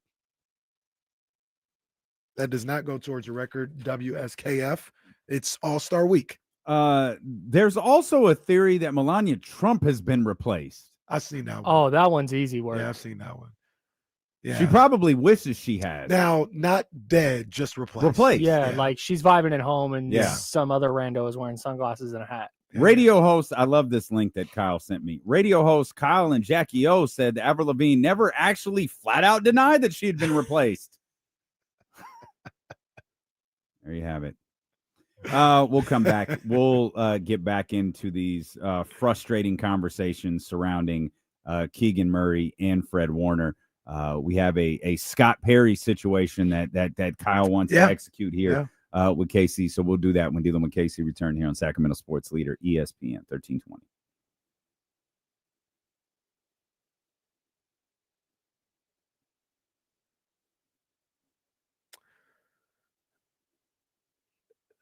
Oh, that'd be exciting. That's good. Yeah, do something a little different. Nah, Jordan. Like you talking to somebody that goes to concerts or go to rap concerts. Dame goes to rap concerts. It was hella loud. Mm-hmm. It was hella loud. You know, okay, all right. All right, man. Listen. I don't need no smart ass comments. Okay. We were in a loft yesterday to go to the Playboy Cardi show. Shout out to my man Amir. That's what rich people do. We were in a loft. Yeah. Damien. Yeah. Remember the time we went and watched the Kings game for work in a suite? Mm-hmm. What was it? Just me, or was it real? Didn't the building seem so much louder in that suite? It did, yeah. I think that might have been what was going on. Oh, okay. Because no, it does. I don't know why that is. I don't either. But not in the food part of it, like when you walk down to where it's it hella loud. very different. And that was a Kings game. Yeah, it sounds very different. So we beat the Thunder that's that what night, if I happened. remember correctly. We did. I think Keegan balled out. Mm-hmm. I think Keegan had like 30 or something like that. But yeah, I think that might have played a role in it too, for whatever reason.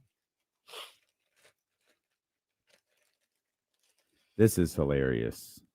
The new Avril Lavigne's name is Melissa. What? Yeah.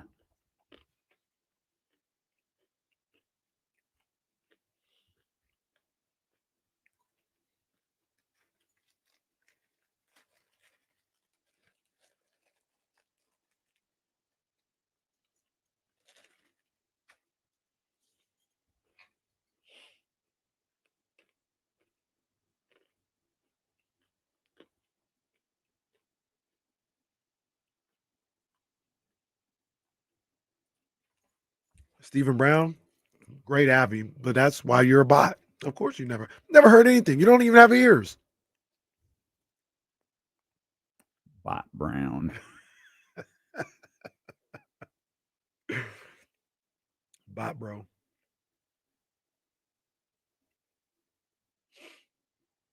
Oh my gosh. Now that hey, Reese wasn't going to that, and I wasn't going to that.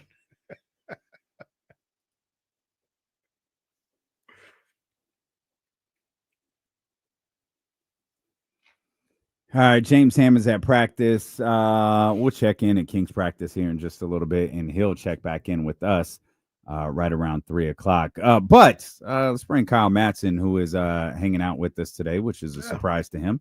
But we're always happy to have our man Kyle Matson here, especially when it's such a newsworthy day with obviously what happened with Fred Warner and the San Francisco 49ers and Keegan Murray. But you had teased you had a scenario that you wanted to put out there for one Kenny Caraway.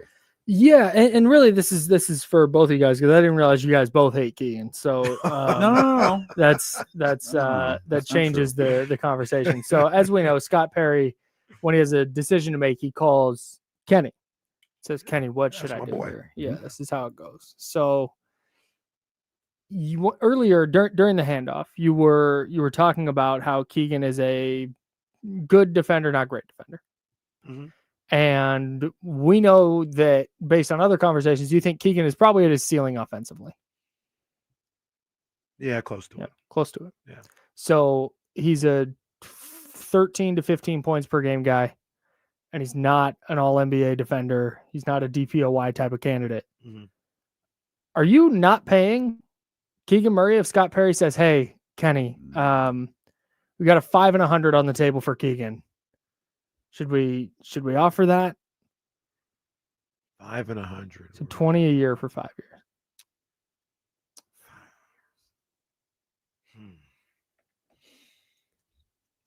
I'm thinking about Kenny, it. Scott. Oh, okay. I'm thinking Sorry. about it. Thought I lost you there. I'm thinking about it, Scott. So the question is, and I guess I want to revisit this because I remember we had this conversation months ago. It was me, Damien, and Jesse. And I started off saying, why not just let it play out and let the market dictate what that salary should be, what that next contract should be. You have have his rights as far as him being a restricted free agent. And there are benefits that contracts have that go towards the player, like we learned during this whole Jonathan Kuminga thing. Like, hey, don't waive your no trade clause, all this other stuff. It's there to protect you. To a certain degree, that restricted free agency is there to kind of protect the team. Why not use that? Why not use that situation? We talked about it a little bit more. Maybe we can figure out exactly why we said you should just sign him. But that's where we landed. And here we are on October 13th. And I'm back in the camp of why not just let the market play out? Why not let him go into restricted free agency and let that be the deal?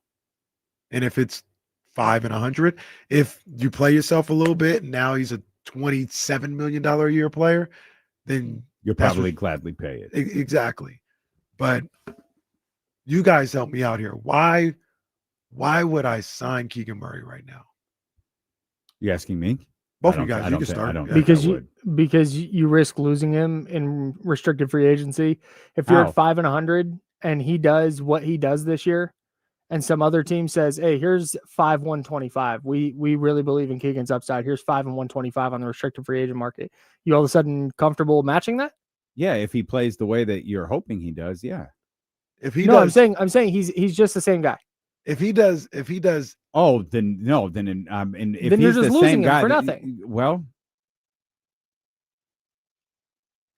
then you lose him for nothing. Like I don't know what to. I don't think $20 million a year is egregious for a player who does what Keegan does. I don't think that it is either, but I also don't know what Keegan's value is to this league.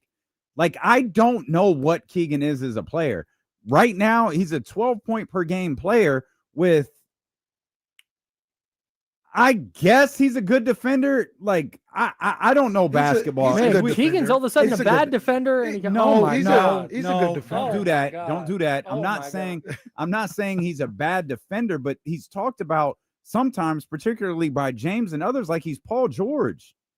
He's a good defender. Maybe he stands out because this team stinks defensively. But the idea that he is this like, man, get Keegan Murray out there on the floor, it's an absolute game changer. I don't see it. Maybe I just don't understand the game of basketball enough to understand it. But I just look at him like he's a good defender. He's a good basketball player. If good basketball players, if Scott Perry and his team get together and go, good basketball players go for 20 and go for 5 and 100, sign them right now. If that's what the league says, yeah, I don't have no problem with that at all.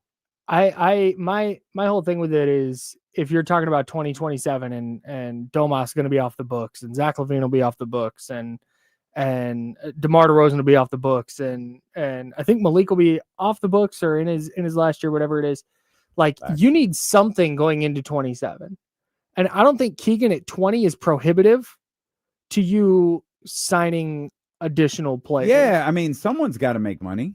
Right. So like there is a floor, so pay him. Right. And I don't can you do you believe that the Sacramento Kings in the scenario you just created could build a basketball team, the sustainable winner that Scott Perry and Doug Christie have talked about around Keegan Murray? Not around, because building around him, you build around Shai Gilgeous-Alexander. Okay. You build around Steph Curry. You don't. I thought you built around De'Aaron Fox, but I guess not. I think you build around. You don't build around Keegan Murray, but if you're trying to build out a team kind of on the fly, I'd rather have Keegan Murray on my roster than not. So essentially, in the scenario he's Lauri Markkanen. Sure, but at 20 a year instead of whatever Lauri makes. So the Jazz signed Lauri Markkanen to this massive contract extension and have nothing. It's like the Raiders having Max Crosby. It's the Browns having Myles Garrett. You just have this really high price Except he's player. not that high level. No, he's not. But he's paid like it. No, but he's not. 20 a year is not that crazy. That's not what Lauri Markkanen makes. I know. That's why I'm saying that's what's different to me. But you still have $100 million. You're committed to 5 years to a player who you just want to be a part of a team that you don't know what team you're building. Yeah, but I think he kind of fits whatever you want to do. Okay. Maybe I got this all wrong. You guys can help me out. But in the scenario that Kyle laid out, if a team comes in and says, if you Keegan's people are like, oh, we take 20 a year right now. You say no, we're gonna let it play out. He balls out, goes into restricted free agency, and someone is offering 27 a year, and you're like, that's too rich for my blood.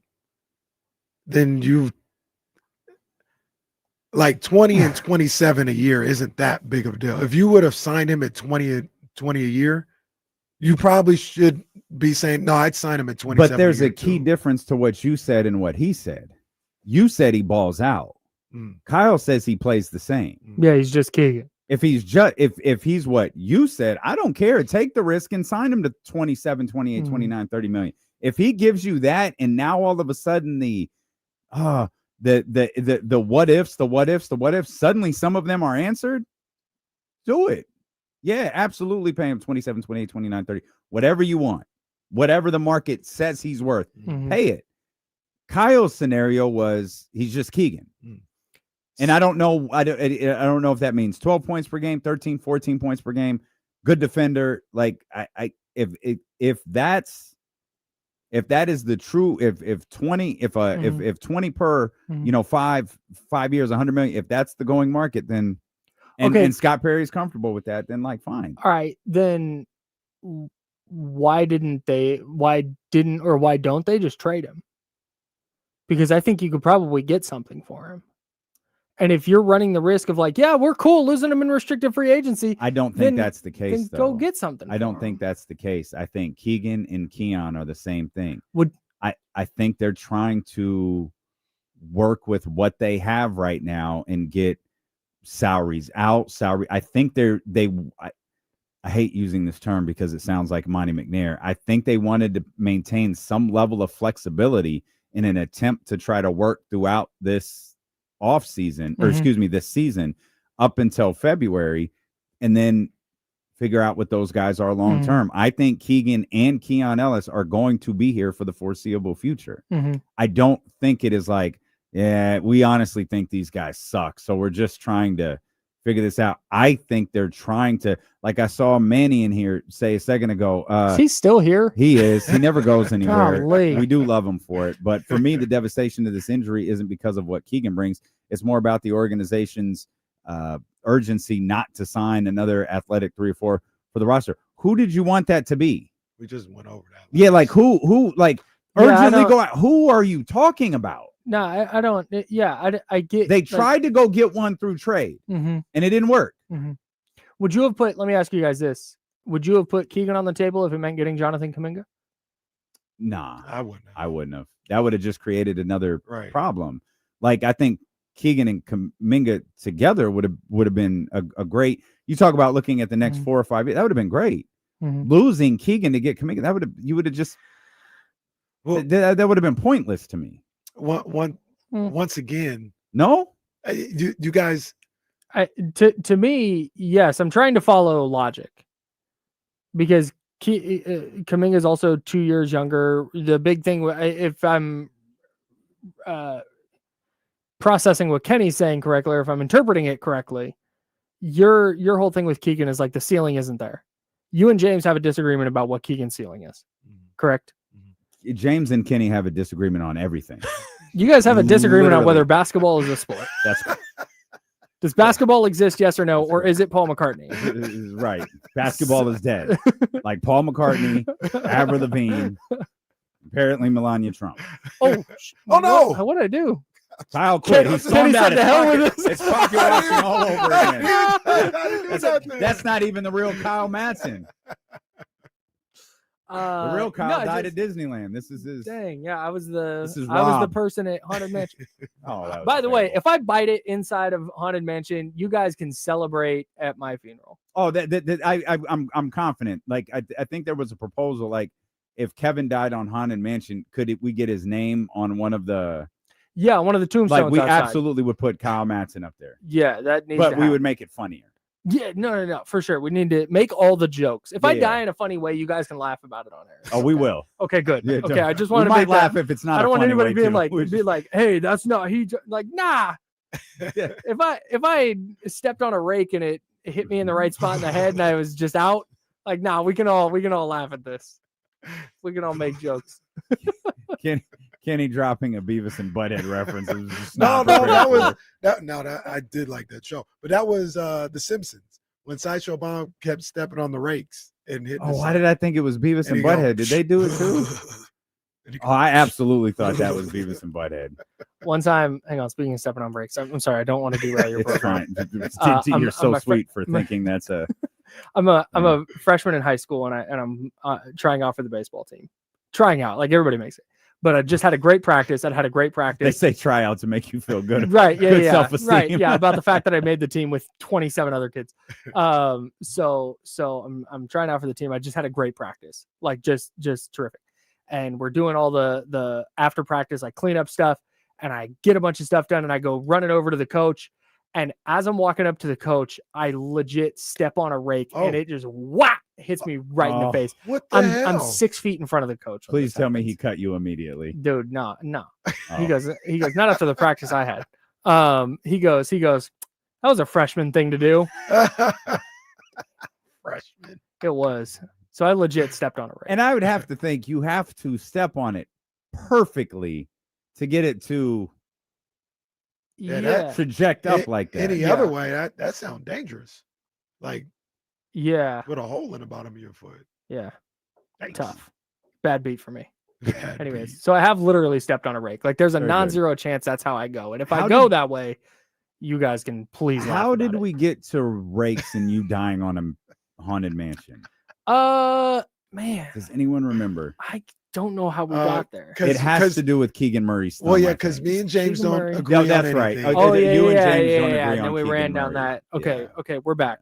So the whole thing is Keegan's ceiling. So the reason I bring up would you trade Keegan for Kuminga is you're trading for a ceiling that doesn't currently exist. Would be the thought process. And why I personally It's would not have that done the that. ceiling doesn't exist. You don't know what it is. You don't know if he's reached it, and if he hasn't, you don't know what it is. So and the other aspect of that to me, and this is something that we were saying throughout the whole Kuminga saga. I'm not trading Jonathan Kuminga to replace Keegan Murray. I'm trading for him to play with Keegan Murray. Right. Like that. That's the whole thing. When you talk about Building a trading basketball team. Yeah, when you talk about trading Keegan Murray, I said this a number of different times. I don't want him off this team.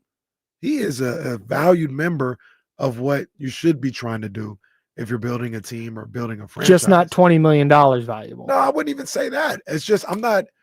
Why would I pay $20 million if that's possibly not the market? So you don't piss him off. He gonna be pissed off with 17 million? And Maybe. And I'll tell you this. If he wants 25, but I'll tell you this. If he's pissed off to the point where he's not good, then he probably shouldn't be in my program anyway. If he sound wants like Steve 20, Kerr talking about Jonathan Kuminga. if he wants 25, and this goes into the difference is Steve Kerr doesn't like Jonathan Kuminga. Yeah, he hasn't spent years just crapping on Jonathan Kuminga. Sure. Here's the thing, and this may be what's in play. This may be what's holding some things up. If I'm Scott Perry, let me take it back, rewind just a little bit. If I'm Keegan as his agent, and I say I want $25 million a year, and I'm Scott Perry, and much like the Kuminga market, I know what the market is, dog. I've asked around, I've talked to people. You're $18, $20 million a year max. Why would I give you $25 million when I don't have to? Nobody's paying you $25 million. They're paying you no more than 20. So I'm offering 20, but you telling me you want 25. That's not out there. And if you think it is, go out there and get it. Go out there and get it. And then we'll address it again because you're a restricted free agent and you can come back and say, I told you I could get 25 million. Now you're going to sign me or you're going to let me go. Then I got a decision to make. But as of today, the thing is, you have to, if you're Scott Perry, you have to make that decision before he enters restricted free agency. So to go back to the scenario you presented, Kyle, where a team offers him an offer sheet of 27 per over 5 years, or probably 4 years, you have to know if you're Sacramento, all right, we're matching whatever comes in, right? Or we're not. Like you have to know okay, the offer sheet doesn't come. Here's what we're signing. Here's the threshold of our offer sheet, and here's where we let him go for nothing. Or we sign at all costs. Like those decisions have to be made before he ever enters restricted free agency. If he, the two different scenarios that Kyle kind of put it, if he balls out to the point where somebody wants to offer him 27, that was your scenario. Well, right. And he is played up to that level of being a 25 to 27. And yes, you sign him. If he's the same, and you still have him at that $20 million a year mark, and somebody wants to come out here and offer $27 million, then you let him move on. Lose him for nothing. Well, you also might see if you can work a sign and trade. That's what the Warriors were trying to do. So you might, and it won't be the same value that you would be getting if you just trade him just in general. But I guess my thing is, I don't know. I don't know why you got to make, especially with the way the NBA is going. We learned a lot. I think this conversation we had too was before the summer, and we learned a lot about the summer and the way teams are playing players in this climate. I don't know why you just run out and give them a contract. But we don't know if we don't know if this is a one-off, if this is the new NBA. We don't know what this is. Like we've never seen it before. Certainly not in my 10 years covering this league. I don't know if we're going to see it again.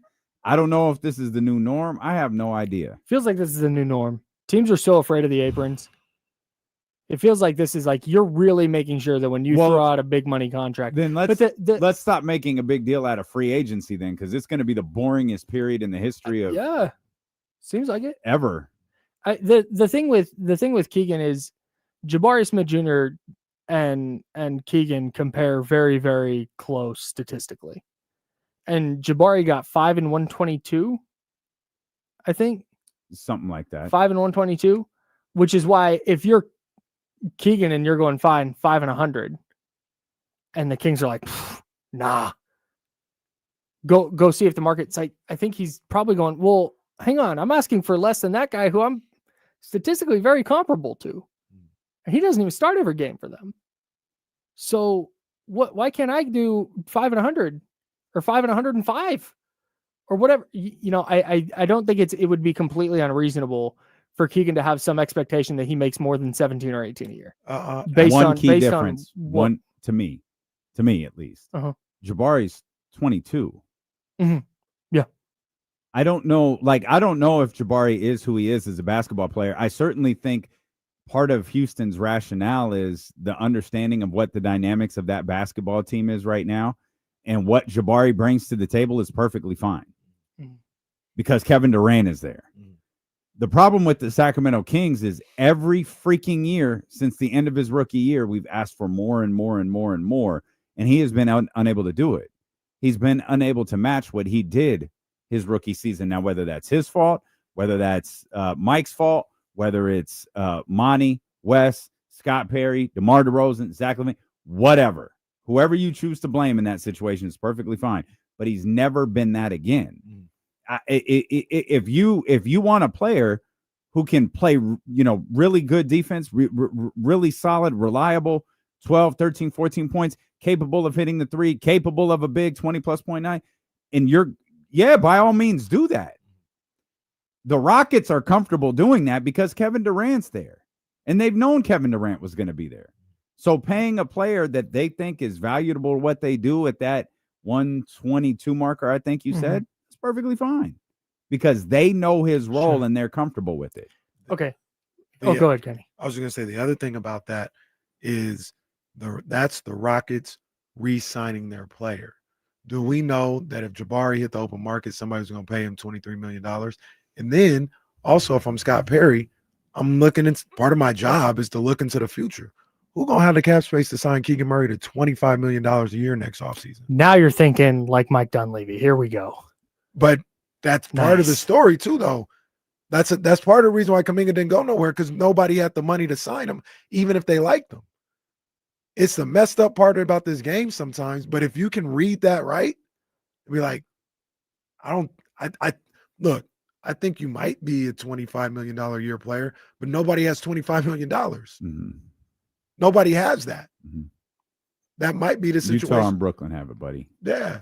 I have another question. Great. Are you or Scott? I'm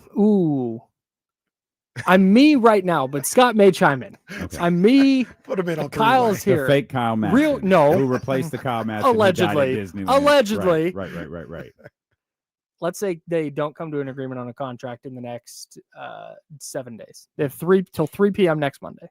Okay. Let's say he's going into this year in the final year of his deal. He's set for restricted free agency. Okay. Do you take calls on him? Yeah. Absolutely. You take calls on every single player on this roster. Okay, that's fair. Yeah. What is it taking to get Keegan Murray out of here? First thing, someone younger. Okay. So it has to be a player. For me, I want a player and a pick. Yeah, at the very least, it has to be a player, particularly a young one. I want a player and particularly a first round pick, because for the guy you're not willing to pay $20 million a year to? I'm not saying it's not what the Kings think of him. Right. It's what the other team thinks of him. And I'm also saying that's what matters. I'm also not saying I'm not willing to pay him $20 million a year.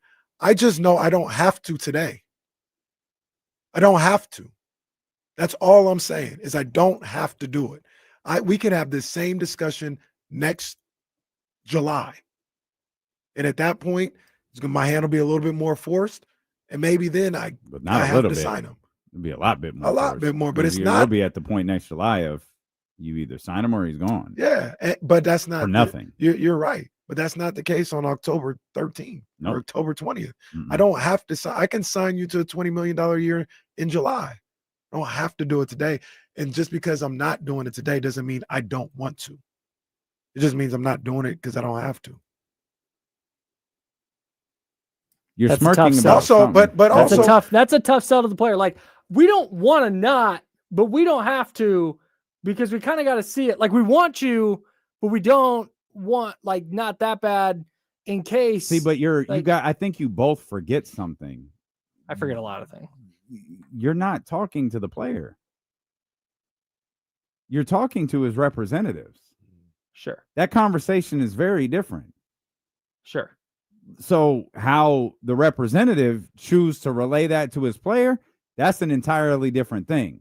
It doesn't serve an agent's interest in saying they don't want you, they don't like you. It serves that agent's interest in saying, here's where we're at with Sacramento.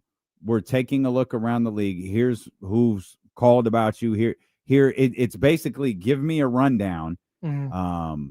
And here's what I think. We need to sign this offer from Sacramento because that 25 million isn't out there. That conversation's already happened, by the way. It's had to have. Like, hey, here's what the market looks like next year. Undoubtedly, Keegan Murray's agent has taken a call to ask, hey, what are your plans with Sacramento? Like, are you pushing for a signature? You going to restrict the free agency? Like, what does it look like? What are you guys looking for? That conversation has absolutely happened.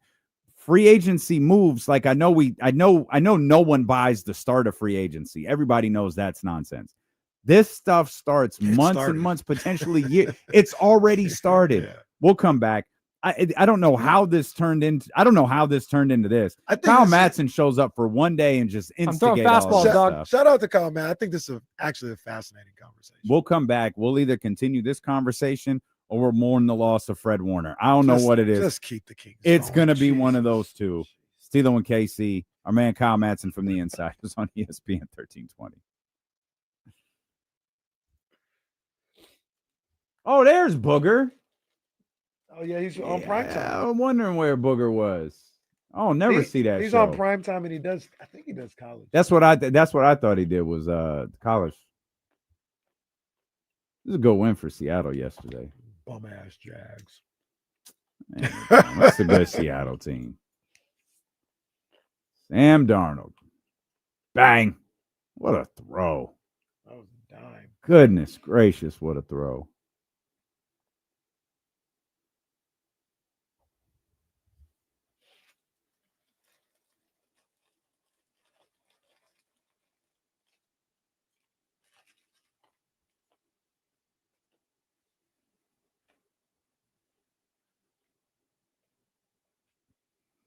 Kyle bringing that K-pop energy. Yes, indeed.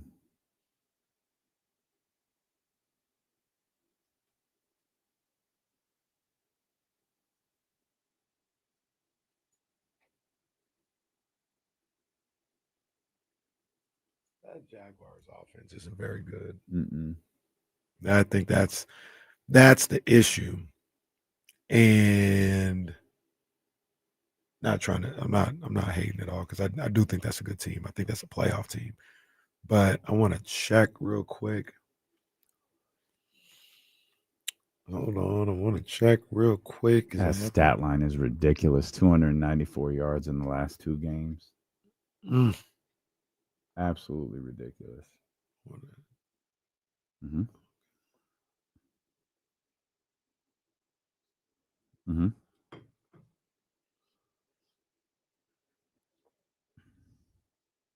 Mm-hmm.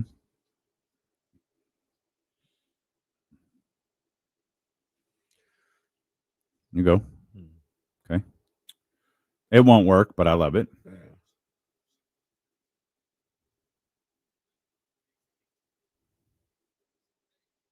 Mm-hmm. Mm-hmm.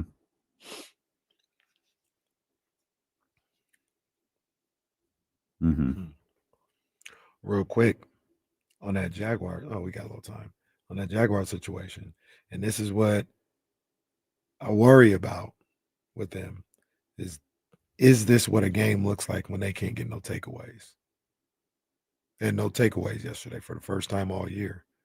And that means stealing possessions from the offense, adding points on the board with your defense, with that offense that isn't good. And they go against somebody who doesn't turn it over. Are they able to score enough consistently? Who are we talking about? Jacksonville. Oh, yeah. Are they able to score enough consistently to beat good teams? Mm. And the one game doesn't give me the answer, but that's what I worried about with them.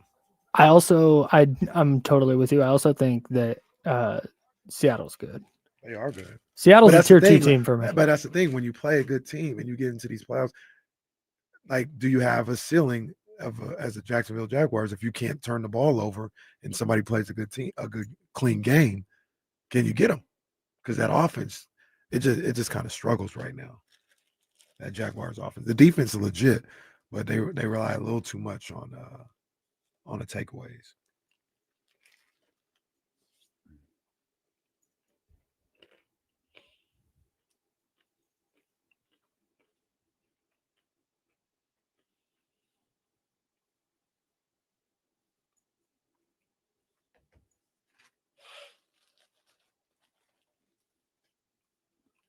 Brought to you by Applebee's. I haven't been to Applebee's in a while. They got a nice one on the other side of 99. You know, man, my bad. I forgot my guy's name. Damn.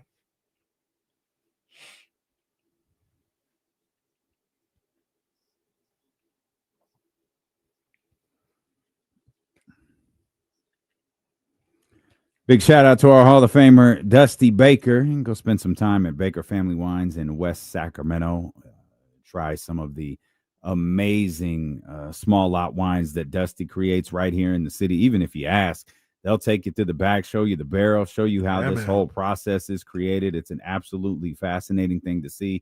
And it's even more amazing that it's happening right here in West Sacramento. You can head over to bakerfamilywines.com, join Dusty's Clubhouse, get notes on exclusive releases, tasting room specials, find out about the different variety of wines that they have, and there is a long list of them. And if you're out and about, man, you can head over to Rayleigh's, Bel Air. They got them at the Nugget in Elk Grove. They got them at the Nugget in Granite Bay. They got them at the Nugget in Roseville. Just look for that bottle of wine with that baseball stitch on it, man. Baker Family Wines. Our man Dusty Baker right there. And again, head over to bakerfamilywines.com or make your way into that tasting room over in West Sacramento. It's a great place to watch games.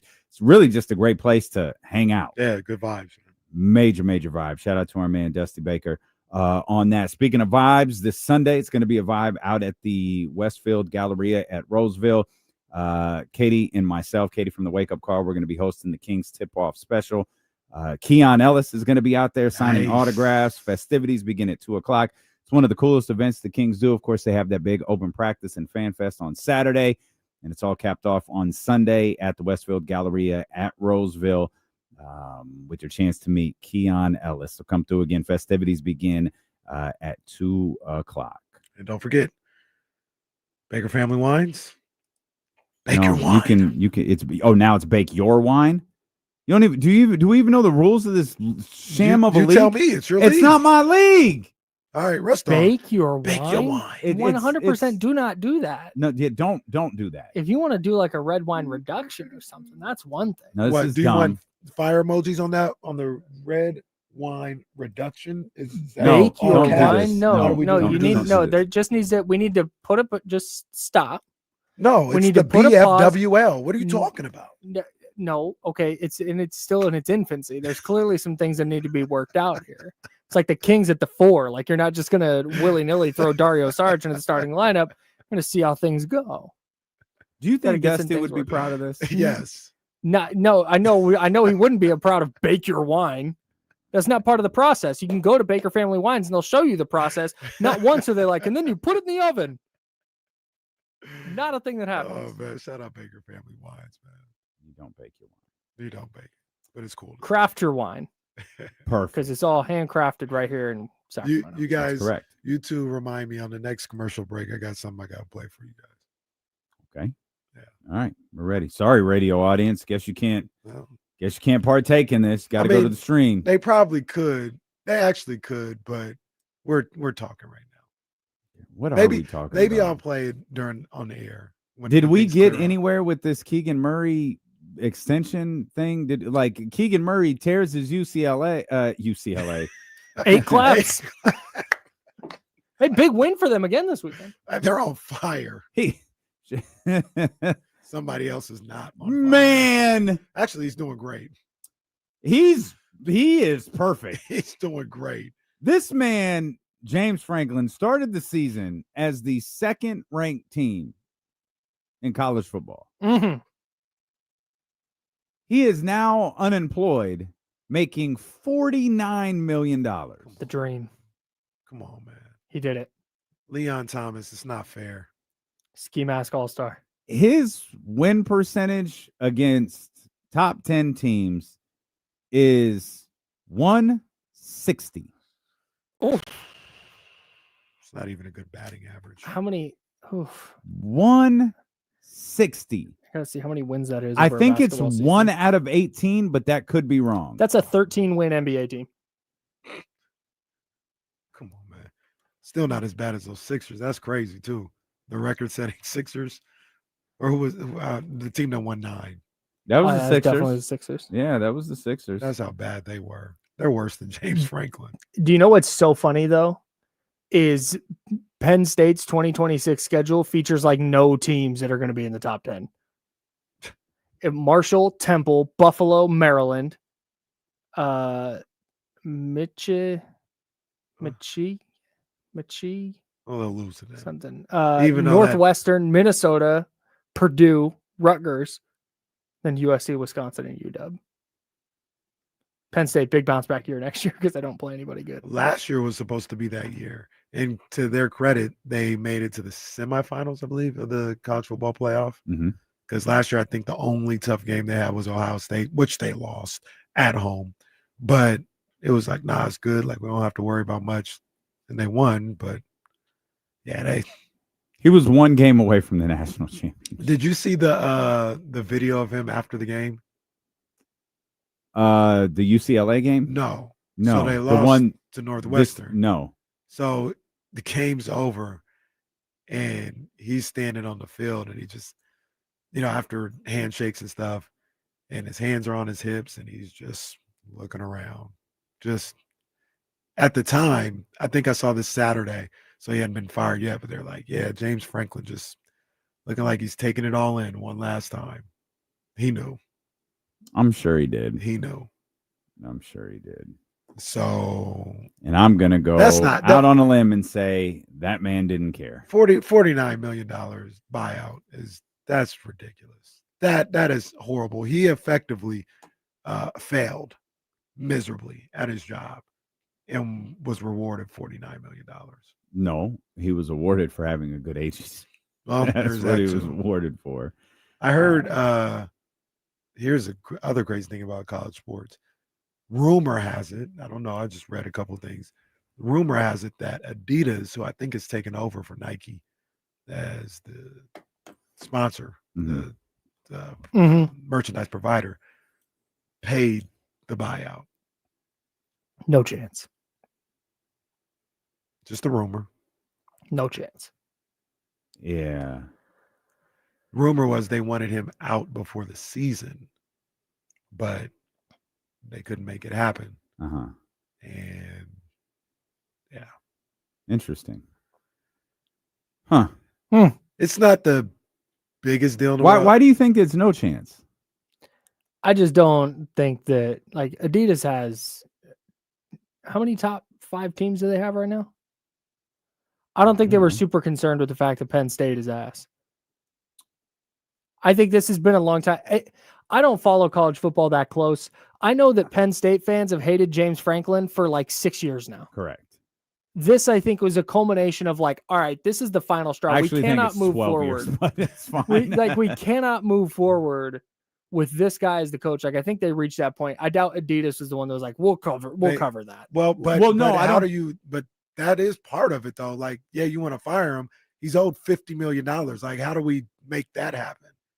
And well, it could be. They have it, but do they? But I'm do they want to positive. pay $50 million buyout? That payoff comes from boosters. Right. Like I wouldn't be shocked at all if Adidas paid for that. Or you said Adidas or Under Armour? Adidas. I would, man, this time is a thing. Is he the first coach after Paterno? Yeah. Is that right? Is my math on that? No. It was That I can't think be it was right. BLB. I think it was BLB was the first coach. Airplanes? Really? Bill O'Brien. I have only a vague recollection of that. I have no recollection I of think that. he was first went Hey, to he's- the NFL, and then James Franklin took over for him. That's absolutely right. So Is Tom that Bradley that's was when he the, went to the Texans? Yeah. Tom Bradley was the interim coach for Paterno in 2011. Uh-huh. And then Bill O'Brien was the coach 2012 to 13. I was going to say, so he only coached a year. 14. Yeah. 24 games. Wow. 2 years. 2 years. 12 and 13. Went Okay, 15 gotcha. went 15 and 9. Yeah, They he was got him up out of there. Yeah. Well, sounds like Well, Bill I think he O'Brien. left. I think But he was went doing to, good. He went to Texas. And he Mm. left. Texans, Yeah. Houston Texans. He left and went to the NFL. Nobody won. Nope. Well, Penn State did win. I mean, James Franklin did some good things there, but I mean, his story is going to be defined by the fact that he could not beat the top teams. He just could not do it. They absolutely couldn't. Crazy. Where The Keegan. where are we with Keegan Murray? I don't know. He's out for 4 to 6 weeks, and now we're arguing if he should be out for the rest of his life. He's out 4 to 6 weeks, and this stemmed from because to me this is a really significant loss. If I thought the Kings were going to go 9-12 in their first 21, to me it's like, man, they might be at like 5 or 6 wins now after their first 21, and that's pretty dramatically different. So let me ask you this. You'd be a good person to ask. In that 9-12 record that you created in the first 21 games, because this is all fictitious, so we could do whatever we want. What was Keegan Murray's contribution in those 21 games? I need to back up real quick. Okay. 9-12 was the okay, you'd feel good about the Kings at 9-12. Okay. I don't think they're going to go 9-12 in their first. Oh, you thought it was going to be worse? Yeah, I'm not. see. I'm not high on the Kings. Got it. Hadn't this year. noticed. Yeah, I'm at all. not super high on them. Doesn't But bleed through the radio every time you discuss. that's not. I'm done being, because I've been optimistic the first 2 years we did this show. It's like, no, they got it. All right, no, they got it this year. All right, I can't anymore. Well, you don't have to be optimistic. Just how do you feel? Team's not very good. That's how Team's you feel. not great. No. Okay, so 9-12 was the optimistic view for 21 with Keegan Murray. Yeah. You thought it was going to be a little worse. Yeah. Okay, so in the most optimistic sense, what was Keegan Murray's contribution in that 21 game stretch? He was hitting more threes. He was back to shooting 38, 39, 40% from three. And playing very, very good defensively, and being a defender that they could lean on as Doug Christie tries to establish this defensive minded toughness on the defensive end type of mentality. Yeah. So that's the optimistic 9-12. What's the most? Are those still Keegan Murray's contributions in? We'll say your optimistic view was 9-12. We'll say it's 7-14, 6-15. What's Keegan's contributions to that? Is it the same? I think if you're going like 5-16, I think you have some issues where Keegan's not knocking down threes, because without Keegan on the floor, and I know that we've discussed this, and do the Kings need to shoot threes or they not, et cetera, you have to shoot it a little bit. Sure. And he was like, in their starting lineup, he was the guy outside of Zach LaVine that you felt good about knocking down a three. And when you remove him, so I guess this is where he's supposed to shoot 10 a year. Or 10 a year, 10 a game this year. That's what the streets are saying. I guess this is why I just get a little confused, is he's not hitting threes. for the better part So of you're like just out on him ever bouncing back and looking like he did as a rookie. No. Well, since he did as a rookie, giving him. There's a lot more evidence to say he's not the player he was his rookie year, and he's closer to the player that he was the last two. There's a lot more evidence to support that. I don't disagree with you. I am giving him I am giving him a little bit of grace. I don't think his ceiling's as high as James does. I don't think he's ever going to be a get him the ball and clear out. Sure. I don't think he's going to be that. But I'm giving him a little bit. I'll buy into okay. I will buy into the idea that wow, DeMar DeRozan showing up just really just knocked him off kilter last year. Like, okay, that's fine. Cool. I will buy that for a second. But then it needs to be this year, because if Keegan's only effective if there are bad players around him, all right, then he's not good. So if you can't figure out how to play with good players, then I don't know what to tell you anymore. So I'll give him this year to bounce back. So, but if that's what we're doing, why are we rushing to sign him right now? That's kind of what I'm saying is I think if you don't feel good about him, then trade him. And I think because if you're in that spot where you don't want to sign him to 20 a year, then you think his value is going to go down. Not necessarily though, because like what you just said is like, if this is who you are, if this is what you want, all right, go show me. Mm-hmm. I think that's perfectly reasonable. Mm-hmm. I think that's perfectly fine. Mm-hmm. That's also the reason why I'm not in a rush to sign you today. Okay, well, I still have my questions, and that doesn't mean because I have my questions, I don't think you can get there. Mm-hmm. I just don't know today, and I want to see. Matter of fact, maybe I think you can. Maybe I hope you can. But reasonably, you haven't shown that. Like you want me to sign you to 20 million, 20, 25 million on a hope and a prayer? 25 is very different from 20 to me. Fair. You want me to sign you to 20 million on a hope and a prayer? Not a hope and a prayer. I think what he contributes now is worth that. There's probably an argument to be made. There's probably an argument to be made that a player that produces what Keegan Murray does is a $100 million player. That's my argument. That's my point. I don't think he has to take some leap to be a $20 million a year player. I think that's just kind of what he is right now. And that's fine. And if you're, so I think my point is, if you're okay with that, if you're okay with that Keegan Murray, then yeah, I'd sign him. I'd sign him today. Yeah. If the idea is he's the James Ham version of Keegan Murray, he's Paul George. Buddy, I'm with Kenny. Like, I'll wait. 20 small, but 20, it's whatever. That's what I'm. Go ahead. No, go ahead. That's just all I've heard for the last 2 years is you can't get rid of Keegan, you can't get rid of Keon, and if you don't sign Keegan by next Monday, you run the risk of losing both of them next year. And all I've heard for the last 2 years is how, oh my God, these guys have got to start and they're so good and you got to give them room to develop. And oh my God, these guys are so amazing. And all of a sudden we're just cool with potentially losing them. You heard that from who? A lot of people. James Ham, Kings fans. Not every Kings fan. I heard that from a large portion of people. You do. How many of them are on Twitter? 100% of them. You Colin Sexton makes $19 million a year. Harrison Barnes makes $19 million a year. So Keegan can't get 20? He can. Cam Johnson makes 21. He can. There's guys I'm looking at here like Dylan Brooks makes $22 million a year. PJ Washington makes 22 a year. He's a $20 million a year player. That's get him the contract and get it out of the way. That's fine. I don't know. I just don't have to right now. I don't have to. Okay.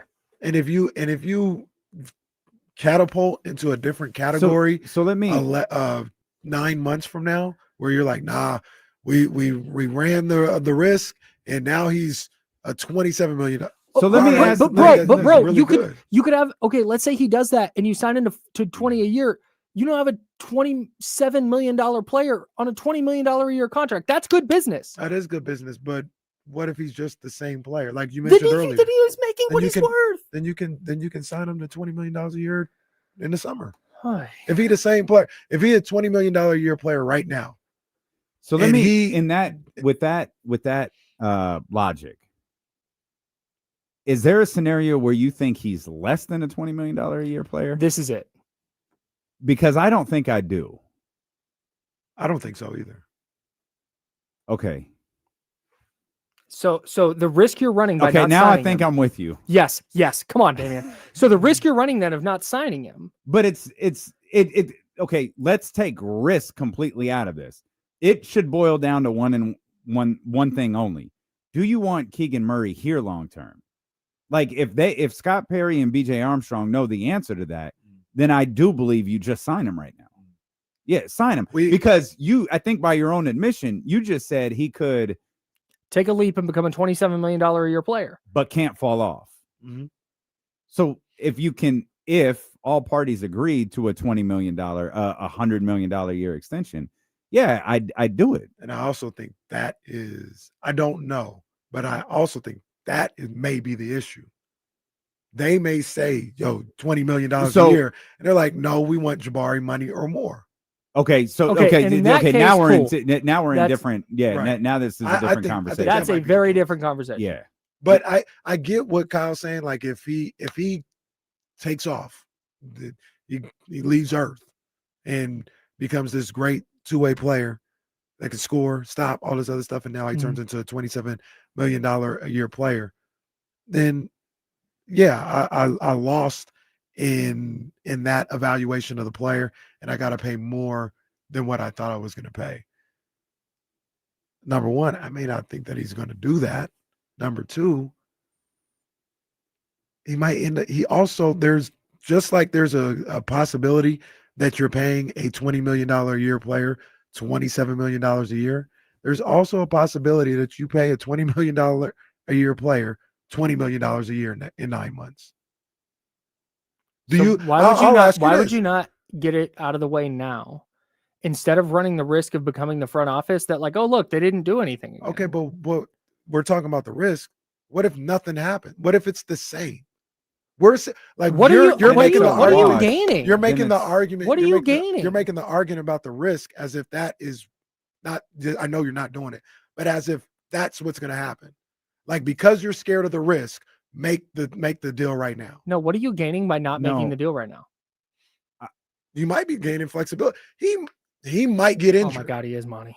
No, he might get injured more than what he is right now, but like a real injury, some with his legs. So, that could happen. So you wouldn't sign him then if he got injured? Because again, now I feel like we're talking in circles. Now I feel like we're legitimately not saying anything. No, it boils down to, I think you brought up a great point. To me, it boils down to one thing. If I'll take it from the King side. If I'm Scott Perry in his front office, do I want Keegan Murray here for the long term? All right, yes, let's work through this.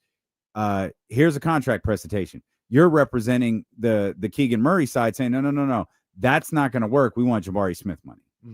And there's a fair argument. If I'm Keegan's agent, that's exactly what I'm arguing. I want Jabari Smith money. Now, where your group and my group go, I have no idea. But I'm making the argument, and this is where you talk about those phone calls already taking place.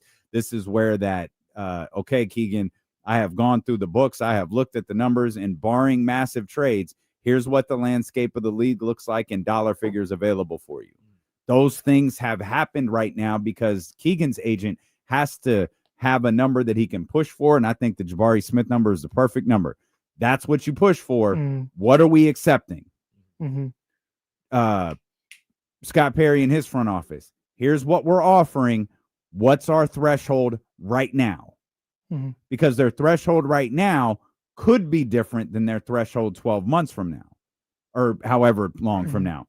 But it could be, the threshold likely has to be way higher. The other aspect of this is what I started off saying is if let's just put it at 20, if let's just say $20 million a year. If nobody around the league is willing to pay you $20 million a year, why should I pay you $20 million a year? I've done my homework. I've done my research. just like I did with Kaminga and all this other stuff from Scott Perry. If the word that I'm getting around, which could be bad intel or whatever, I'm not saying it's factual, but the word I'm getting around is on the open market, we're looking at probably like an $18 million a year player in this climate of the NBA. Why should I give you 20? I think everything you just said indicates to me that Keegan would get 20, but I guess if every team has said like, oh yeah, no, we wouldn't pay him, then like, I guess. But again, then you run the risk of him going like, okay, well then I don't want to play for you anymore. And then you lose him for nothing. Well, no, you don't necessarily lose him for anything. You just sign him as a restricted free agent. Not if he doesn't want to play for you. He ain't got no choice. Oh, here we go. This is what happened Here with Kaminga. we go. He always sides with the front office. Come Well, on. no, I'm just saying. Come on. But am I wrong? We did it. Am I wrong? We did it. Does he not have, like this is what No, restricted- you're not you- wrong. You, No. you match the offers. The Kings should do exactly what the Warriors did because the Warriors handled it perfectly. And That's what you just said. that Warriors- creates a healthy situation for Sacramento and this basketball team. Warriors situation also is a little different, like you talked about. The Kings. Well, to I our was also knowledge- being sarcastic. But to our knowledge, haven't spent the better part of 3 years not saying they don't want. Right. You know what I mean? Right, Like, right. Mm. Nah. No, this is two front offices. There's no way they could have. Well, This is going nowhere. So, But that's Sorry. all. That's all I'm saying. And this client, like a when lot of- James comes back, I'm just leaving, and you guys can bitch about this for an hour. I know we got to go, but I'm Kenny's I'm trying to just avoid saying, talking about Fred Warner. I'm just I know, and I knew, that deep down, I knew he was going to do this. I'm just saying, in these contracts that we're talking about, doesn't matter that it was a different financial climate. Like Dylan Brooks, you think Dylan Brooks is getting $22 million a year today? Probably not, but like, okay, let's use a different example than Jonathan Kuminga. Josh Giddey ultimately signed for $4 and $100. Mm-hmm. Do we think that was going to be different? Like, I don't even know. Like, I had always kind of thought that's what he was going to sign for, or something in that vicinity. Right. But before all of this started, so when that wound up being what he signed for after all of this, I didn't understand what we were waiting for. And I know we got to go, but are you? Well, I'll ask Find I'll out ask him after when the we come break. back. I'll ask God him when we come bless back. it. I'll ask Go him to when we come commercial. back. Oh, Damien's got to go. I'll play it for you too. I'll play it for you too. But I was sent this over the weekend. Kyle will enjoy this. Hold on.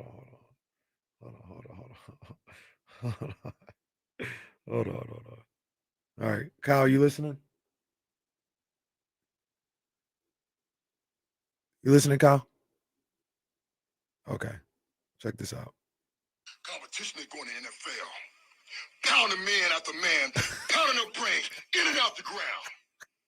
You survive.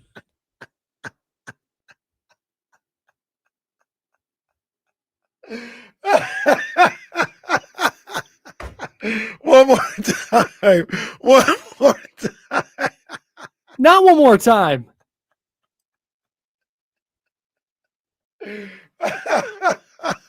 One more time for the people. This is Ahmed Johnson. Competition ain't going to NFL. Pounding man after man, pounding their brains in and out the ground. You survive. Yo, Ahmed Johnson was crazy, bro. He was wild. That's targeting. Automatic ejection. Oh, man.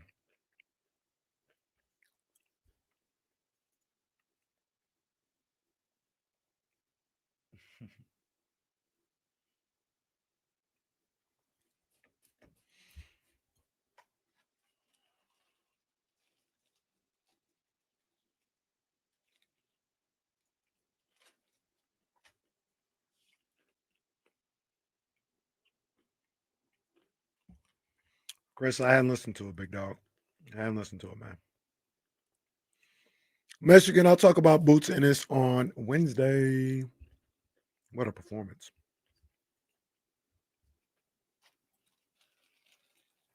What was that thing I sent you guys the other day? Oh,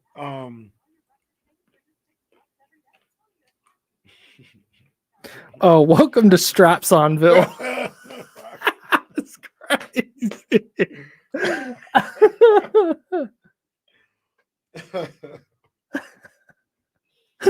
Hey, why is this the photo with it? hold on. Let me go out. This is the photo they put with it. Yeah. Oh.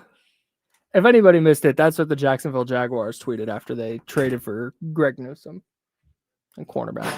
Oh, Welcome to Strapsonville. Damien's back. Hold on. Damien's back. How much time we got, Kyle? 20 seconds. Oh, this will be less than 20 seconds. Check this out. Ahmed Johnson. Competition is going to NFL. Pounding man after man, pounding their brains in and out the ground. You survive.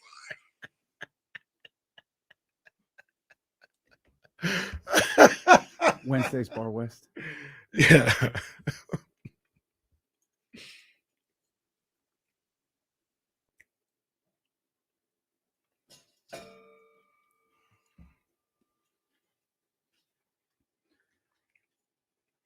Join Kenny Caraway and Coach Brennan Marion out at Bar West this Wednesday, Yes, 7 sir. o'clock for Coach's Corner. Coach Marion and KC hang out. They talk Sac State football. Of course, that game is available on ESPN 1320, that show is available on ESPN 1320. But go hang out and watch the show live, man. Vibes up Sac State with a big-time win against Weber State on Saturday night. I said during the game, I said, these guys are going to run for 400-plus yards in this game. Like, they were running crazy. I was wrong. Mhm. I was wrong. They only ran for 397 yards on the ground. Oh, shame on you. Yeah, bad job by me. Yes, They indeed. probably would have gotten more. They probably would have got over 400 if Ronnie Hammond wouldn't have had the 99-yard kickoff return for a touchdown. See, they would have. Yeah. Yep, they absolutely would have. So that's going on this Wednesday at Bar West. Can't wait to get out to Sac State. Just for one reason or another, haven't been able to make it out to a game this year, but I've got a couple of opportunities over the next 2 weeks to make my way out there and hang out in the Sky River touchdown zone, Yeah, baby. man. Homecoming on Saturday. Lil Yachty performing after. Yeah. Uh-oh. Boy. Oh boy. Yeah. Might be out there. Might be out there. Shout out Homecoming. I know what parking lot to park in. Young Zell performing for one of Saw the that. tailgates. Yeah, I shout saw out that. Young Remember Zell. when Young Zell used to perform for us? No. Those were the days. Those Shout were the out. good old days, man. Remember doesn't when Matt forget the little George wasn't people. a turncoat? You guys remember when Matt George used to do concerts? Missed that. Definitely Man, beyond people. beyond people. Beyond people. That's all right. Wait, did he? He gave me a heads up. He did. By the way, They let him? He did. They did. Wow. Yeah. Honestly, good for him. by the way, I can say this now. It's not really an issue. Guess who else was at the Playboy Cardi concert last night? Matt Who? George. No. Dang. Draper? Drapes was in the building. So he had to be with his boy. me, He was actually the one performing for Playboy Oh, Cardi. there you go. There you go. me, Drapes, and my guy Jay Johnson, we were all there last night with the kids. And we were all like, we don't have no idea what's going on. But yeah. Wait, how old is Jay? Jay's little girl? Yeah. How old is she's like, she? I want to say like maybe 16, 17 years old. Has it been that long? Yeah. Yeah, bro. Holy Yeah, bro. crap. Yeah. Yeah. Yeah. Yeah. Wow. So we were ironically, we were all on that level. And I'm walking by and I'm like, hey, KC. I'm like, what's up, man? What you doing? He said, man, I got my daughter here. Then I came out later. Look at this dude. There goes Drapes in the base. Yeah, my son's here. And we were like, I don't know nothing that's going on. But it was interesting. That was one of the first times I've experienced that. If I didn't know he had an endorsement, I'd see if we can get Drapes on the show, but Well, I know well. better. I know better. Get in on the action. Sky River Casino is the place to play with 2,100 of the newest slot machines and over 80 table games. Sky is the limit at Sky River Casino. We're going to be there once again coming up on November 17th. Monday Night Football. Yes, sir. It's the Dallas Cowboys and the Las Vegas Raiders. Stanley, come hang out. Come on, We're gonna through. bring Stanley and Drew down up to that up to the couches to watch their team from the front row. Drew down, wear that Tony Romo jersey and them cowboy boots again, and come through, hang out. I'm telling Raiders you right did now, get a win yesterday. They did. I And tell I'm. the result was the team fired their coach. They said this is enough. So that's how we're doing. Huh? You're fired, pal. I'll be going for the Raiders in that game. Don't get it twisted. Definitely gonna be. Well, the Cowboys lost to the Panthers. No, we gotta stop talking about the Panthers that way. Come on, man. What are they? 3-3? Panthers aren't good.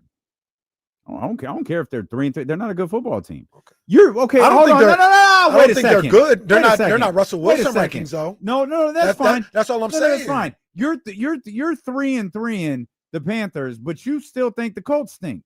I don't think the Colts stink. I think they're in the playoffs, and their offense is actually becoming more and more impressive every week. For me, at least. Like that good, offense. Man. Daniel Jones winning some awards this year. Yeah, that offense. Keep this up. Daniel Jones winning. But the Panthers are no longer in the RWR. So Definitely. to say they lost to the Panthers is not. It's not that. I see the confusion. RWR is the Russell Wilson rankings. It's where we rank the worst teams in the NFL. Got it. Okay. Yeah. Are the Panthers the Keegan Murray of NFL team? Now, look, I do want to say something. Like I got to see it to believe in their ceiling. I do want to clarify something. Might be the Giants. Well, there's something there with the Giants. There is. I do think that the Kings and Keegan Murray agree to a deal before the deadline. I do think that happens, and when that happens, I don't have a problem with it. I don't have a problem with it because there's an aspect of I'm gonna just do right by my player. Regardless of if that means I'm slightly I think Kyle overpaid. just said hallelujah. I'm not sure. Yeah, that's it. That's all I was trying to get at. It was like oh, thank God.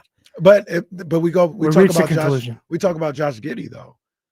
Do you think it's good business if nobody was going to pay Josh Giddey $25 million a year to pay him $25 million? I don't think anybody was.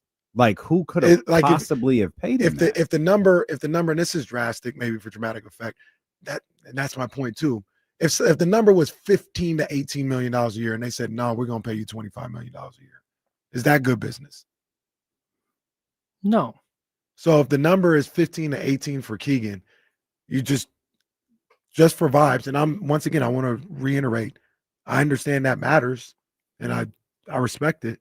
But just for vibes, we're gonna give you an extra $5 million a year. I think the disconnect here is there's not a ton of teams that are going to have cap space to outright sign Keegan. So you saying, oh, Scott's calling around and teams only have $15 million. Like, well, that's not necessarily his market. That's just what teams have available. It's not a true open market. It's a free for all. Anybody can offer Keegan whatever they want. Restricted free agency allows the Kings to obviously match whatever's out there, but like there may not just be any money out there. And so if you're viewing at it, so if it's from that perspective, then you're being a jerk. Like if you think, oh, this is a $20 million a year player, but man, if we let him hit restricted free agency, not a lot of teams with cap space, he's only going to get like a little bit above the mid-level. So that's what we'll pay him. Like, dude, that sucks. That's bad. That's bad vibes. I don't like that at all. I don't disagree. Can I change the word real quick before Please. It's not bad vibes. It's bad business. Because agents take note of that stuff. They remember that stuff. Players remember that stuff. And then the moniker of I don't want to play in ... becomes a thing around the league. And you may have to make sure if you're Sacramento and you're Scott Perry, just to get people in the building sometimes, you may have to do that. Yeah, but I believe you absolutely do. But I'd ask you guys again, if Josh Giddey got $25 million a year, if the whoever the GM is over there asked around and nobody was talking more than $17 million, is that good business to sign him to $25 million? Do you think he's a $25 million a year player? Do you? Not the league, because not because of cap space and numbers. Do you think he's a $25 million a year player? I mean, outside of yeah. Then I think you sign him. I think you sign him. I think it becomes. I think the scenario you're presenting becomes more optimal for the team if it's a number you're uncomfortable with. They want $25 million. He's not a $25 million a year player. He's a $18 to $20 million a year player. Look, man, that's what you want. We're not going to stand in the way of what you want. Go try the market. We're here. If it's a number we're uncomfortable with, we're hate to lose you. Of course, this is just stuff you say, but like you already know, and that's the thing. They know too. Sure. So I don't know where Keegan's people are at. I don't know where Scott Perry is at in the Kings front office, but I'm with you in the sense I ultimately think a deal does get done. And I think it's probably right at the number we're talking about. I also the Josh Giddey contract is $25 million flat for 4 years. I thought it was $25 million per. I thought he got $100 million. No, it is. No, it is. I'm sorry. He got I a may have $100 said that million wrong. contract. $100 million contract, but it's $25 million per year. Yeah, it's so not his up or his down. cap his cap number his percentage of the cap goes down. Yeah, so that $25 million is decreasing in value as the years go on. Yeah, and mind you, I want Keegan Murray on the team. I want him here. Allegedly. The last 2.5 hours say otherwise, pal. No, I just asked.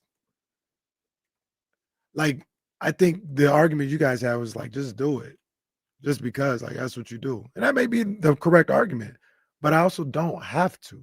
I don't have to do it right now if I'm the Kings. I think you would have terrible relationships with your players. I think I'd have good relationships. I don't think you would. No chance. Absolutely. Absolutely no chance.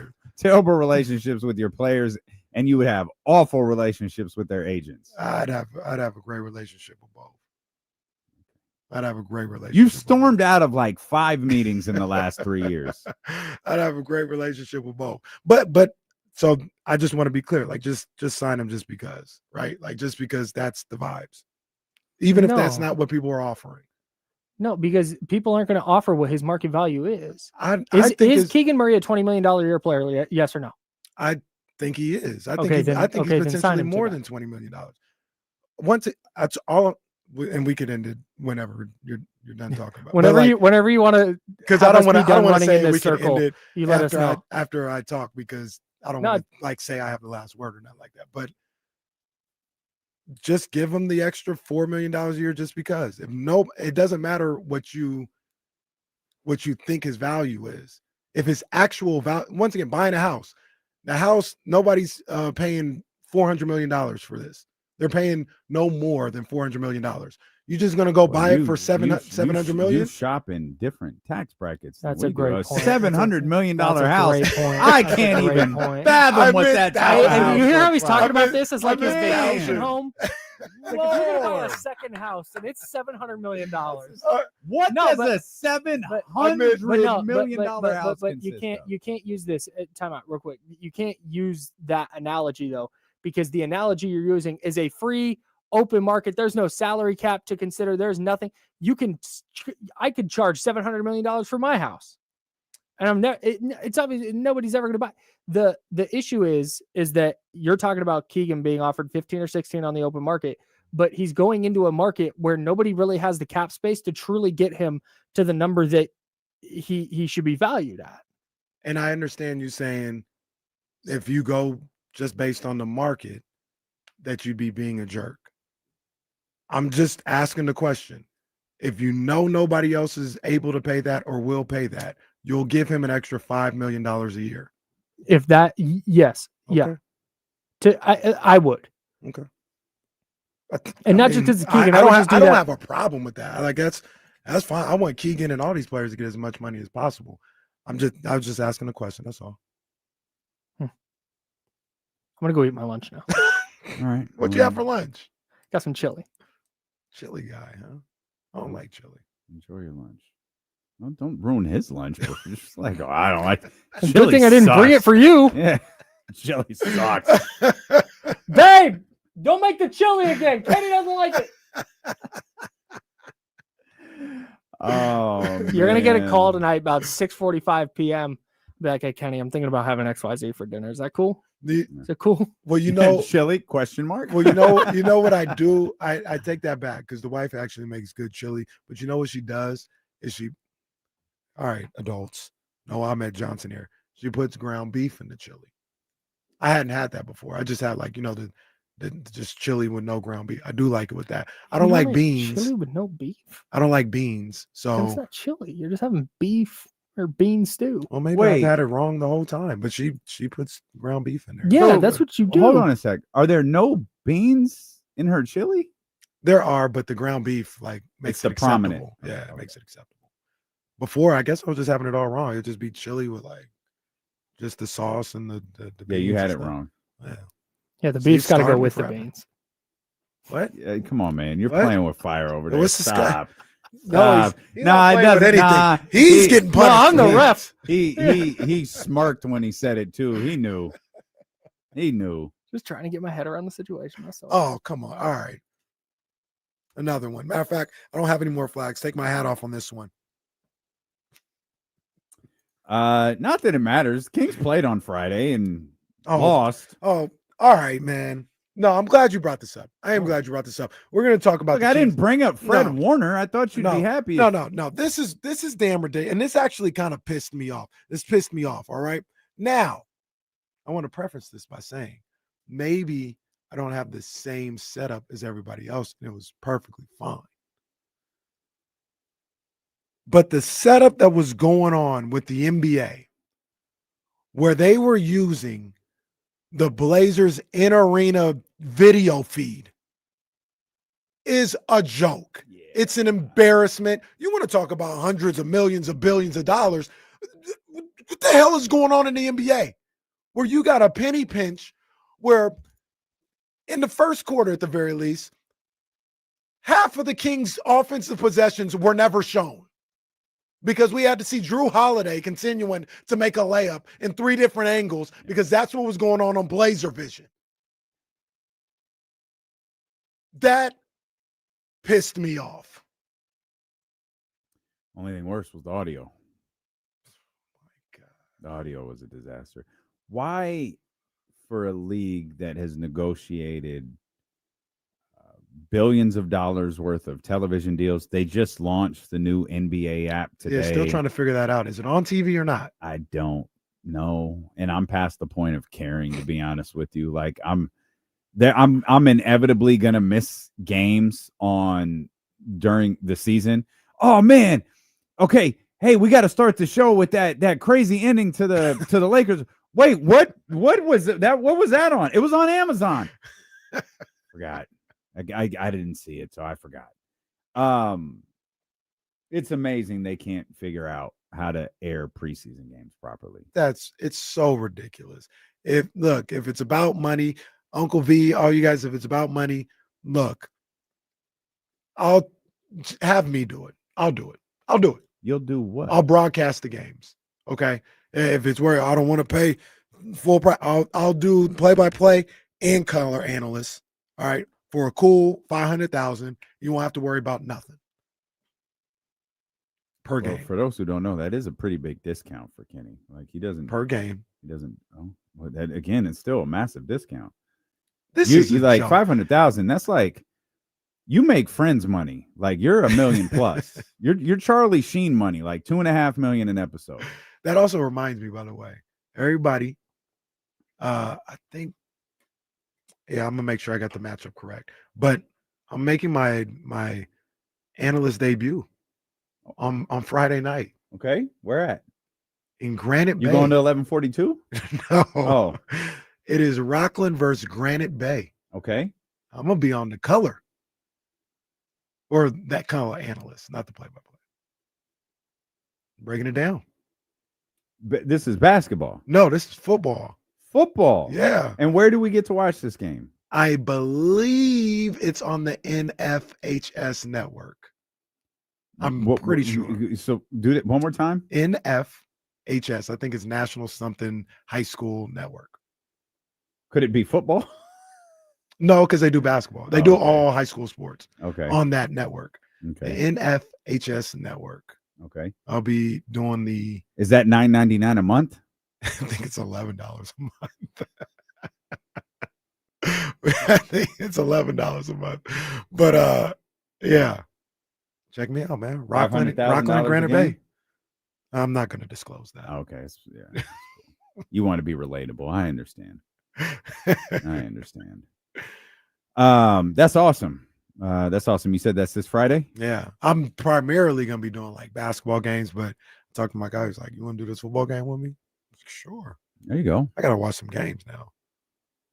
Do you want to talk about the Kings game, or should we? No, we can talk about the Kings. I've ranted about that ridiculousness that took place on Friday night when you talk about the broadcast, and it even bled into like the YouTube 10-minute highlights. Oh, it bled into that. You know what? That was a joke. You know what made that situation worse was we didn't get to watch it live because it was Friday, so we had to sit through that on a replay of the game, and thankfully, I went to the app and was able to navigate some of that stuff a little bit. It can get difficult. Like it's hard to watch games on a continuous stream on that Synergy app. So you still have a lot of navigating to do, but it was a really, really frustrating watch. The only good thing was I didn't watch it till after the 49ers game yesterday, before our TV hit.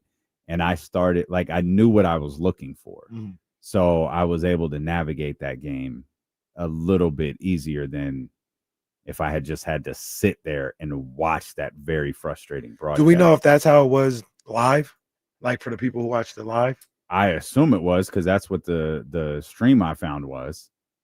That had me crosses. That's the copy of the game, right? That's what lives of that NBA game. NBA should be utterly embarrassed that they bubble gum. A lot of preseason games have been like that before. Yeah, they bubble gum and tape this stuff. It's the preseason. It's 2025, bro. Terrible. They stream stuff on IG Live.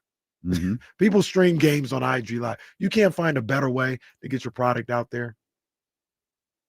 Okay, well, as Adam would say, just watch it on YouTube. Once again, I was cross as two sticks.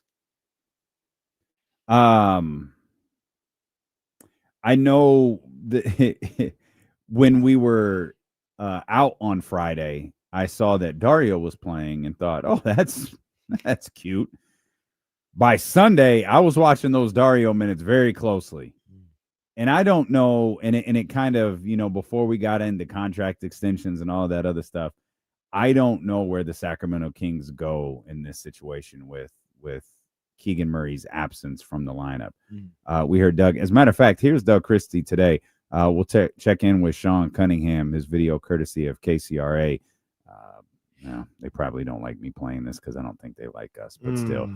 Here's Day 2 of making adjustments without Keegan. Just what's it been like? What are you trying out? What's working? What's not? I mean, we're working. C2 bigs. We're working everything. I mean, trying to figure out different scenarios, and we got to put them out there in situations where there's execution, but there's also full court. Today was more of an execution day, just trying to see what works, the gravity of certain players.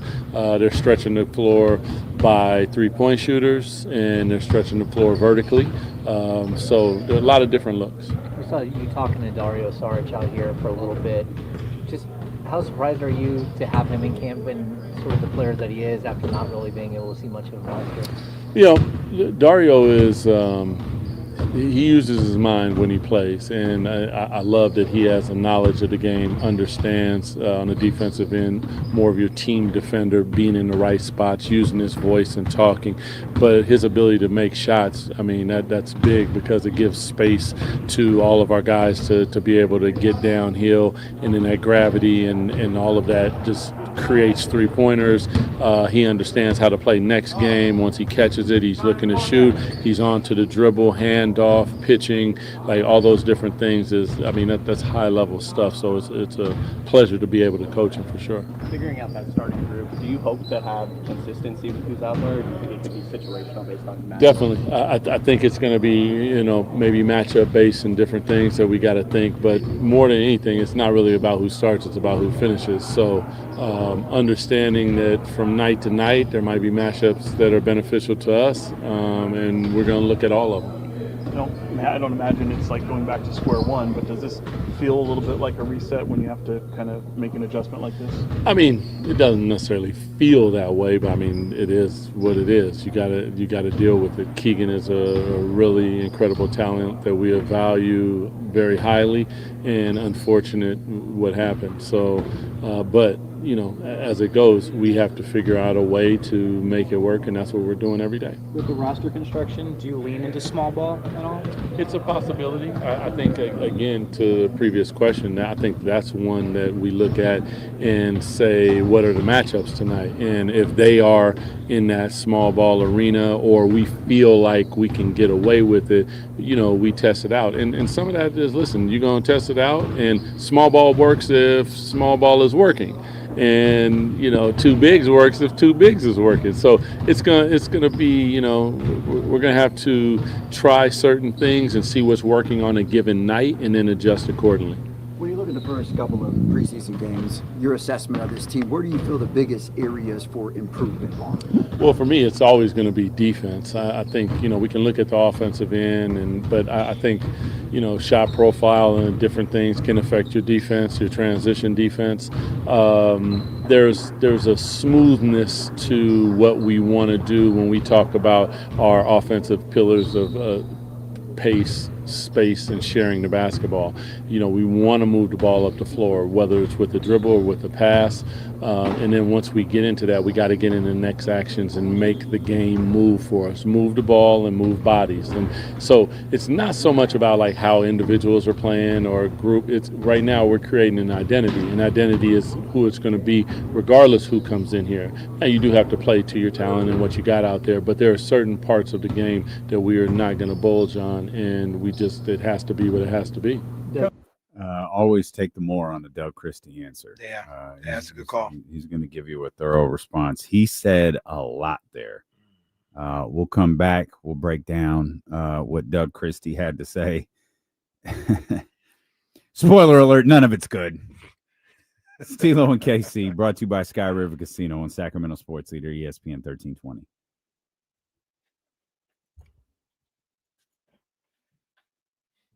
You still have the Kings schedule pulled up over there?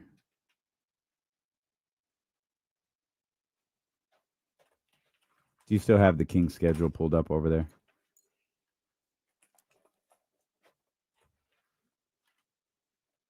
Okay, I might ask you to reference that in the next.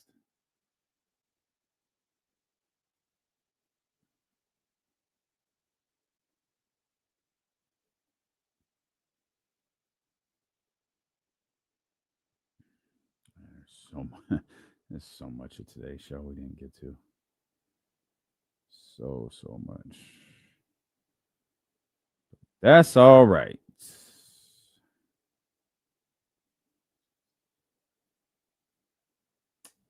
He comes on at the top of the hour. 3. No. Yep. Jumps in.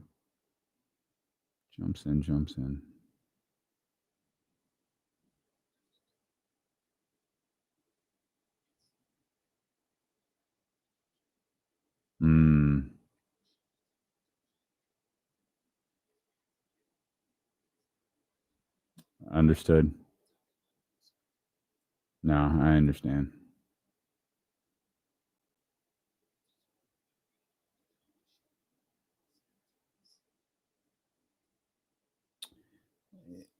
Yeah, the dishwasher analogy was very relatable. Very, very relatable.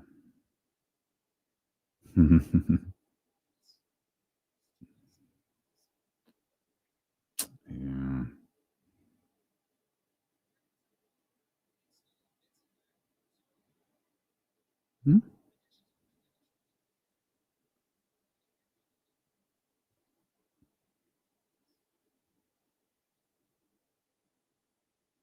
That's facts. That's generally how I feel. The way I do things is right. Get on board, pal. Hey, Scooter, tell Ashley happy birthday. Ashlyn, excuse me, happy birthday. Tell Ashlyn happy birthday. That's awesome.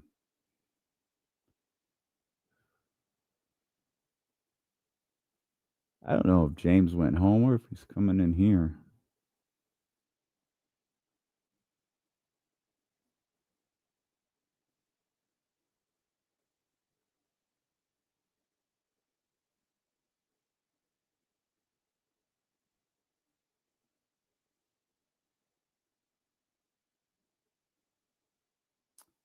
Would you rather have Westbrook on the Kings or back with KD? Here, I'd rather have him in Sacramento. I'd rather have Westbrook here and Valanciunas here. That's what I'd rather have. But I think we'll discuss that more tomorrow.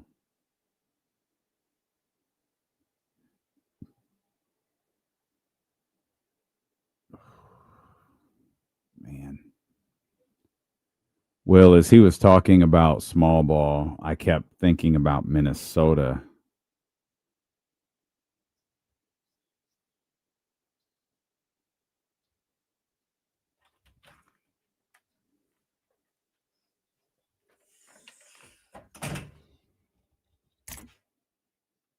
James Ham going to join us coming up here in just a few minutes. The other half of the Insiders, Kyle Madsen's been with us all day. We're greatly appreciative of both Kyle and Joe for making their days a little bit longer to hang out with us while Jesse is out. Jesse will be back with us next Monday. I had a question as I was walking back in here that I just thought about. And I don't, because I want to hear more Doug Christie. I want to hear what you got to say about what Doug Christie had to say. And like, I want to get into that. But I had something I wanted to ask both of you guys about this Keegan Murray thing. And I laid out the scenario where the market says he's $17 million. They want 20. We said, hey, would you just give him the extra $3 million a year or whatever. Mm-hmm. What we say is what we say. The question is, do you think Scott Perry would do that based on some of the things we saw from him over the summer? And it seems like he's like really on not doing more than what he knows is out there. Do you think Scott Perry? Yeah, I assume you're referring to the Jonathan Kuminga situation. Yeah, the Kuminga situation. Then I don't know if there was too many other free agent situations, whether the Schroeder, I don't know where that went, but Scott was pretty adamant about, at least from all reports, about what he was willing to offer. Let me answer that question by first asking one of my own. Do you think he overpaid for Dennis Schroeder? It feels like it. It feels like he did. I feel so like then the answer should be emphatically yes. Yeah, it feels like there's not a lot of people that were. The answer should be yes. And this is something we can spend more time on tomorrow. Maybe it's something we don't even have to spend time on. But I did have the realization at some point, and I can't. I think it's because the 4 and the 5 are the two spots on the floor that feel so like don't lose anyone. Particularly Keegan and Domas. Like, don't lose those guys. Like, the depth in those positions, the depth at those positions is so bad. But this is like, yo, why did we trade Valanciunas? So all of that time, like, Kings fans talking for years about acquiring Jonas Valanciunas. Like, what didn't he do last year during his time here that you wouldn't want him to continue to be here? Well, you had to get under the tax. And which is why, but you had to get under the tax to sign Dennis Schroeder. I would have signed Russell Westbrook instead. Thank you. I would have kept Valanciunas and signed Russell Westbrook instead. So if your assessment that maybe they overpaid, and if they did, I don't think it's a ton, but if they overpaid for Dennis Schroeder, then yeah. Do you give a little on $2 or $3 million for Keegan Murray? Like, yeah, you do. Mm-hmm. If you believe in him as a player. Obviously they believe in Dennis Schroeder as a player. I do it. I just like as it feels like this thing, and Bob Brown can call it Russell Westbrook bias if you want to. Like, Bob Brown hates Dennis Schroeder. I like Dennis Schroeder a lot. I think he's a good ball player. But I think for what Dennis Schroeder brings, Russell Westbrook could have brought that, and you could have kept Valanciunas. Yeah, it's the dollar amount on the contract matters. Yeah, absolutely it does. If you could have signed Dennis and kept Valanciunas, well, then fine. There's no discussion here. Yeah. But by all understandings, you couldn't. Right. Casey, sorry. I was just going to say the one thing about Valanciunas that we don't know is it felt like maybe he was ready to leave the NBA. So I saw Michael says, I think you're missing the part that JV didn't want to be here. I didn't hear that. So I apologize for missing that King's Beat or that Locked On podcast or Deuce and Mo or Schefter, whoever broke that story. Now, the idea that, like, did him pursuing that overseas option start after he was traded or before he was traded? I would think it's probably, my thought would be it's before, only because you get traded to Denver, which is one of the premier teams in the league right now, and you still don't want to be here no more, or all of a sudden you don't want to, you want to go overseas. That, I could be wrong, but that doesn't line up, right? Like, but it would be like, but at the same, it would be like if you were traded to Washington, you're like, oh hell no, I'm gonna just go overseas. It's a tough look if Jonas Valanciunas told the Kings, hey, I'm done playing in the NBA. I'm going to go overseas now. And the Kings said, tight, we're going to trade you for Dario Saric, and you can tell the Nuggets that you're not going to play here anymore. And the Nuggets said, you actually are going to play here. You're under contract. So. But the dumb part of, there's no way that could have. Scott Perry is not stupid. There's no way that could have been the conversation, because if Valanciunas had just said, hey, I want to go play overseas, couldn't the Kings have just said, great, your contract is voided. We now have $11 million on our cap, or whatever the number is, and you're free to go do whatever you want. And we don't, because it's at any point, if this thing had gone through with, or at the start of this thing with Denver could have been like, you're doing what? Oh, then we're not trading for you. Right. True. Very true. So that and that's why, like, I can't map out a timeline as to how, like, this works. So I don't believe the Kings traded Valanciunas because he didn't want to play in the NBA anymore. Right. Now, if he didn't want to be in Sacramento anymore, that's different. And I don't know anything about that. Haven't heard a whisper of it. Don't know. But to answer your question, yes, I would give a little on whatever the dollar figure Keegan's people might ask. You think Scott Perry? I think I think he set the precedent that he should, right, with the Dennis Schroeder signing.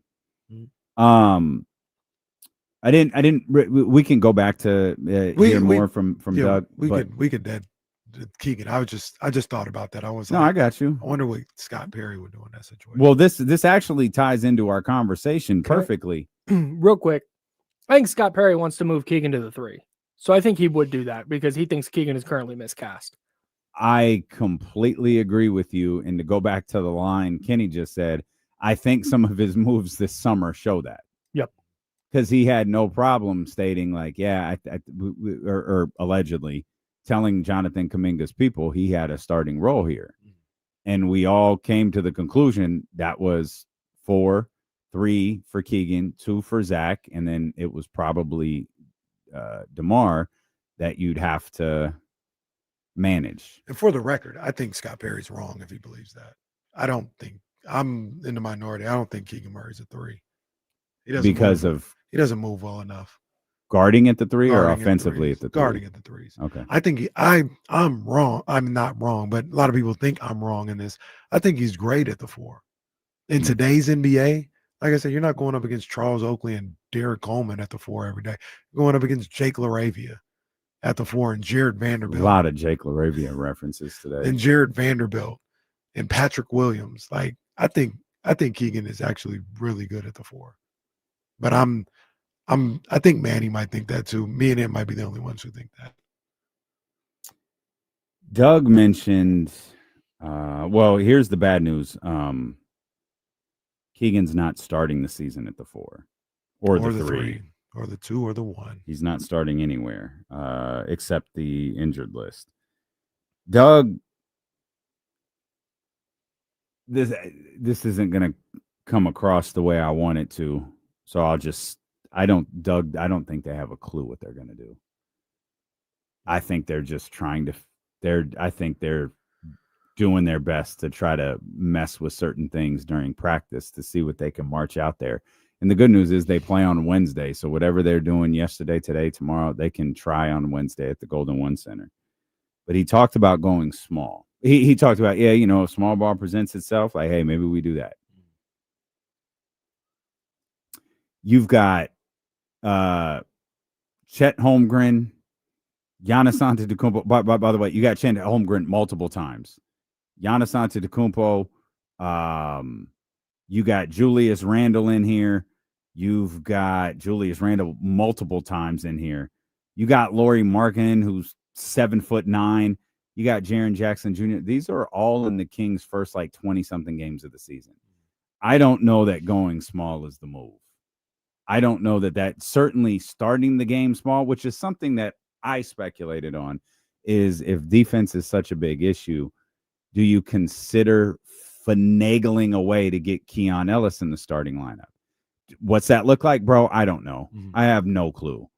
But do you figure out a way to do it because you want that defender on the court to start the game? He also used the line of, and maybe this gave us a window into something, maybe. It doesn't matter who starts, it matters who finishes. I hate the line, but Doug said it. Okay. Are we being introduced into a KZ Okpala situation where maybe he does start Dario? Maybe he starts Max. Maybe Braxton Moreno starts next to Domantas Sabonis, but he only plays the first 3 or 4 minutes of the half.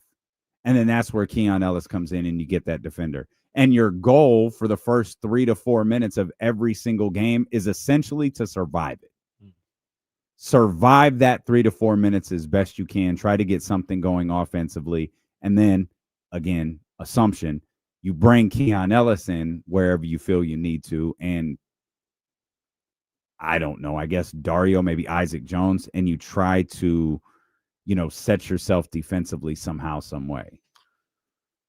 Yeah. One thing that you might be able to do, and it depends on how this guy looks as the preseason goes along and we close up training camp, is there may be scenarios where you have Maxime Reynaud in there at the 5 and you move Domas to the 4. I don't think, and when I say that, that's not to start the game. I'm looking more so at the end of games. I see. You may also do the same thing with Sarge, and have him guarding 5s and Domas guarding some 4s. That's a tough look in any situation. I also think you keep Domas at the 5 and maybe you have Isaac Jones guarding some of those 4s because I think he can do that. You lose on the offensive end, though, because I haven't seen enough of his jump shot to make me think that that's part of his game at this point. But you get the toughness, you get the physicality, you get the athleticism on the defensive end at that 3-4 spot that you're kind of missing with Keegan. So I think with all these guys, this goes back to what we were talking about earlier. You only had one Keegan Murray on your roster. So all these guys that you put in there, they may be able to keep you above water in certain aspects, but you're going to drown potentially in other aspects. Like I said, Isaac Jones is out there.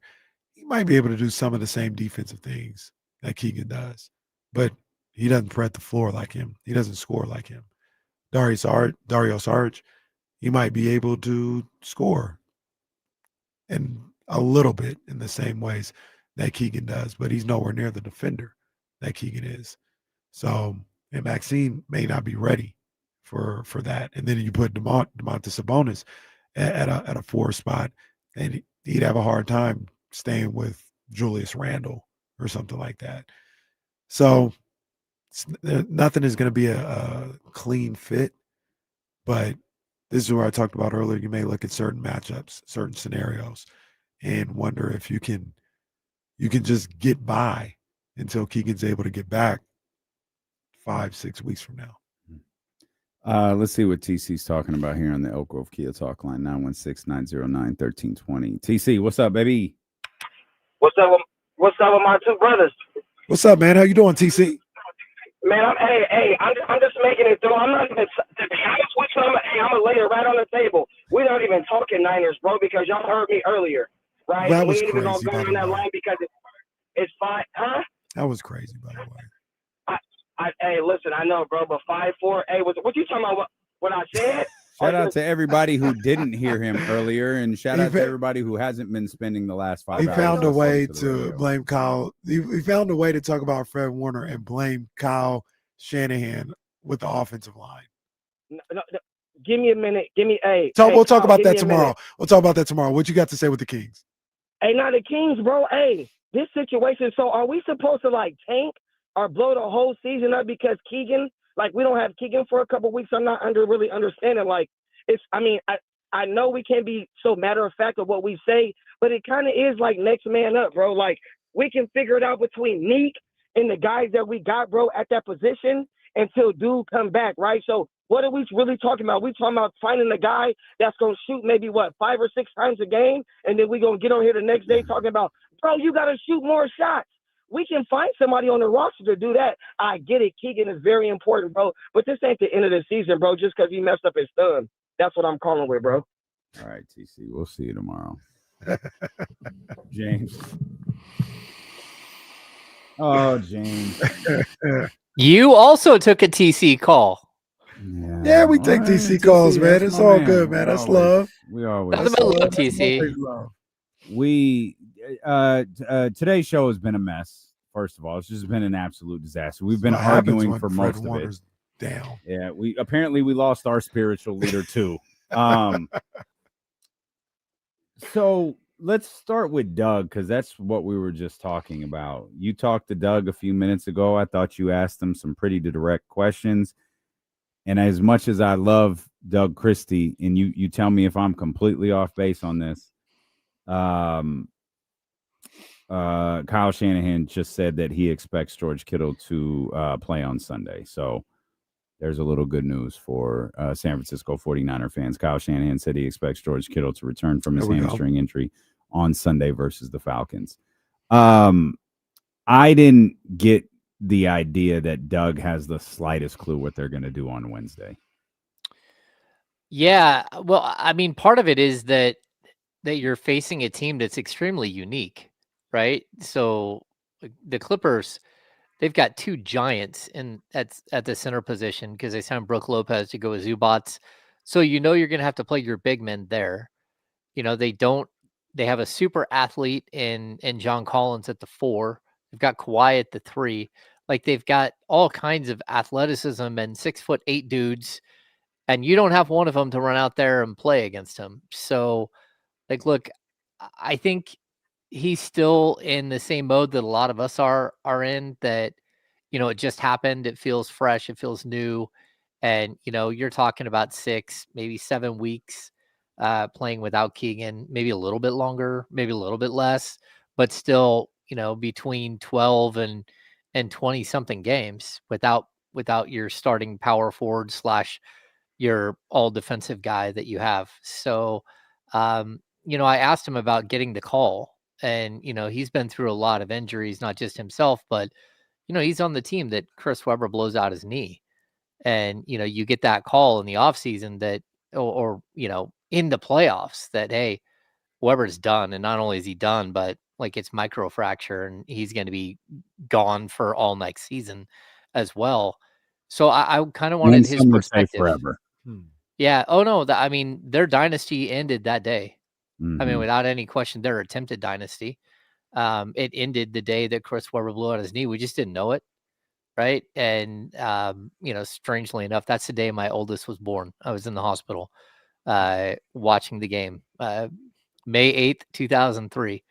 So it's one of those moments where you don't really know what's happening until you're like deep in it and you have time to kind of understand the ramifications. But I think Doug is kind of in that same mode right now.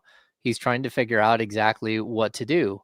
And does that mean more Dario Saric? Does it mean putting Maxime Reynaud at the 5 and moving Domas to the 4? Does it mean going small and putting Nick Clifford in the starting lineup and moving DeMar DeRozan over? Who knows? Because the one thing I will tell you is that Doug doesn't have Hito Turkoglu standing there when a guy like Peja Stojakovic goes down.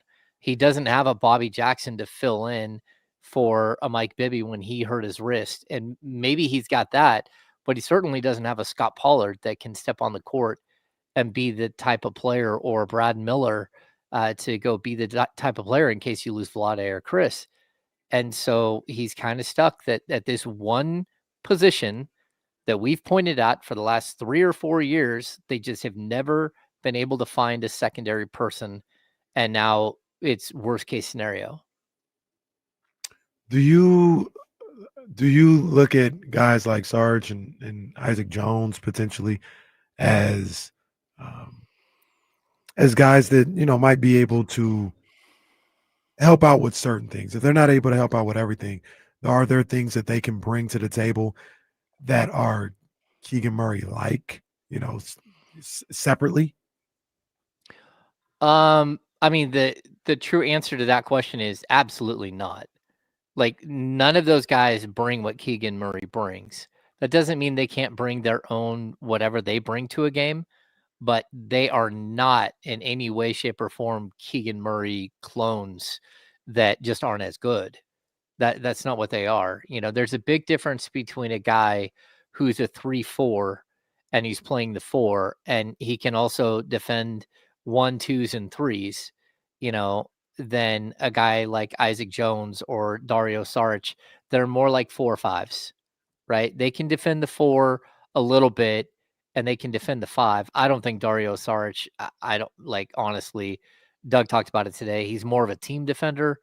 I think maybe if you squint really hard, you can see Nemanja Bjelica with Dario Saric, like maybe. And you know, when it comes to Isaac Jones, like, you're still developing him, and you're hoping that he can be like a 4 or 5. You know, the guy that he's tried to model his game after is Aaron Gordon and John Collins.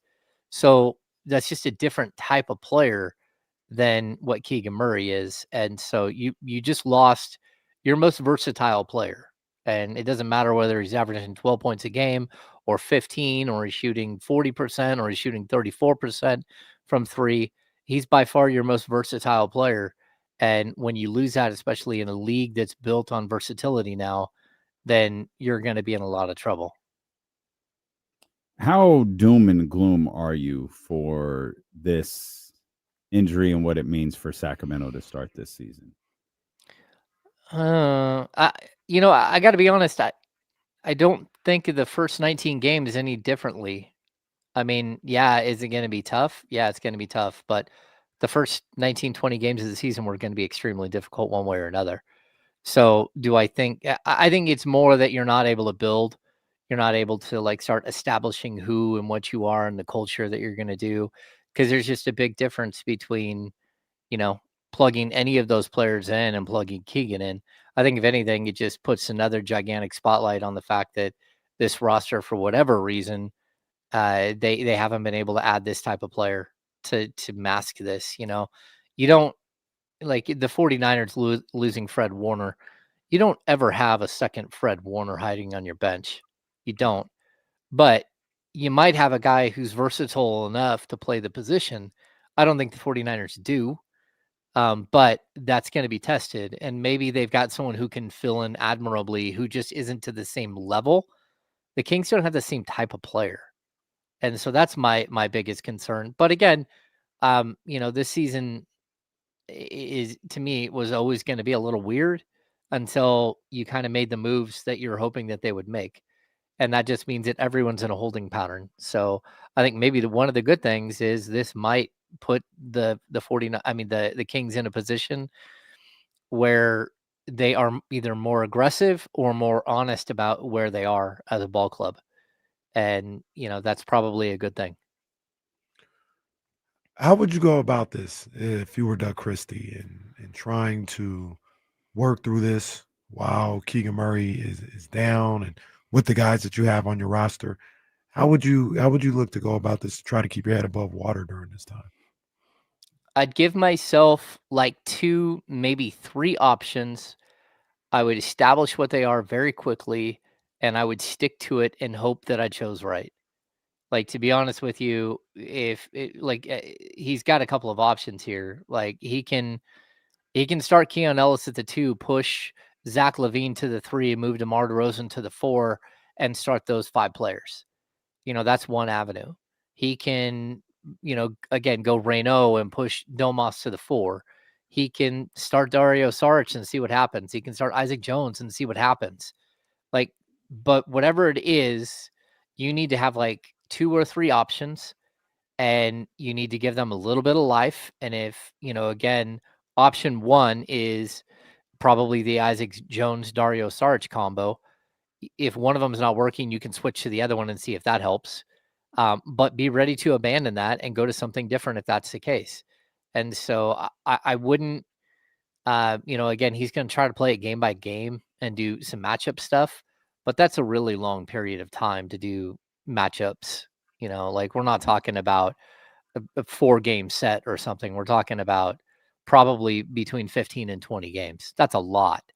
So yeah, there's also, again, Rustdog brings up in the chat, there's also the possibility of Eubanks. Like, that's a possibility too, but you don't want to strip away your center depth. I just think it's a tough situation. Well, those are the 2 biggest issues. With the depth issues are the 4 and the 5. No. Oh yeah. That's where the headaches are going to be. And if one goes out in either of those spots, and obviously one has, you're just going to have to chase your tail for however long it is. And in this case, it's 4 to 6 weeks. What's the biggest thing the Kings will be missing with Keegan Murray off the floor? Yeah, it's just versatility. Like, I mean, even still, but versatility where? On the defensive end, or just on the defensive end? No, on the overall on the basketball court for sure, but on the defensive end, like, they've already had problems all through preseason. They've played 2 preseason games, and what stands out in the 2 preseason games is they didn't have anyone to stop Brandon Ingram, and they didn't have anyone to stop Jeremy Grant. Like, those guys, and what happens is the Kings run a switching defense, so those guys, the opposition just switches until they get a smaller player on one of those guys, and they shoot over the top. And it's just because the Kings don't have like the switchability that most teams have. Kenny brings up like Oklahoma City, and sort of how Oklahoma City has a bunch of 6'5", 6'6" guys. They also have 2 7-footers playing center and power forward who play backstop. They also, all those 6'5", 6'6" guys are spectacular athletes who play defense. They're most of them are defense first guys, except for Shea, who's still a very good defender. So you have all of these like players that kind of fit what we keep talking about, how it doesn't have to be a 6'8" guy that plays that position, but what it does have to be is somebody who plays defense, and that's just not the strong suit of either DeMar DeRozan or Zach LaVine. And so, yeah, do the Kings have 6'6" guys? Sure they do, but they're not those tough physical guys. And the other problem the Kings have is that behind them isn't 2 7-footers, one of which only plays defense, and the other one who's even a better defender than the guy who only plays defense. And Chet is like one of the most versatile big men that we've seen. Talking about a center 7-footer who can defend multiple positions. So, like, that's where the Kings, they don't have the overall depth at that 4 or 5 to go out and play the style of defense that we're talking about. The type of defense that a team like Oklahoma or Boston, when they were great defensively, played. They just don't have the back line to go with the front line to play that style. So I think it does expose them greatly, just because, like, look, this is a guy that you matched up with the best defensive player, the best offensive player on the other team, and had him chase. And is he a perfect defender? No, but he's as close as the Kings have to a perfect defender. And between him and Keon Ellis, you at least had 2 guys. I mean, throw in Dennis Schroeder, you have a 3rd guy. So you're thinking, okay, we might be able to hold this thing together with a couple of guys who play really strong defense, and then hope that a guy like Nick Clifford proves up, and a couple of the other guys just play better. But when you take away Keegan and his ability to defend, again, the LeBron James and Luka Doncic and Shea Gilgeous, and name that frontline scorer that the Kings put him up against, now you're in a bunch of trouble. And so they should be shopping. They should be, hitting other teams up and asking if anyone's trading someone like this, they should be looking at the waiver wire once that hits in the next week and seeing if someone like shows up on there that makes sense. But, you know, I went through and the cupboard is bare as far as free agency. It's a bunch of 35-year-old, 38-year-old dudes who aren't on teams, and there's a reason why they're on teams. You know, I don't think the Kings need to go re-sign Jay Crowder or something just to have somebody that they can point to and say, see, we got a 6'6", 6'7" guy that you guys keep talking about. That's not what we're looking for. He'll be great versus Phoenix, and then he'll never step on the floor again. Right. For reasons known to no one. Yeah. Right. Yeah, I mean, there's no way around the fact that losing Keegan Murray is just not a good thing at all. What Doug Christie has to do is he's got to find a way to kind of put this together with bubble gum and tape for a couple weeks, and hope that, you know, Keegan Murray is able to come back and be ready to go and to contribute. And really what he's got to preach, which I think he should have been preaching, or has been preaching, since training camp started, is this is going to be a team that is going to be a very good defensive team. And you got guys that can keep guys in front of you one-on-one, and mainly in the half court. But we also got to be tough on the defensive end as a team, tough on our rebounding. One shot now, it has to be paramount to what they do out there. And this just heightens it, because without Keegan Murray, you're one man down, you're your top defender down, and everybody's got to step up immediately with really no room for error without a guy like Keegan Murray. Well, and I think the one other thing you missed there is you brought up rebounding. Keegan's your second best rebounder on this team, and I don't think it's close. Like, he's the guy in the rotation that can go get you 7-8 boards in a game on, you know, almost a nightly basis. And it just hurts when you don't have those guys. So you're hoping. That's where I do think that, you know, someone brings up Neat Clifford here. I do think that Neat Clifford is going to be one of the major options, because that dude rebounds. I think Isaac Jones can be can do what Keegan does on the rebounding end. I hope so. You miss a lot in other areas, but I think he's a more physical rebounder in some instances than I see consistently from Keegan. I agree, but there's also too many games where he ends a night with 2 rebounds. And you're like, look, man, you've got to go out there and establish yourself and get 4 rebounds in your first stint on the court, and show that you're there to rebound, and then work from there. And I'm a big Isaac Jones guy. Personality-wise, he's a super, super good kid. And his story's amazing, and he's a hard worker. And I love that he's, like, you know, shooting the 3-point shot without any question. But again, to ask somebody who was an undrafted free agent last summer and, you know, played 40 something games for the Kings, but not consistently, played, you know, a lot in the G League, to ask him to step in and replace, you know, a former number 4 overall pick who started almost every game his first 3 years in the league. It's just like, experience wise, there's a huge gap between those two. And again, I like Isaac, and I hope it works out. I just know that, like, he's not the rangy defender. So you're hoping he can get some of the rebounds, and you're hoping that maybe Sarge can do that as well. But this team needs to team rebound really bad, and they need to figure that out very quick. Doug also said something, and I believe he said it to you at the start of the media scrum today, and it was that old classic coach's line about it doesn't matter who starts, it matters who's finished, matters who finishes, and that that made me ask KC, like, are we looking at a KZ Okpala situation ahead of us, where he finds someone to start the game, whether it's Dario or, you know, maybe the Drew Eubanks at 5, like something along those lines, Domas at 4, and you're just kind of manipulating the lineup a little bit, crossing your fingers, just trying to get through that first 3.5 minutes of the game, and then you put in a rotation, or you make a substitution that really runs you through the next 4 minutes, and then the next stretch of basketball, and then you do the same thing to start the second half. Again, it's the Mike Brown, KZ Okpala playbook.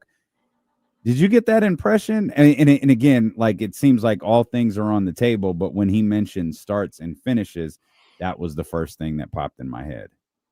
Yeah, no, I'm with you. I wasn't gonna just, throw him a curveball and say, okay, well, it doesn't matter who finishes if you're down 20 going to the fourth. I don't think Because he would have that's responded well to that, to be honest. yeah, because I mean that's one of the possibilities here that you're just getting stomped because you don't have the necessary required pieces. Yeah, I mean, like, look, I understand what your question is, and I do think that there is the possibility of like the one inning starter here. But who would that be? And like again, if I know this sounds totally lame, but man, if this team had Kessler Edwards, I could buy that. Because then you're putting a guy out there who's 6'9" with a crazy 7'3" wingspan, who can sometimes hit a three, who plays hard, who rebounds, who plays defense, who's not very skilled, but you might be able to get away with 3 to 5 minutes to start games and 3 to 5 minutes to start the second half. And then if he's playing well, you play him more. If he's not playing well, you don't bring him back out. They don't have that guy. You know what I mean? They don't have Casey Okpala. They don't have, Mo Harkless. Like that type of player, if you had that, at least you would understand like where they can go and buy the first couple of minutes of a quarter or something to try to, again, play to that idea that it's not really all that important who starts, is about who finishes. But they don't have that player. Again, Jake LaRavia would be your starting power forward right now if he was on the team. But somebody swooped in and stole him from you, and you didn't go out and find a different Jake LaRavia. And so that's where I think the problem is. And like, look, it's not for lack of trying. It's not like Monty McNair didn't go try to trade for Kyle Kuzma and OG Anunoby and Pascal Siakam and Cam Johnson and John Collins. I mean, they've known that this is an issue the whole time. And at the same point, like Keegan's been playing out of position for 2 years because of it. So now you're kind of at a situation where it's like it's staring you in the face, and you can't avoid it, and it's just going to shine a light on the biggest weakness of this team. Not sure the Kings are going to win any games. Yeah. 0-82 here. But that will please a lot of people until they get the 5th overall pick in the draft. Then they're going to be upset. Yeah. And the team that lost in the play-in gets the number 1 at 40 wins. I don't know, man. Look, Keegan not being there is super tough, man. I don't know. It doesn't, for me personally, it doesn't change a lot how I feel about this team this year, just because he is coming back at some point. Like if it was a season ender, correct, he's not dead. Yeah, that'd be. And his ankle wasn't turned in the wrong direction. Yeah, he's not Fred Warner in this situation. Yeah. That'd be different. But, it's going to be tough while he's out. But, 15, 20 games, not having Keegan Murray, some guys are going to have to step up their game. Some guys are going to have to play a little bit above their head. And if you can get that, you can hold the fort down till he gets back. Yeah, and it's 4 to 6. It's 4 to 6 weeks, like starting now. Right. Not from next Wednesday. Right. So like that, I mean, would it have been great if this happened a week ago, 2 weeks ago? Like, sure. But at least you have a couple of preseason games and some training camp left to eat up some of that 4 to 6 weeks. Yeah, we had Dr. Pandya on earlier, the professor at UCSF orthopedic surgery and the director of sports medicine at the Benioff Children's Hospital. And he kind of broke it down. Like, the one good thing is Keegan is left-handed and he damaged his left hand, but he also doesn't shoot with his left hand. He shoots with his right. So ball handling and some of, his defense and stuff would probably be at a bigger disadvantage. But the one good thing is that Keegan is going to be able to shoot. He's going to be able to work out. He's going to be able to run up and down the court. The only thing he's not going to be able to do is have contact. So whenever it is that hand is healed, 4 to 6 weeks or 7 weeks or 5 weeks, whatever it might be, the day that he's cleared, there's a good chance he's going to be playing like the next day. There isn't going to be a big ramp up with him because he is going to be able to stay in shape. He is going to be able to do all of the other things. He's just not going to be able to do, I don't, for lack, he's not going to be able to squeeze his hand shut with his left hand at all initially. So it's going to be tough. So no shaking Keegan's hand. Yeah, stay away from him, guys. High five, use the right hand.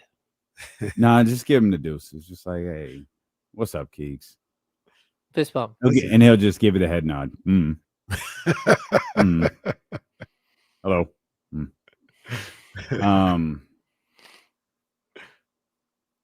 It's funny, like I was gonna say, like, what a downer of a day, but it's not, because like it's a downer for 49er fans. Yeah. Kings fans, they already hated the team. Right. Like most, not all of them. That's painting with too broad of a lot of Kings fans already dislike this team, and they're like, so we went from bad to worse. So be it. Who cares? We'll come back. There's more to Should talk be about. happy. That's what they Well, want. some of them might be. Some of them might be. We're gonna come back. You talked to Doug, or you guys talked to Doug about a very interesting topic. Scott Pollard. I want to ask you, because we didn't get to that portion of, we played a little bit of your sound, but we didn't get to that part. I'm very curious to hear what Doug Christie said about Scott Pollard. And for those who don't know that story, we'll reset it and we'll talk more about what this season looks like and what the next 4 to 6 weeks look like without Keegan Murray, when D'Lo and Casey return, with both of the insiders here on Sacramento Sports Leader, ESPN 1320. Good stuff. That's good stuff. Kyle out there cranking out Niners Wire articles. Let's go, baby. In the other room, right? Yeah. Yeah. Yep. I'm going to send you guys a text. Your Mariners looking to go 2-0 right now. Yeah. It's 3-3, and I don't know what inning it is, but it's 3-3. I got an idea. Why don't you shut up? Because every time you bring the Mariners up, and I'm not turning that game on. Oh, there we go.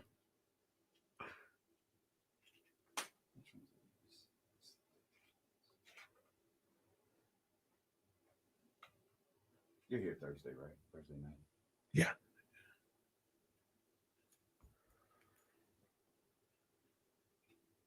Did he get hit?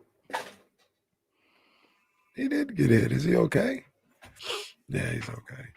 I just sent you a text. You two a text. I see it. And you guys also have to get back to me about Wednesday. I know. That's why I was going to ask. Yeah. That's exactly why I was going to ask. Okay. I'm going to tiptoe around that. Wednesday? Either one of you guys going to the game? No. Not there, man. No. I volunteered to help for some things on Thursday.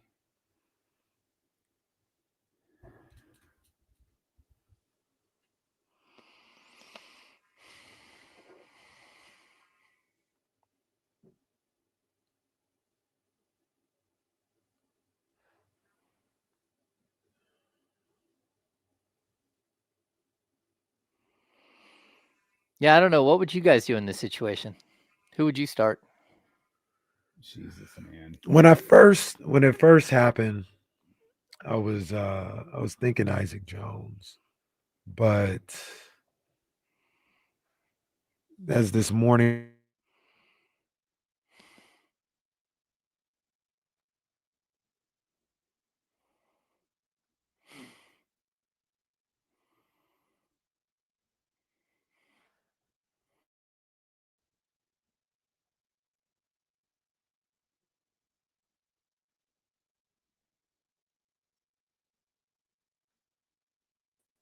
Sorry, James.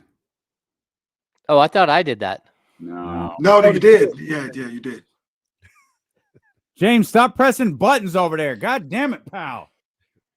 I literally thought that was me freezing. No, I think we lost the internet for a hot second. But I'd probably start Sarge. I think I know this sounds crazy. I kind of think I would go Keon, or I would go Neek. So that's what I was wondering. Not Neek, but Keon. Is there a way to work Keon into the lineup? Yeah, There you is. just We could talk about it. Okay. There is. All right, let's use that. It's not easy. We're coming back, Kimmer.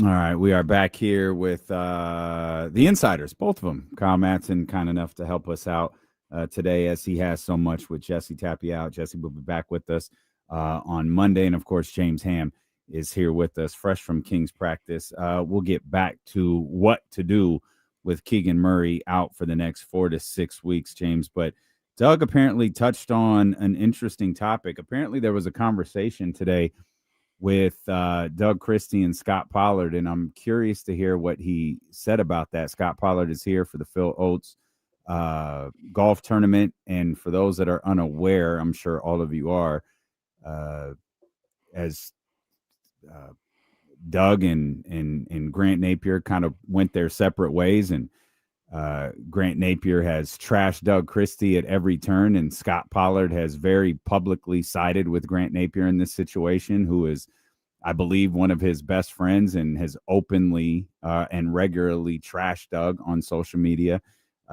just as his BFF has. And I guess Doug was asked about that today. I didn't, obviously, why would I know?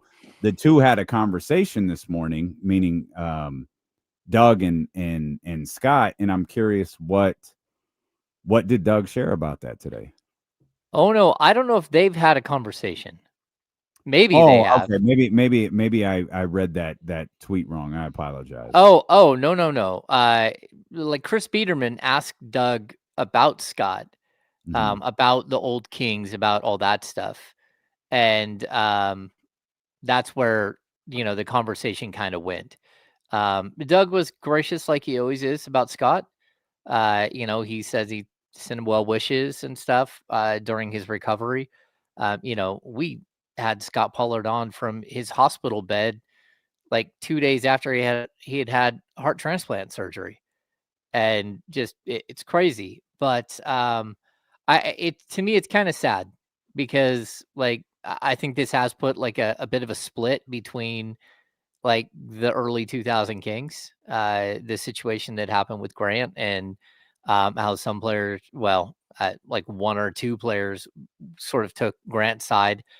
There really shouldn't be any side that has anything to do with Doug in the situation. Like, just to be like completely transparent and honest, like Doug Christie didn't have any ground to stand on to help Grant Napier in any way. He was very gracious about what Grant had meant to him, and when he went on the radio the next day after Grant got himself in trouble with social media.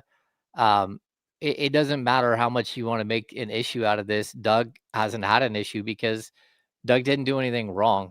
He was an employee of two employers that decided to part ways with somebody, and there was no like stand your ground and go out and tell everybody that you're leaving if he doesn't get his job back. There's none of that. We're in very weird times in America, and whatever happened, it happened. And like I say this all the time, like we each have our own responsibilities in life, and if you decide to make decisions that aren't going to be received well publicly when you're a public figure, then that's on you. You can have your beliefs, you can have whatever, you can stand your grand, like do whatever you want in that situation. But for whatever reason, a lot of this got deflected onto Doug, And it's not like Doug went It's and not asked for for. whatever reason. It's Grant. Grant. Well, yeah. pinned this on Doug. That's how this became a thing.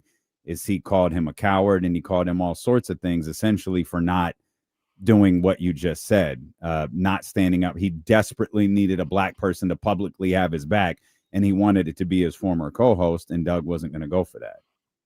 Well, yeah, and I mean, rightfully so. Like, I mean, it's a situation created by someone else. Like, you got to own up to your own stuff, and there's been awkward moments behind the scenes and stuff, you know, but at the same time, like, there's really nothing Doug could have done, you know, and for to get out and to be like this with, you know, where Doug is like somehow some sort of problem in Grant's world.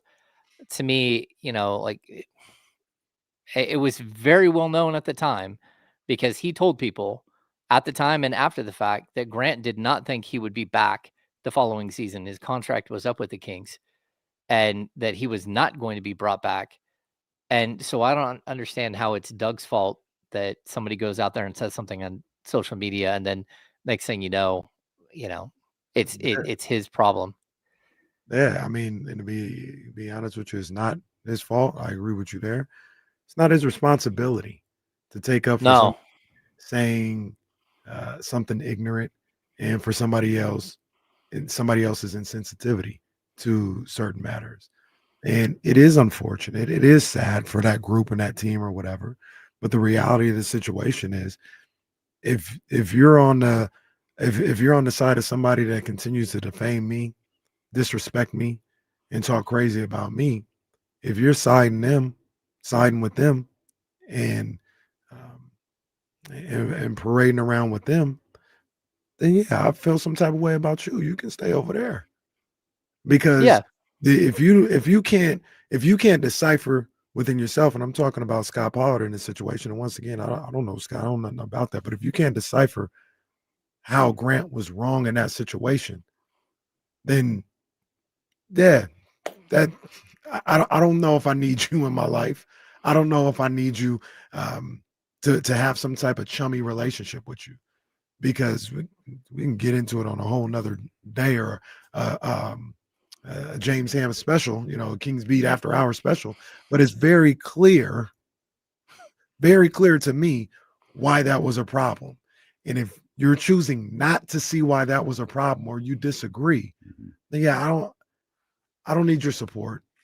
I don't need you really in my life in that type of situation. Yeah, and I'll be honest, like I've always had my own relationship with Scott Pollard. You know, like he had been on the podcast a few times in the past. You know, when he started going through his heart problems, you know, I reached out and, you know, we had conversations. It's why he came on the show.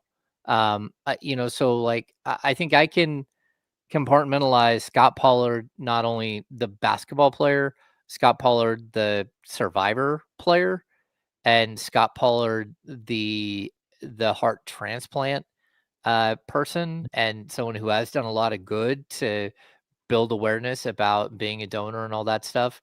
And this other situation that, to be honest, is like interpersonal stuff with a group of people that we don't really know their dynamics as well as they do. And so I've tried to stay out of that part of it. But I also, you know, again, I've known Doug forever, and there's not a mean bone in his body. You know, he's a very, very good human being. And I like that's why I take offense to anything and everything that's happened where his name has been besmirched by someone who is deflecting, to be honest with you. So you know Doug very well. And I understand, and we can leave this. We don't have to. I read the tweet wrong, but first of all, but go ahead. No, I do, because I hear stuff, and I got a platform to speak about, and I want to make it as simple as I can make it here. If I have colon cancer, and I'm like, bro, we got to do what we can to fight colon cancer, and we got to do what we can to kind of make this right. And then somebody says, bro, I'm not trying to hear all that, man. Lung cancer is just as vital. Nobody said it's not. But why are you trying to discredit what I'm going through in life? And then you go and say that, and people are like, yo, let that man live. He's trying to fight for what he's got going on. And you're just gonna cancel me because I said something about Colin? Stop. Goodbye. It's as simple as that. Nobody's saying nothing matters more than other, but that's not what we're talking about. And that's kind of what happened right there. And the people who don't understand that or subscribe to that thought process of, yeah, there was nothing wrong with what he said. That's fine. You can feel that way. I don't need to be associated with you because I see where your mind is, and it's not on the same place that mine is. Yeah. And I want to make something clear about Doug too. And James knows this. Doug is a tremendous person, and publicly there is not a mean bone in his body. Don't cross that man. Oh no. Yeah, don't cross it. Don't mistake what he says publicly for how he feels or what he thinks or says when the cameras are away. Doug is no punk. Right. And Doug has handled this all very, very graciously, and he has handled it in a way, and he has handled it in a way that defines who he is and the position that he was seeking, that he ultimately has right now. What would it have looked like if Doug handled that the way that he wanted to 5 years ago? He wouldn't be in the position he's in right now. But again, I completely misinterpreted what I read on Twitter. I thought those two had a conversation, and the fact that they didn't is perfectly fine with me. And to be honest, Doug didn't know Scott was in town. I did, because someone asked if we wanted to talk to him, and I said thanks, but no thanks. We'll pass. That is not for us. Because I'm team Doug. I'm team Bobby. I'm team a lot of other people who just kind of go about their business on a day-to-day basis. Anyways, back to the Kings. Back to the Keegan Murray crisis of 2025. We were, man, this is a dangerous. Should we bring Hammer into the contract conversation? We don't necessarily have to, because remember, we were gonna. All right, let's do this. Get Keon Ellis on the court. Okay, there you go, James. Let's dive in. What do we got? So okay, but we can go there. We can go there. Let's start. Let's. Hey James, what do you think Keegan Murray's ceiling is? Oh God. The ceiling is the floor. Is that what it is, Kenny? It's the roof. The ceiling is the roof. The ceiling is the roof. Let's start with with Keon Ellis, because we've asked, like, what do we do? What do we do, like, with Keegan out? And James asked, like, what would you guys do? And I don't know, but like the one thing I said is I did wonder if they would try to find a way to get Keon Ellis into the starting lineup, because I think everyone has said, James, you just said the versatility on defense. Well, Keon is clearly he's either the best defender or the second best defender on the basketball team, depending on which of those two individuals that you have ranked first. How can, and I'm asking this collectively, how can you work Keon Ellis into the starting lineup where you feel like you're able to pick up a little bit of that defensive deficiency with the loss of Keegan? Yeah, I mean, I think that's where you might have to start, right? Like the easy answer might be to go straight to Keon and to make things uncomfortable for the players around him. That means that Zach LaVine goes and plays the 3, and it means that DeMar DeRozan plays the 4. That might be what has to happen here, because if you can have 2 point of attack defenders in Dennis Schroeder and Keon Ellis slowing down the game up at the top, then maybe you've got a chance to hide some of the other issues.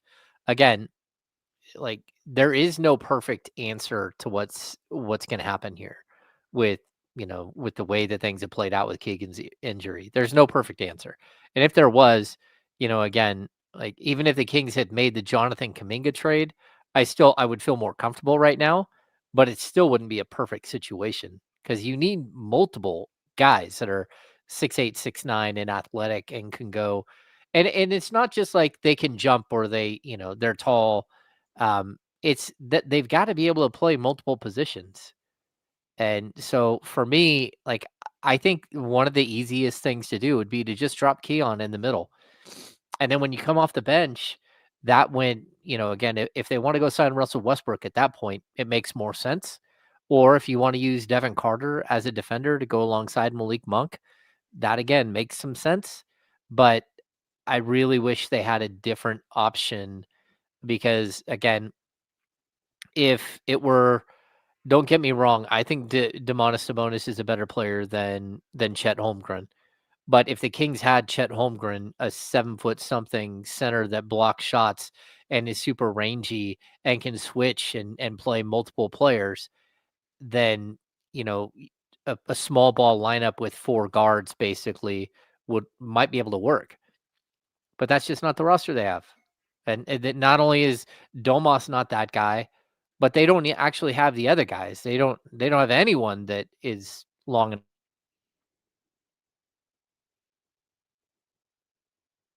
There it is. That It's was been an a while. He said official It's been a while. I'm back. The way Oh, what? Too late. Official freeze. Yeah, no, it's official. Micro freeze. he stopped it. They don't have enough guys who are long. Well, that's tough. Word. That's tough. He took the pause very literally. He took the pause very literally. Freeze. Sorry, Hammer. Continue. Yeah, I was just saying, like there is no way to like disguise some of the issues that they have now. And Keegan wasn't going to disguise all of those things, but he at least gave you a fighting chance. And that's where I kind of like keep coming back to this. Like, I think number one, I'm keeping that roster open, and that roster spot, because there's a good chance that Terrence Davis is going to get waived, and so you're going to have an open roster spot. I would keep it open and see if someone else becomes available, because we never know what happens here in the next couple of weeks. And worst case scenario, I would start shopping. It's like, go see if somebody else is in the mood to trade right now. If somebody else has a surplus at a position, or they have a player who's not going to play a bunch, that is under contract that, might make more sense than the rostered players that you have right now. And I think the Kings should have been thinking that like this the whole time, because their roster was incomplete. But now you're just realistically, you're shining the brightest light on your biggest weakness. And it's a tough situation to be in. And I said this earlier with Kyle, like, I'm not blaming anyone. Like, if anyone, and not anyone that works there now, like, there's nothing that Scott Perry did his best to go get a player to make this kind of move here, and it didn't work out. He probably should have shopped for a couple other like 6'8", 6'9" versatile players that, varying degrees of skill, and whether they're good enough to play 35 minutes a night, probably not. But could you have found a couple of guys that could play 12 minutes a night? Well, that would have helped in this situation. But that's just not the way they attacked everything. Like, I don't know. I'd see if like you can find where Nasir Little is hiding. See if you can get Trey Lyles out of his contract in Spain. Like, figure out something, because you're going to miss a quarter of the season without these players, and without Keegan, and likely a quarter of the season. And that's just really tough. It's one thing for the 49ers to go out there and have Brock Purdy miss 4 games, right? But they have another guy who is kind of similar to Brock Purdy, just not as good, in Mac Jones.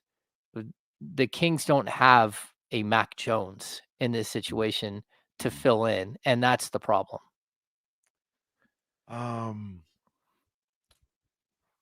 We talked about it during the break, and James asked who I would start, who we would start.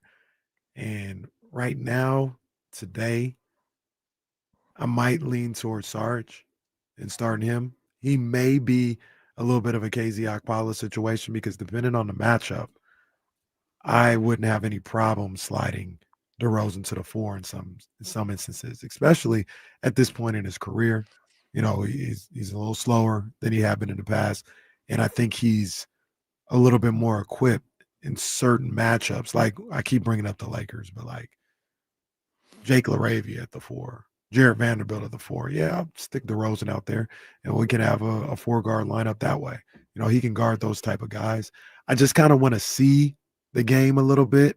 First, that's why I say Sarge starting there, but that would also mean, depending on the matchup in the night, maybe Sarge starts and he plays 12 minutes, but Keon's playing 27 minutes because after I see it a little bit and see how the matchups are, I'm comfortable with having Keon in the lineup, and more importantly, DeRozan at the 4 with some of these guys that are out there. So the other thing about this is, and you talked about it earlier, and I think you're right, is with a little bit more than a week to go, this just happening a couple of days ago, and 2 preseason games still left to go, Doug doesn't have to know what he's going to do today. He might not know exactly what he's doing today, and he doesn't have to know it. He could say, well, I have a couple ideas. Let me see it on the court in practice. Let me see it on the court on Wednesday against the Clippers, and maybe it looks good, or maybe it's, no, I don't want to go there. Let me see the other plan that I have. What you probably, and that's it. What you need is a plan, though. You don't have to know which one you're going to execute when you take the floor against the Phoenix Suns a week from Wednesday. But you need to have a plan as to what you're going to do tomorrow, what you're going to do Wednesday, and what you're going to do moving forward. Yep. And I think they got a Hammer. I think they got 3 or 4 options that they want to go down. They may not be great options, but I think they got 3 or 4 options that they want to see in these last 2 preseason games. Yeah, and I'm just going to point out my personal thing is, number one, I understand Sarge because he went out and hit a couple of threes.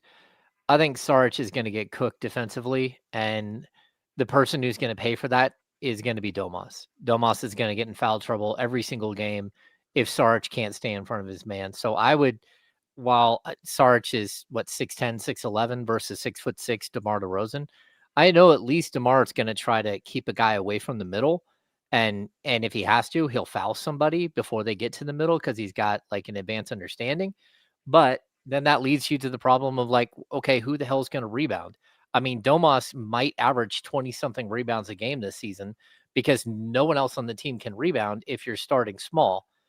So the first half of the season, if it's him and, like we said, if you do the Keon thing, you're not going to get any rebounds. And that's why, I'm going to say, Neat Clifford might be your best option. Is he going to get cooked certain nights? Sure. But he can move his feet. He's a great rebounder for his position.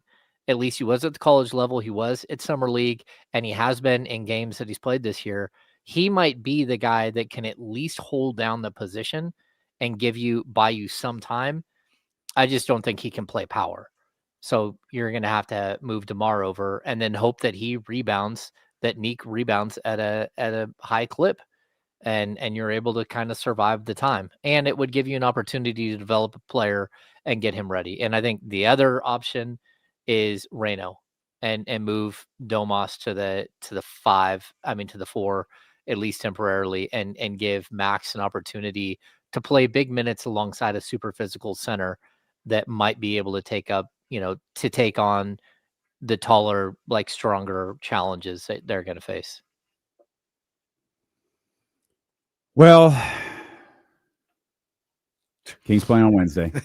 We'll have an idea of something on Wednesday. Now, what Wednesday at the Golden One Center against the Clippers shows us may not have anything to do with next Wednesday in Phoenix against the Suns.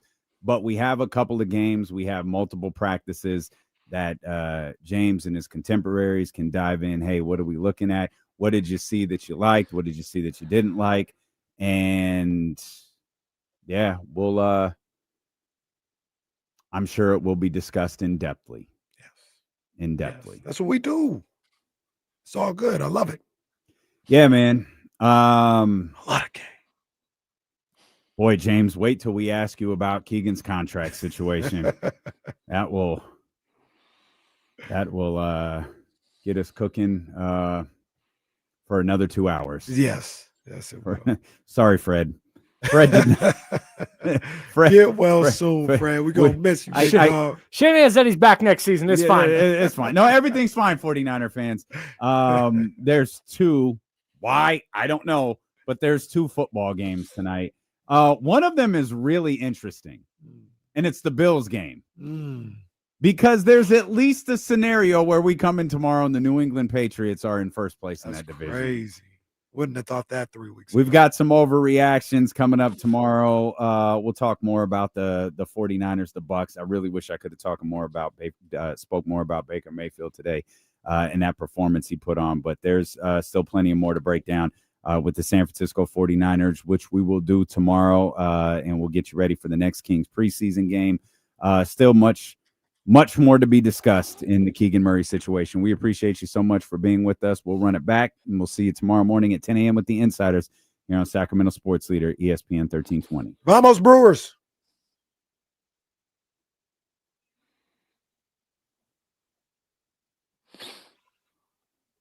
And we're done. And we're done. 3. Boy, the chat really lost its way. You guys really lost your way there for a little while. I know we do no politics on the Insiders. They don't have the same policy. But Jesus, I'm not quite sure what's going on in the chat. Well, I am quite sure I know what's going on in the chat, but Jesus, people.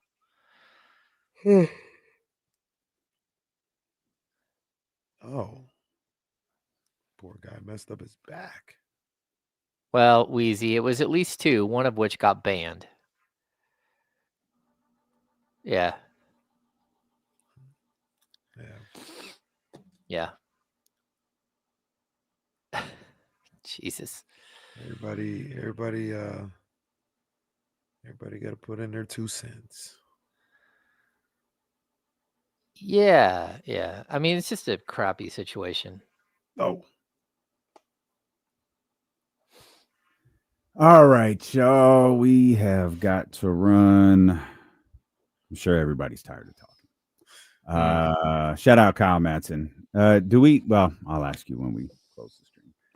We'll see you guys tomorrow, 10 a.m. Insiders. Great. See you guys tomorrow.